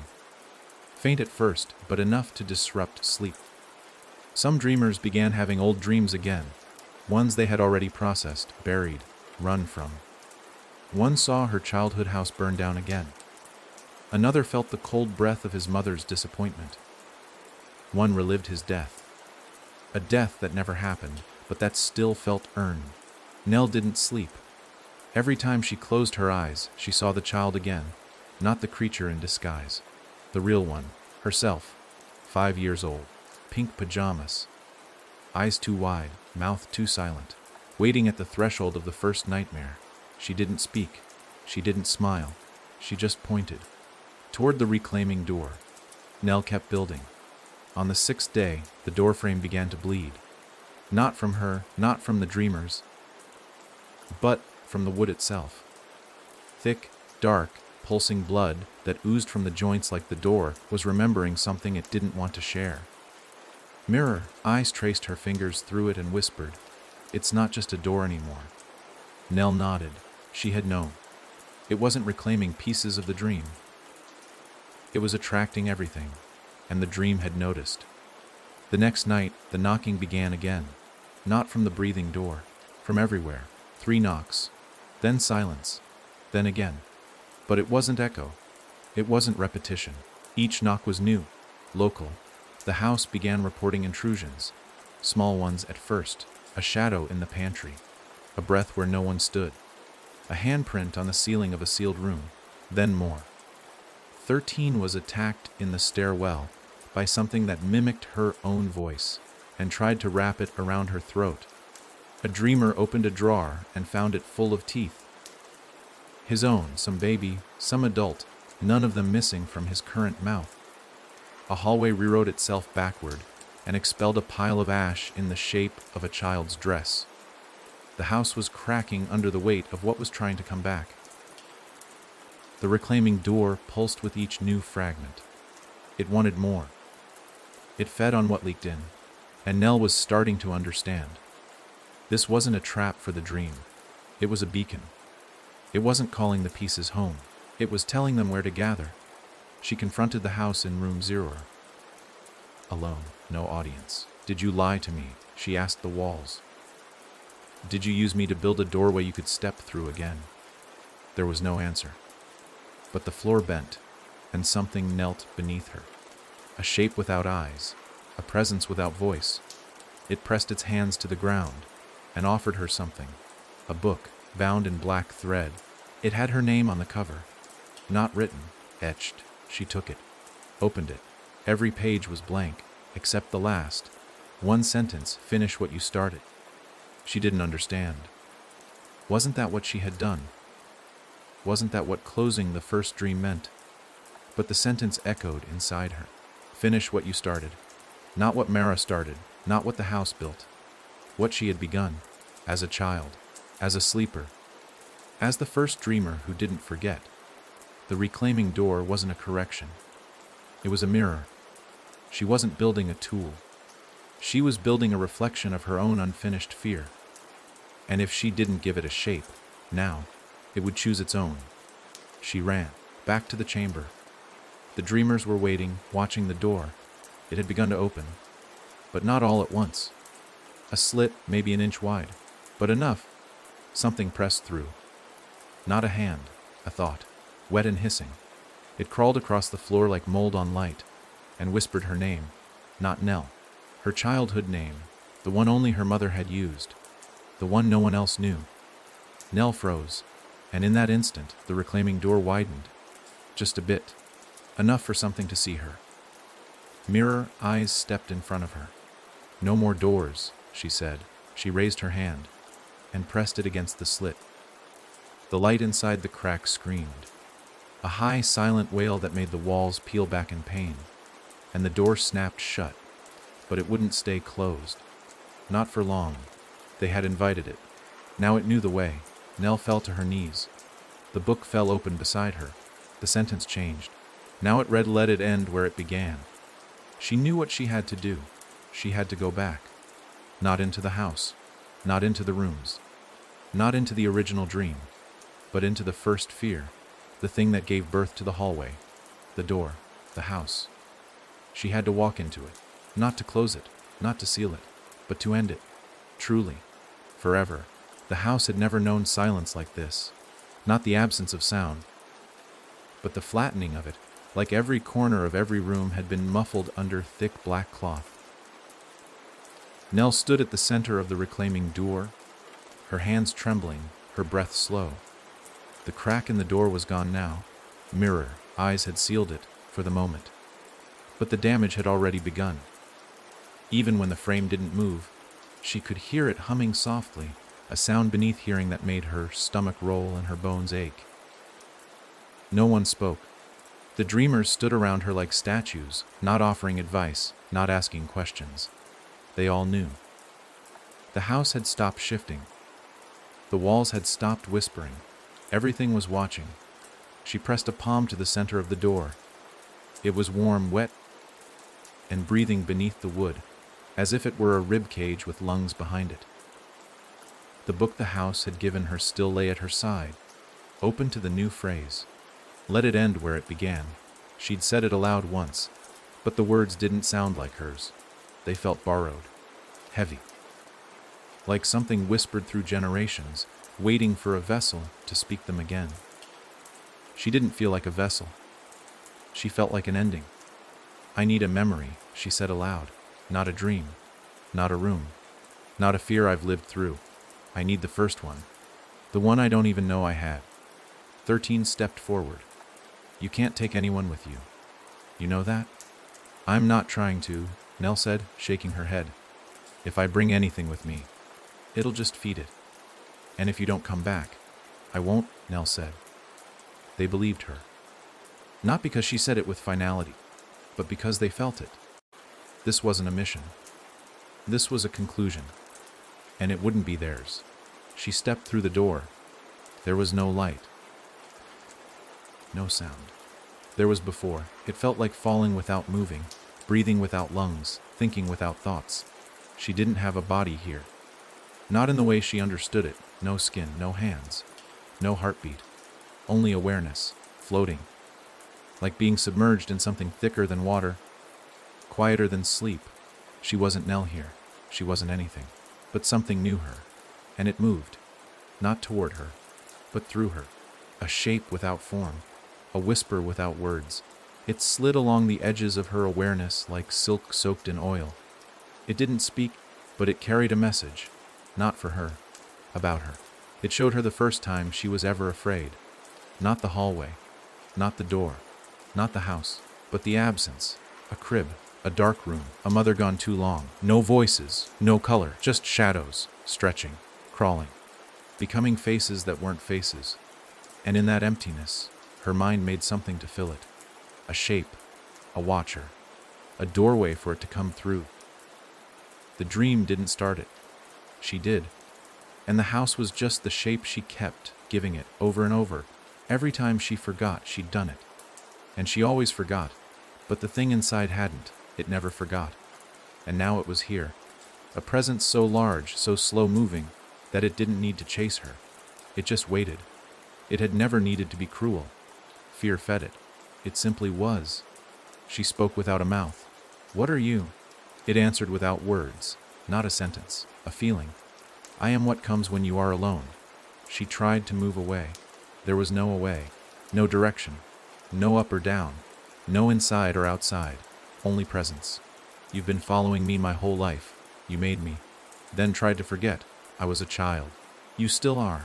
The weight pressed down, not crushing, folding, as if herself was being bent into something simpler. Fear, memory, shame. She felt herself dissolving, not dying, becoming. She could let go now. It would be easier. The shape knew her. Better than anyone. Better than Mara. Better than the house. It didn't want her gone. It wanted her close. Part of it. Forever. But then, a voice. Small, faint. From somewhere deeper. Inside her. A child's voice. "You don't have to stay," it was her. The real her. The one from the crib. Not scared. Not crying. Just waiting to be remembered. Nell focused. Tried to pull herself back. To that voice. To the girl. She spoke again. "I remember you." The shape recoiled. Only slightly. But it was enough. She pressed harder. "I remember the crib. I remember the dark. I remember being alone. But I'm not alone anymore." The shape surged. "You always come back to me." "Not this time." She reached for the memory. Clutched it like rope. The girl was reaching too. They touched. And the world broke. Not violently. Cleanly. Like a mirror finally too cracked to hold its shape. Nell fell again. But this time she landed. In the house. In room 0. On the floor. Gasping. 13 knelt beside her. She was holding the book. It was bleeding. She opened it. Every page was full now. But not with words. With drawings. Childish, awkward, familiar. Doors. Cribs. Shadows. But at the end, at the last page, a new image. A hand holding another hand. And below it, in her handwriting, "I am not afraid." Nell stood. The reclaiming door was gone. So was the bleeding. The whispering. The knock. The house was breathing, but calm. She looked at the dreamers. All of them watching her, waiting. She smiled. Weak. Tired. But real. It's over. No one spoke. They didn't have to. They felt it. Not just the silence. But the stillness. The real kind. The kind that comes when something has finally stopped looking for you. Nell turned toward the hallway. The rooms didn't shift. The mirrors didn't whisper. The door that once pulsed in the basement was sealed. And for the first time in her life, she didn't need to open it. The house no longer whispered. The walls didn't breathe. The mirrors, once filled with eyes that didn't belong to anyone alive, were nothing more than glass now. Dust gathered in corners like the place had finally decided to age, no longer suspended in that timeless decay it once wore like skin. The dreamers moved slower, not out of caution, but out of purpose lost. For so long they had lived by reaction. To the knock, to the door, to the tremors and changes that came with each new fracture in the dream. Now, with the door sealed and the source stilled, there was nowhere left to aim their waking thoughts, no battles to prepare for, no warnings to decipher. The house had survived. They had survived. But survival and peace were not the same thing. Nell moved through the corridors with a new kind of awareness. Not hypervigilance, not fear, but attention. She noticed things that had always been there, but she'd been too consumed to acknowledge. The way room 0 always smelled faintly of pine, like a memory of a forest she didn't recall visiting. The soft creak in the floorboard outside room 6, where someone had once died in a dream but never told anyone. The slight dip in the ceiling of the southern corridor, where the house had absorbed a mirror that had refused to shatter. All the noise was gone, and in the stillness, Truth hung heavy in the air, and yet something tugged at the edges. Not danger, not quite, more like an unfinished sentence. The kind that waits for you to come back and say what you really meant. She returned to room 13 on the 7th morning after her return. The threads were quiet now. Some had even frayed. The beat was gone. The door in the floor had sealed. But the room still held its shape, its gravity. 13 was already there, her eyes on the far wall where Mara's mural had once painted itself anew every morning. It was faded now, fixed. One final image, a child's hand reaching up into the dark toward an open sky littered with stars. She knew this would happen, 13 said softly. She built this place to contain something she didn't understand, but she knew it wouldn't last. Nell nodded. Containment always fails. Eventually. But you didn't contain it, 13 said, turning toward her. You finished it. That's not the same. Then why does it still feel like something's waiting? Because something always is, 13 replied. Not a monster. Not a dream. Just the next thing. The question that follows the answer. Nell sat down on the thread-spun bench near the wall. Do you think it'll ever start again? 13 didn't answer. She didn't need to. In the days that followed, the dreamers began to leave, one by one, not in panic, in quiet. Some returned to places they hadn't seen in years. Others vanished without saying goodbye, leaving behind only notes, or, in some cases, symbols carved into the walls, signatures of their exit. Nell didn't stop them. The house had always been a place for those with nowhere else to go. Now, maybe they had somewhere again. Mirror eyes left last. I'm not afraid of reflections anymore, she said. Nell asked her where she'd go. I don't know, she answered. But wherever it is, I'll be able to sleep. And that was enough. Nell remained, not out of obligation, not even out of purpose, just stillness. The house no longer shifted, but it still watched. Or maybe that was habit. Either way, she began walking the halls each day alone, tracing old routes and discovering new ones, passages that hadn't existed before, but made sense now. The house was changing, not breaking, not growing, settling, becoming something new. Less a trap, more a place. One night, as she walked past the room where Mara used to record her maps, Nell found a door she didn't remember. It was small, not hidden, just unnoticed, like it had always been there, waiting for someone who no longer believed in monsters. She opened it slowly. Inside was a room no bigger than a closet. Empty, except for a chair. And a mirror, a real one. When she looked into it, she didn't see herself. She saw the child, pink pajamas, wide eyes, silent mouth, the original fear. But she wasn't crying, she was smiling. Then the child blinked and turned away. Behind her, in the mirror, Nell saw a landscape unfold. A house. Not this house. Another. And beyond it, others. Dozens. Hundreds. Some whole. Some ruined. Some still building themselves. And in each one a child. Afraid. Dreaming. Feeding something they would one day forget. She stepped back. The door closed itself. She didn't tell anyone. Didn't write it down. But she understood. The house wasn't unique. It was a shape. A form the fear had taken. But the fear, it was everywhere. A universal language spoken in shadows. And this house, this was just the first to speak it fluently. Still, she didn't feel afraid. Not anymore. Awareness didn't equal fear. It equaled choice. She had chosen to stay. Not to watch for doors. Not to listen for knocks. But to be here, in case one ever opened again. And maybe, just maybe, help someone else close theirs. The house creaked. Not with warning, with comfort. Like it had been waiting for someone who didn't need to run. And for the first time in a long time, Nell slept. Not out of exhaustion. Out of peace. But far away, maybe across a sea, maybe just one town over. A child woke up screaming from a dream she didn't remember. A dream about a door. And something behind it, waiting to be let in. It was a morning like the others. Gray light slanting in through the cracked windows of room 0. Dust caught mid, air like memories that hadn't settled yet. Nell sat alone, her hand wrapped around a lukewarm mug of tea that had steeped too long. She had learned to take comfort in the repetition of silence. The house no longer screamed. The walls no longer bled.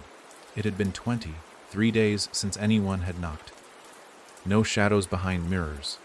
No new doors. No breathing behind the floorboards. It almost felt like the world outside had forgotten her. Or maybe, at last, the house had fulfilled its purpose. Either way, she'd made peace with stillness. But peace never lingers in places built from fear.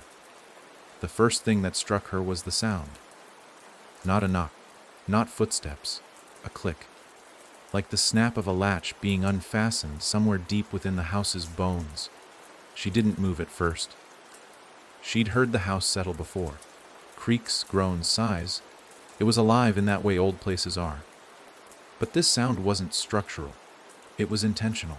She stood slowly, placing the mug down on the table without taking her eyes off the hallway. The light had shifted, just a little. Shadows were longer than they should be. Not darker, just reaching. As if the house wanted her to follow. She moved quietly through the southern corridor. Her fingertips brushed the walls as she walked. No pulses, no resistance. The air was cool but not cold. At the end of the hall stood a door she'd never seen. Plain wood. Brass knob. Nothing strange. Nothing breathing. It didn't hum. It didn't whisper. It just was. Waiting, she paused in front of it. There were no symbols, no warnings. Just one small word carved into the center of the door, shallow and rough, like someone had scratched it there with a dull key. The word was hello. Nell opened the door. Inside stood a child. Not the child. Not the original fear. This one was different. Brown curls. Pale hands. Wide eyes that didn't hold horror, but confusion. She couldn't have been more than 7. Her clothes were damp, as if she'd been caught in the rain, and clutched tightly to her chest was a notebook. Spiral bound. Edges frayed. She looked up at Nell, lips trembling but determined. "I think I'm in the wrong house," she whispered. Nell knelt slowly. "What's your name?" "Callie," the girl said. "I was trying to get to Grandma's house, but..." The woods were different. "And then I found this." She held out the notebook. It showed me a map. Nell took it, flipped it open.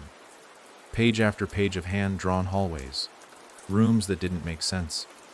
Places that twisted back on themselves. It wasn't this house. But it was a house. At the back, a phrase repeated again and again. "I found the door. I found the door. I found the door." Callie sniffled. "I didn't open it. I promise." "I know," Nell said softly. "You didn't come through the door. You brought it." She led Callie to the parlor, wrapped her in a blanket, made warm tea, just like Mara used to. The girl sat quietly, sipping carefully, glancing around the room like she expected it to shift at any moment. But it didn't. The house remained still. It wanted her here. That was clear. It didn't resist her. It absorbed her. Callie pointed to a crack in the far wall. "It's not real," she said. "What isn't?" "The outside?" Nell tilted her head. "What do you mean?" The girl hesitated. "When I left my house, the sky was wrong. Too heavy, like it was pretending to be blue, like a painting." Nell's stomach turned. Callie set down the mug and opened her notebook again. This time, she flipped to a page Nell hadn't noticed before. It wasn't a drawing, it was a photograph, black and white. Old. A group of people standing in front of a house. That wasn't this one, but looked too much like it. One of the women in the photograph wore a familiar dress. Her face was turned away, but Nell recognized the stance, the curve of her shoulders. It was her. The caption beneath it was scrawled in a child's hand. "This is where it starts again." Nell closed the book slowly. She looked at Callie. The girl didn't blink. The door hadn't reopened itself. The dream hadn't come back. But something else had, and it hadn't come for fear. It had come for inheritance. The child shifted. "I think I dreamed this place before I found it. But I didn't mean to." Nell took her hand. It was ice cold. She didn't pull away. "You're safe here," Nell said. "Are you sure?" the girl asked. Nell wasn't, but she nodded anyway. And then, for the first time in weeks, the house shifted, not violently, just enough to make its presence known. New doors formed. Not loud, not screaming. Just there, ones Callie could see, ones she had drawn, ones she remembered. Nell stood, looked out the window. The sky was blue, too flat, like paint or paper. And then the knock came, not from inside, from above. She looked up. The ceiling, the sky. The knock came again, from outside the story. And Nell understood. This wasn't the end.